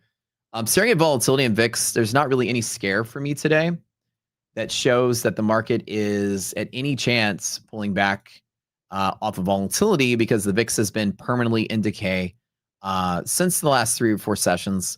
Even every attempt for the market to move, VIX has been less and less responsive. That's because VVIX is low. I always tell you guys, if the indicator VVIX is below 100, VIX is going to start decaying itself and stay low. Therefore, the market is less sensitive to news. This is a pretty common theme in VIX. So yeah, like that dip is short-lived. There was no volatility. That's another reason I bought the dip, and pretty simple there. I could close my runner out because it's now up $600 for the day. I can still hold on to it. What do y'all think? Should I hold on to my runner? My one little guy? Should I hang on to it? What's my take profit? It was to fill the gap. I just held on. And so I closed out most everything here, and I'm holding on to a runner. I don't really know where I'm going to take profit. This is one of those ones where I don't even know. Maybe end of the day? Maybe I'll just hold on till the end of the day and see what happens. It's one contract. Worst case scenario is market dies and I walk away with nothing. But hold it to the moon. Let the runner run. 860 TP. I would say that at least higher than yesterday's high would be a good TP for me. If the market sort of like ends up higher like here, that'll probably be about right. I don't really have a good judgment call. No resistances nearby. But I think the highest high, I would say maybe the low 920s or 880s, somewhere inside of here would be a right. You have pre-market high there and yesterday's high there. So it could be that it pierces the high before it does stabilize and pull back. So I might just hold the runner for that, which gives me about 80 more points in NASDAQ, which is great because that's like $1,600 if the one just runs. Okay, we'll see. 24K is the target. This is the 4th retest. 24K. All right. All right, my man. I'm hanging in there with you. Short and sweet. If that's what you think, I can hold all the way up to upper DD band. 2409. Okay. Okay. Okay. Okay. I can do that. I'm down for that. I have to check something really quick. I'm about to get a payout here, so I got to make sure I hit my target here. Hold on one second. Okay, okay. I don't want to do anything else here. Hang on to that runner. Maybe I do want to like take the risk in one more account. This one. This is the one I did close out early. Resilience is now positive on the NASDAQ front. So at least for now, support at half gap is definitely an evident position here. So support at half gap would be good. I can buy that dip here. Oh, runner, go. Let that runner go. Okay. I'm liking it. I feel it today, guys. I really feel it today. Hey, guess what? Just a little friendly rivalry because we love our folks at the other shows out there. Big fans of all the other shows. They're all really good. All my friends are on them. I love all these people. There's another brand new lunchtime show that just popped up. And we're 3 times bigger. So I have to applaud you guys for us still being on top. So congrats to my funded team for having such a cool show. And we're still, we still got it. What's my average stop loss for one NASDAQ contract is going to be 40 points non-volatile environment and volatile environment. It's going to be the largest candle of largest 1 minute candle in the last hour is what I gauge my stop loss to be, or 40 points, whichever is bigger. No, I'm not talking about tip stop. So I'm at another show, another good close group of friends of ours, but a little friendly rivalry. It's good to still be a better lunchtime show by the numbers. Hope we get some music. What kind of music do you guys want to hear?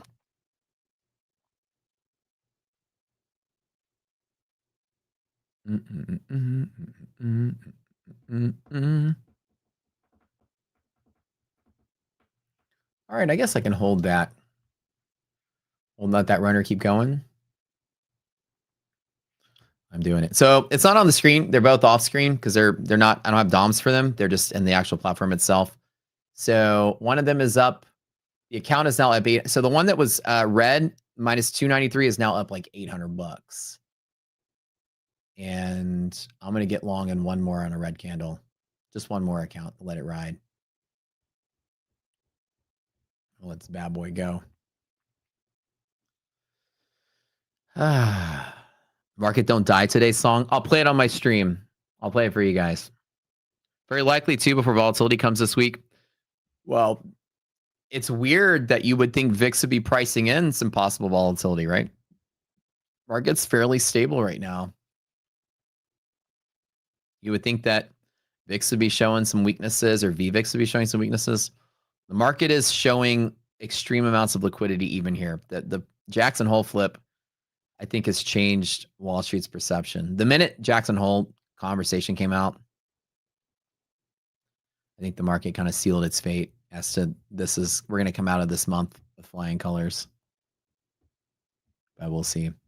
Market can easily die too. If people just decide that they're done with it, it could happen. But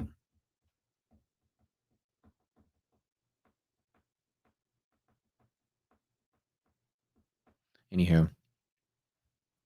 All right. I want to grab a runner on positive res at upper support here. Could I grab? I want to do S&P or NASDAQ middle check. I might play this one more time.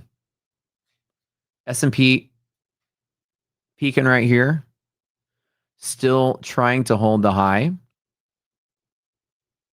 Resiliences are positive, so open is now support. Could I risk it with one at 840? R&R is pretty good for a runner. Let me just try with one. I know this is silly.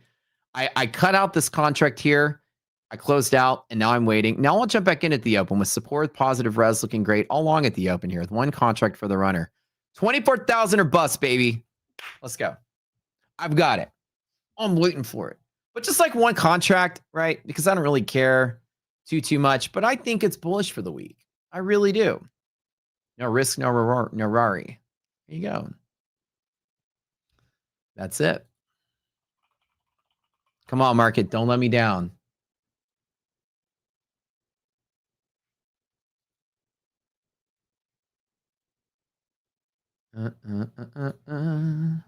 We'll see. Risk it for the biscuit.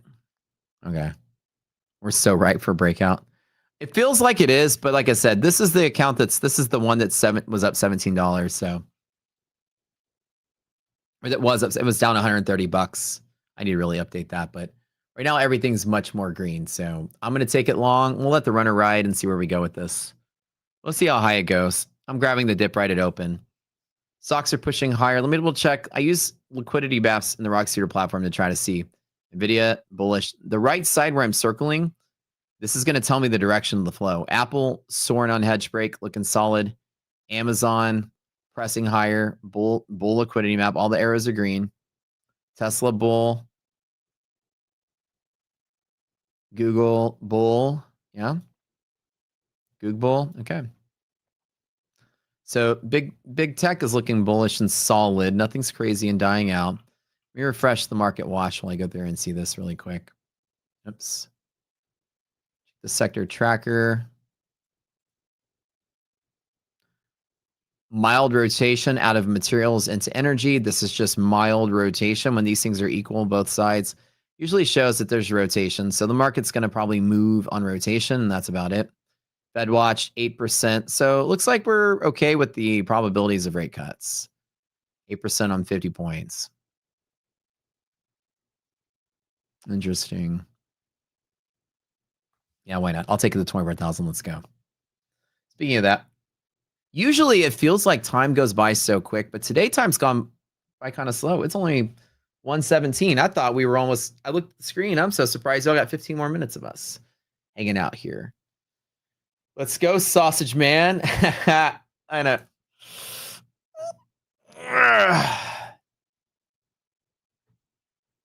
Somebody said, are you shadow banned on YouTube? No, you're not. I can see your comments. Screw it. You want a 5-point rate cut? You want to be paid money to borrow money. That's beautiful. That'd be great. What's my favorite drink? Like alcohol drink or like drink, like in general? My go-to, like at a restaurant or steakhouse, is always paper plane. That's like my go-to drink.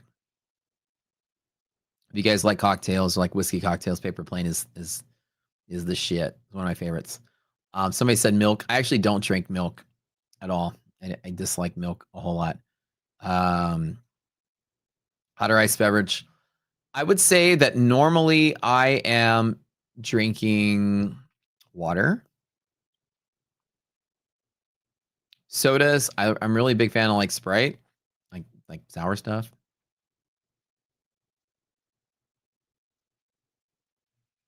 I drink more carbonated water than anything. Like I have like a machine that carbonates water for me. So I'm always drinking like fizzy water. Coffee or matcha? I like coffee and IDOC likes matcha. She actually has like a professional matcha set. She's really big into it. Favorite cut of steak? I'm a filet guy. Straight up. A good filet is my jam. Let's see. I'm a big fan of like I like fatty meats as long as they're sort of like very tender, kind of like a good brisket. Really good. I don't like chewing on stuff. It's a texture thing. So that's why I like a filet, because a filet is typically not so chewy. Yeah, fillets are good. That's my style. I like it butterfly cooked in double season, and I like it medium on the inside. And so butterfly, it'll get you more char on it. I love the taste of like a really like medium to medium rare steak. Medium rare if it's a fatty steak, but medium if it's not a fatty steak. So like sirloin and filet, I like medium. Like ribeyes and stuff, I like medium rare. The reason I don't go medium rare for a filet because it's not that fatty. So it's like gummy meat. I don't like the texture of gummy meat. I like it a little more cooked, but I like the texture of like tender fat. So that's kind of like where I divide the two. So usually a double, I like double season. I want to be like really, really, really, really good season, and a good crust. Wagyu or Kobe? Aren't they similar? Kobe is like the Japanese Wagyu, right? They feed them wine and stuff. I don't really care too much for it. I don't think it's that big of a delicacy, in my opinion, unless you just get some like really, really, really good Kobe, and then you do that like rock cook and then you eat it. It's usually pretty good, but it's like never filling. So we used to go to the steakhouse and you order like $400 worth of Kobe, and then you get the snack on it, and then you're like, okay, I'm so hungry. So we kind of stopped spending the money on it. But I do like it's not bad. But it's always also super expensive for whatever it's worth. You don't drink soda anymore, but a grape Sprite chill from Wendy's. I've never had a grape Sprite chill, but it sounds really good. Is Wagyu overrated? I would say that I think it is, but I'm not a steak snob. I think it's extremely expensive for diminishing returns. Like, it's good. I'm not saying it's not good, but like, you go get yourself like, $60 an ounce for some, rice wine fed Kobe beef from Japan. Unless you're a food snob that really cares about that. I don't know if you're getting $60 an ounce worth of value in a steak. I'll eat a prime steak from freaking Texas, for, $30 a pound, not like $60 an ounce. And then absolutely love my experience with a good old prime filet, Nolan Ryan filet from freaking HEB, and I'm good. So, somebody said the purple drink. Oh, like because you had the grape Sprite fizz. Yeah, don't drink the purple drink. That's the bad stuff. That's a Houston thing. HEB ribeye on your pit boss grill and you're happy. Oh yeah, dude. That's it. I made 2 tomahawks. I know I showed you guys pictures. I made tomahawks over the weekend. So I made two. We had 5 people came over, hung out for dinner, and had some tomahawks. That was good.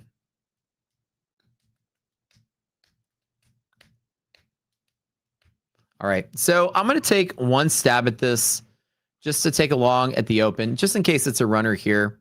The idea is with positive resilience, I can be long all the way from here and here.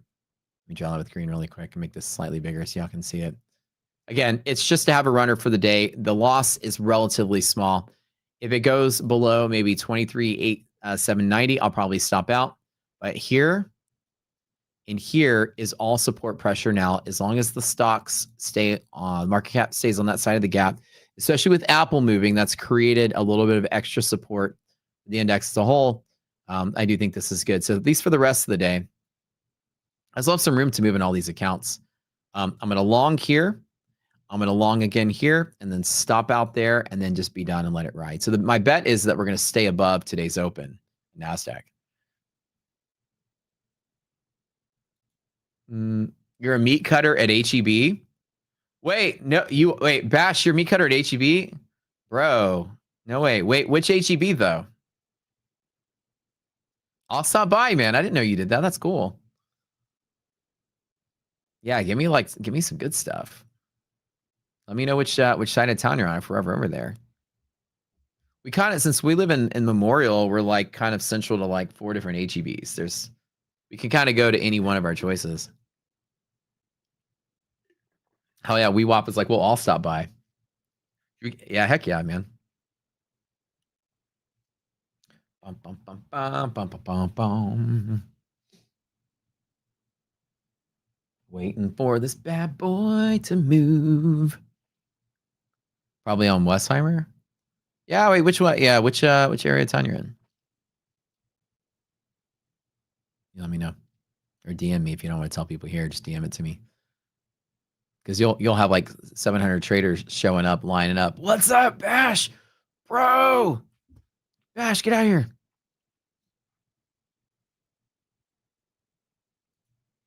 You guys are taking off. Y'all have a good afternoon. Later, Maritime.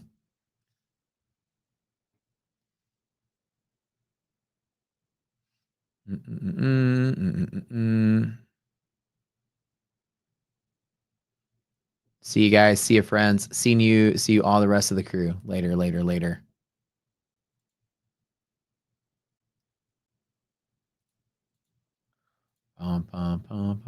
Hopefully this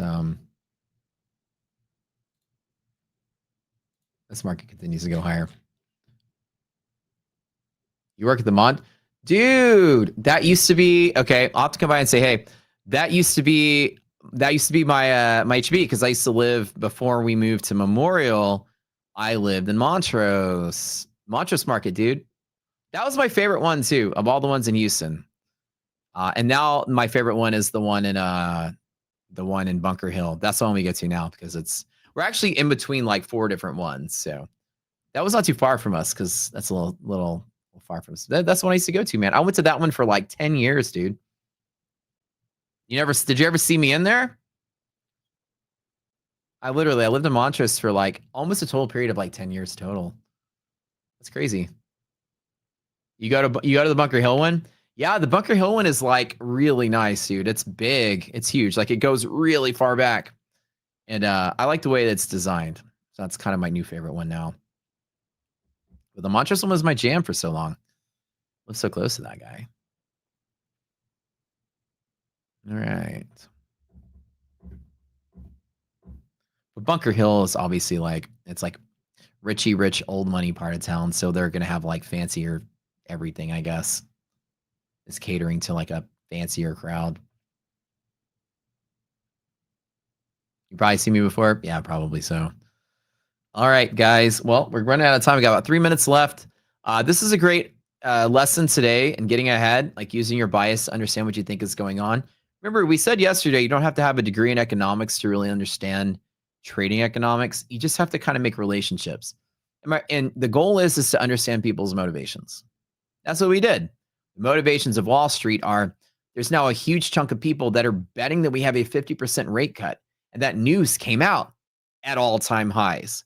So according to the big majority of Wall Street, who now are all betting we get a rate cut, the high is now the low. So people they can't wait to get in to bet on that. Even though the market may crash on that rate cut news, whatever you may think, traders haven't even had a chance to long the market when Powell flipped the script. So every dip's going to get bought up. That's what I'm betting on, right? And that was the lesson, is that whether I'm right or wrong, it doesn't matter. But what matters is I'm trying to have an understanding before the day started about what I think is going to happen in the bigger sense of the picture here. And because of that, when a lot of people were like lower lows and it's speeding up, it's going to crash, I'm saying, yeah, but there's people that can't wait to get in on that Jackson Hole news. They haven't had a good dip yet. We had a couple of them where the market flipped bearish and immediately was bullish the next day. It's really telling you, that plus the VIX, that the market's okay with dips. And so taking it like a step back with your trading, it's not just about the charts. Remember, not making fun, because everybody's right and everybody's wrong all the time. You know, I'm right sometimes, I'm wrong sometimes. Whoever was saying, you know, market's going to crash today, and they're saying it right here, and then the market didn't crash. They could be right, but the market is like all over the place, and maybe it can crash by the end of the day, right? But the idea is that you as a trader just want to try to get ahead of stuff. Howdy. Whoa, what is that? Look who's here, guys. Your favorite friend. She's recovered from the mosh pit. Oh, did you tell them? You told these guys? Did Yeah, we're on lunch money. Okay. Lunch money. Okay, did I tell you? Okay, show them how I told you how to stand in a mosh pit. Okay, you got to put your feet out. Yeah, spread your feet out like this. Lower your center of gravity. Don't stand like that. You're gonna get pushed over. But you don't have to do this. But you like tuck your. I'm used to punching someone in the face if they get close to me. You got to tuck your arms in, just so your arm doesn't get twisted or bent. That way, when somebody tries to push against you, you don't fall over. Okay. And people are going to bump against you, and you're just a wall at that point. Gotcha. And they bounce off of you. iDoc over here, you guys. Everybody say hey. Hello to iDoc. Matt needs some milk. No, Matt doesn't need milk. Matt hates milk. Thanks for the Chick-fil-A, by the way. You're welcome. Thank you. Oh, did I? Okay. I'll thank myself for the Chick-fil-A. Thank you. All right, y'all. I got to get out of here. I'm going to be live on my show this afternoon. You guys can come hang out.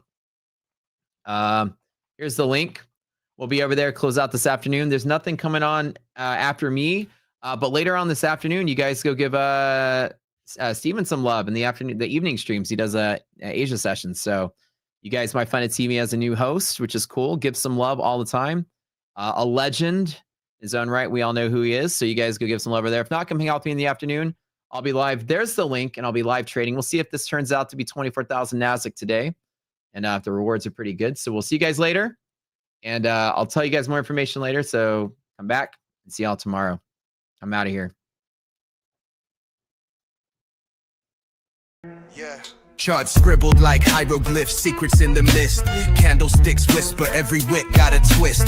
Fibonacci spiral, price dance in a trance. Pyramids of profits if you catch the right glance. Inner circle moves, shadows on the screen. Trading on the edge, chasing that dream. Cipher in the candles, fortune in the haze. The cipher in the riddle, money through the maze. Liquidity hunts, snipers in the dark. Stop loss graves marked by the market shark.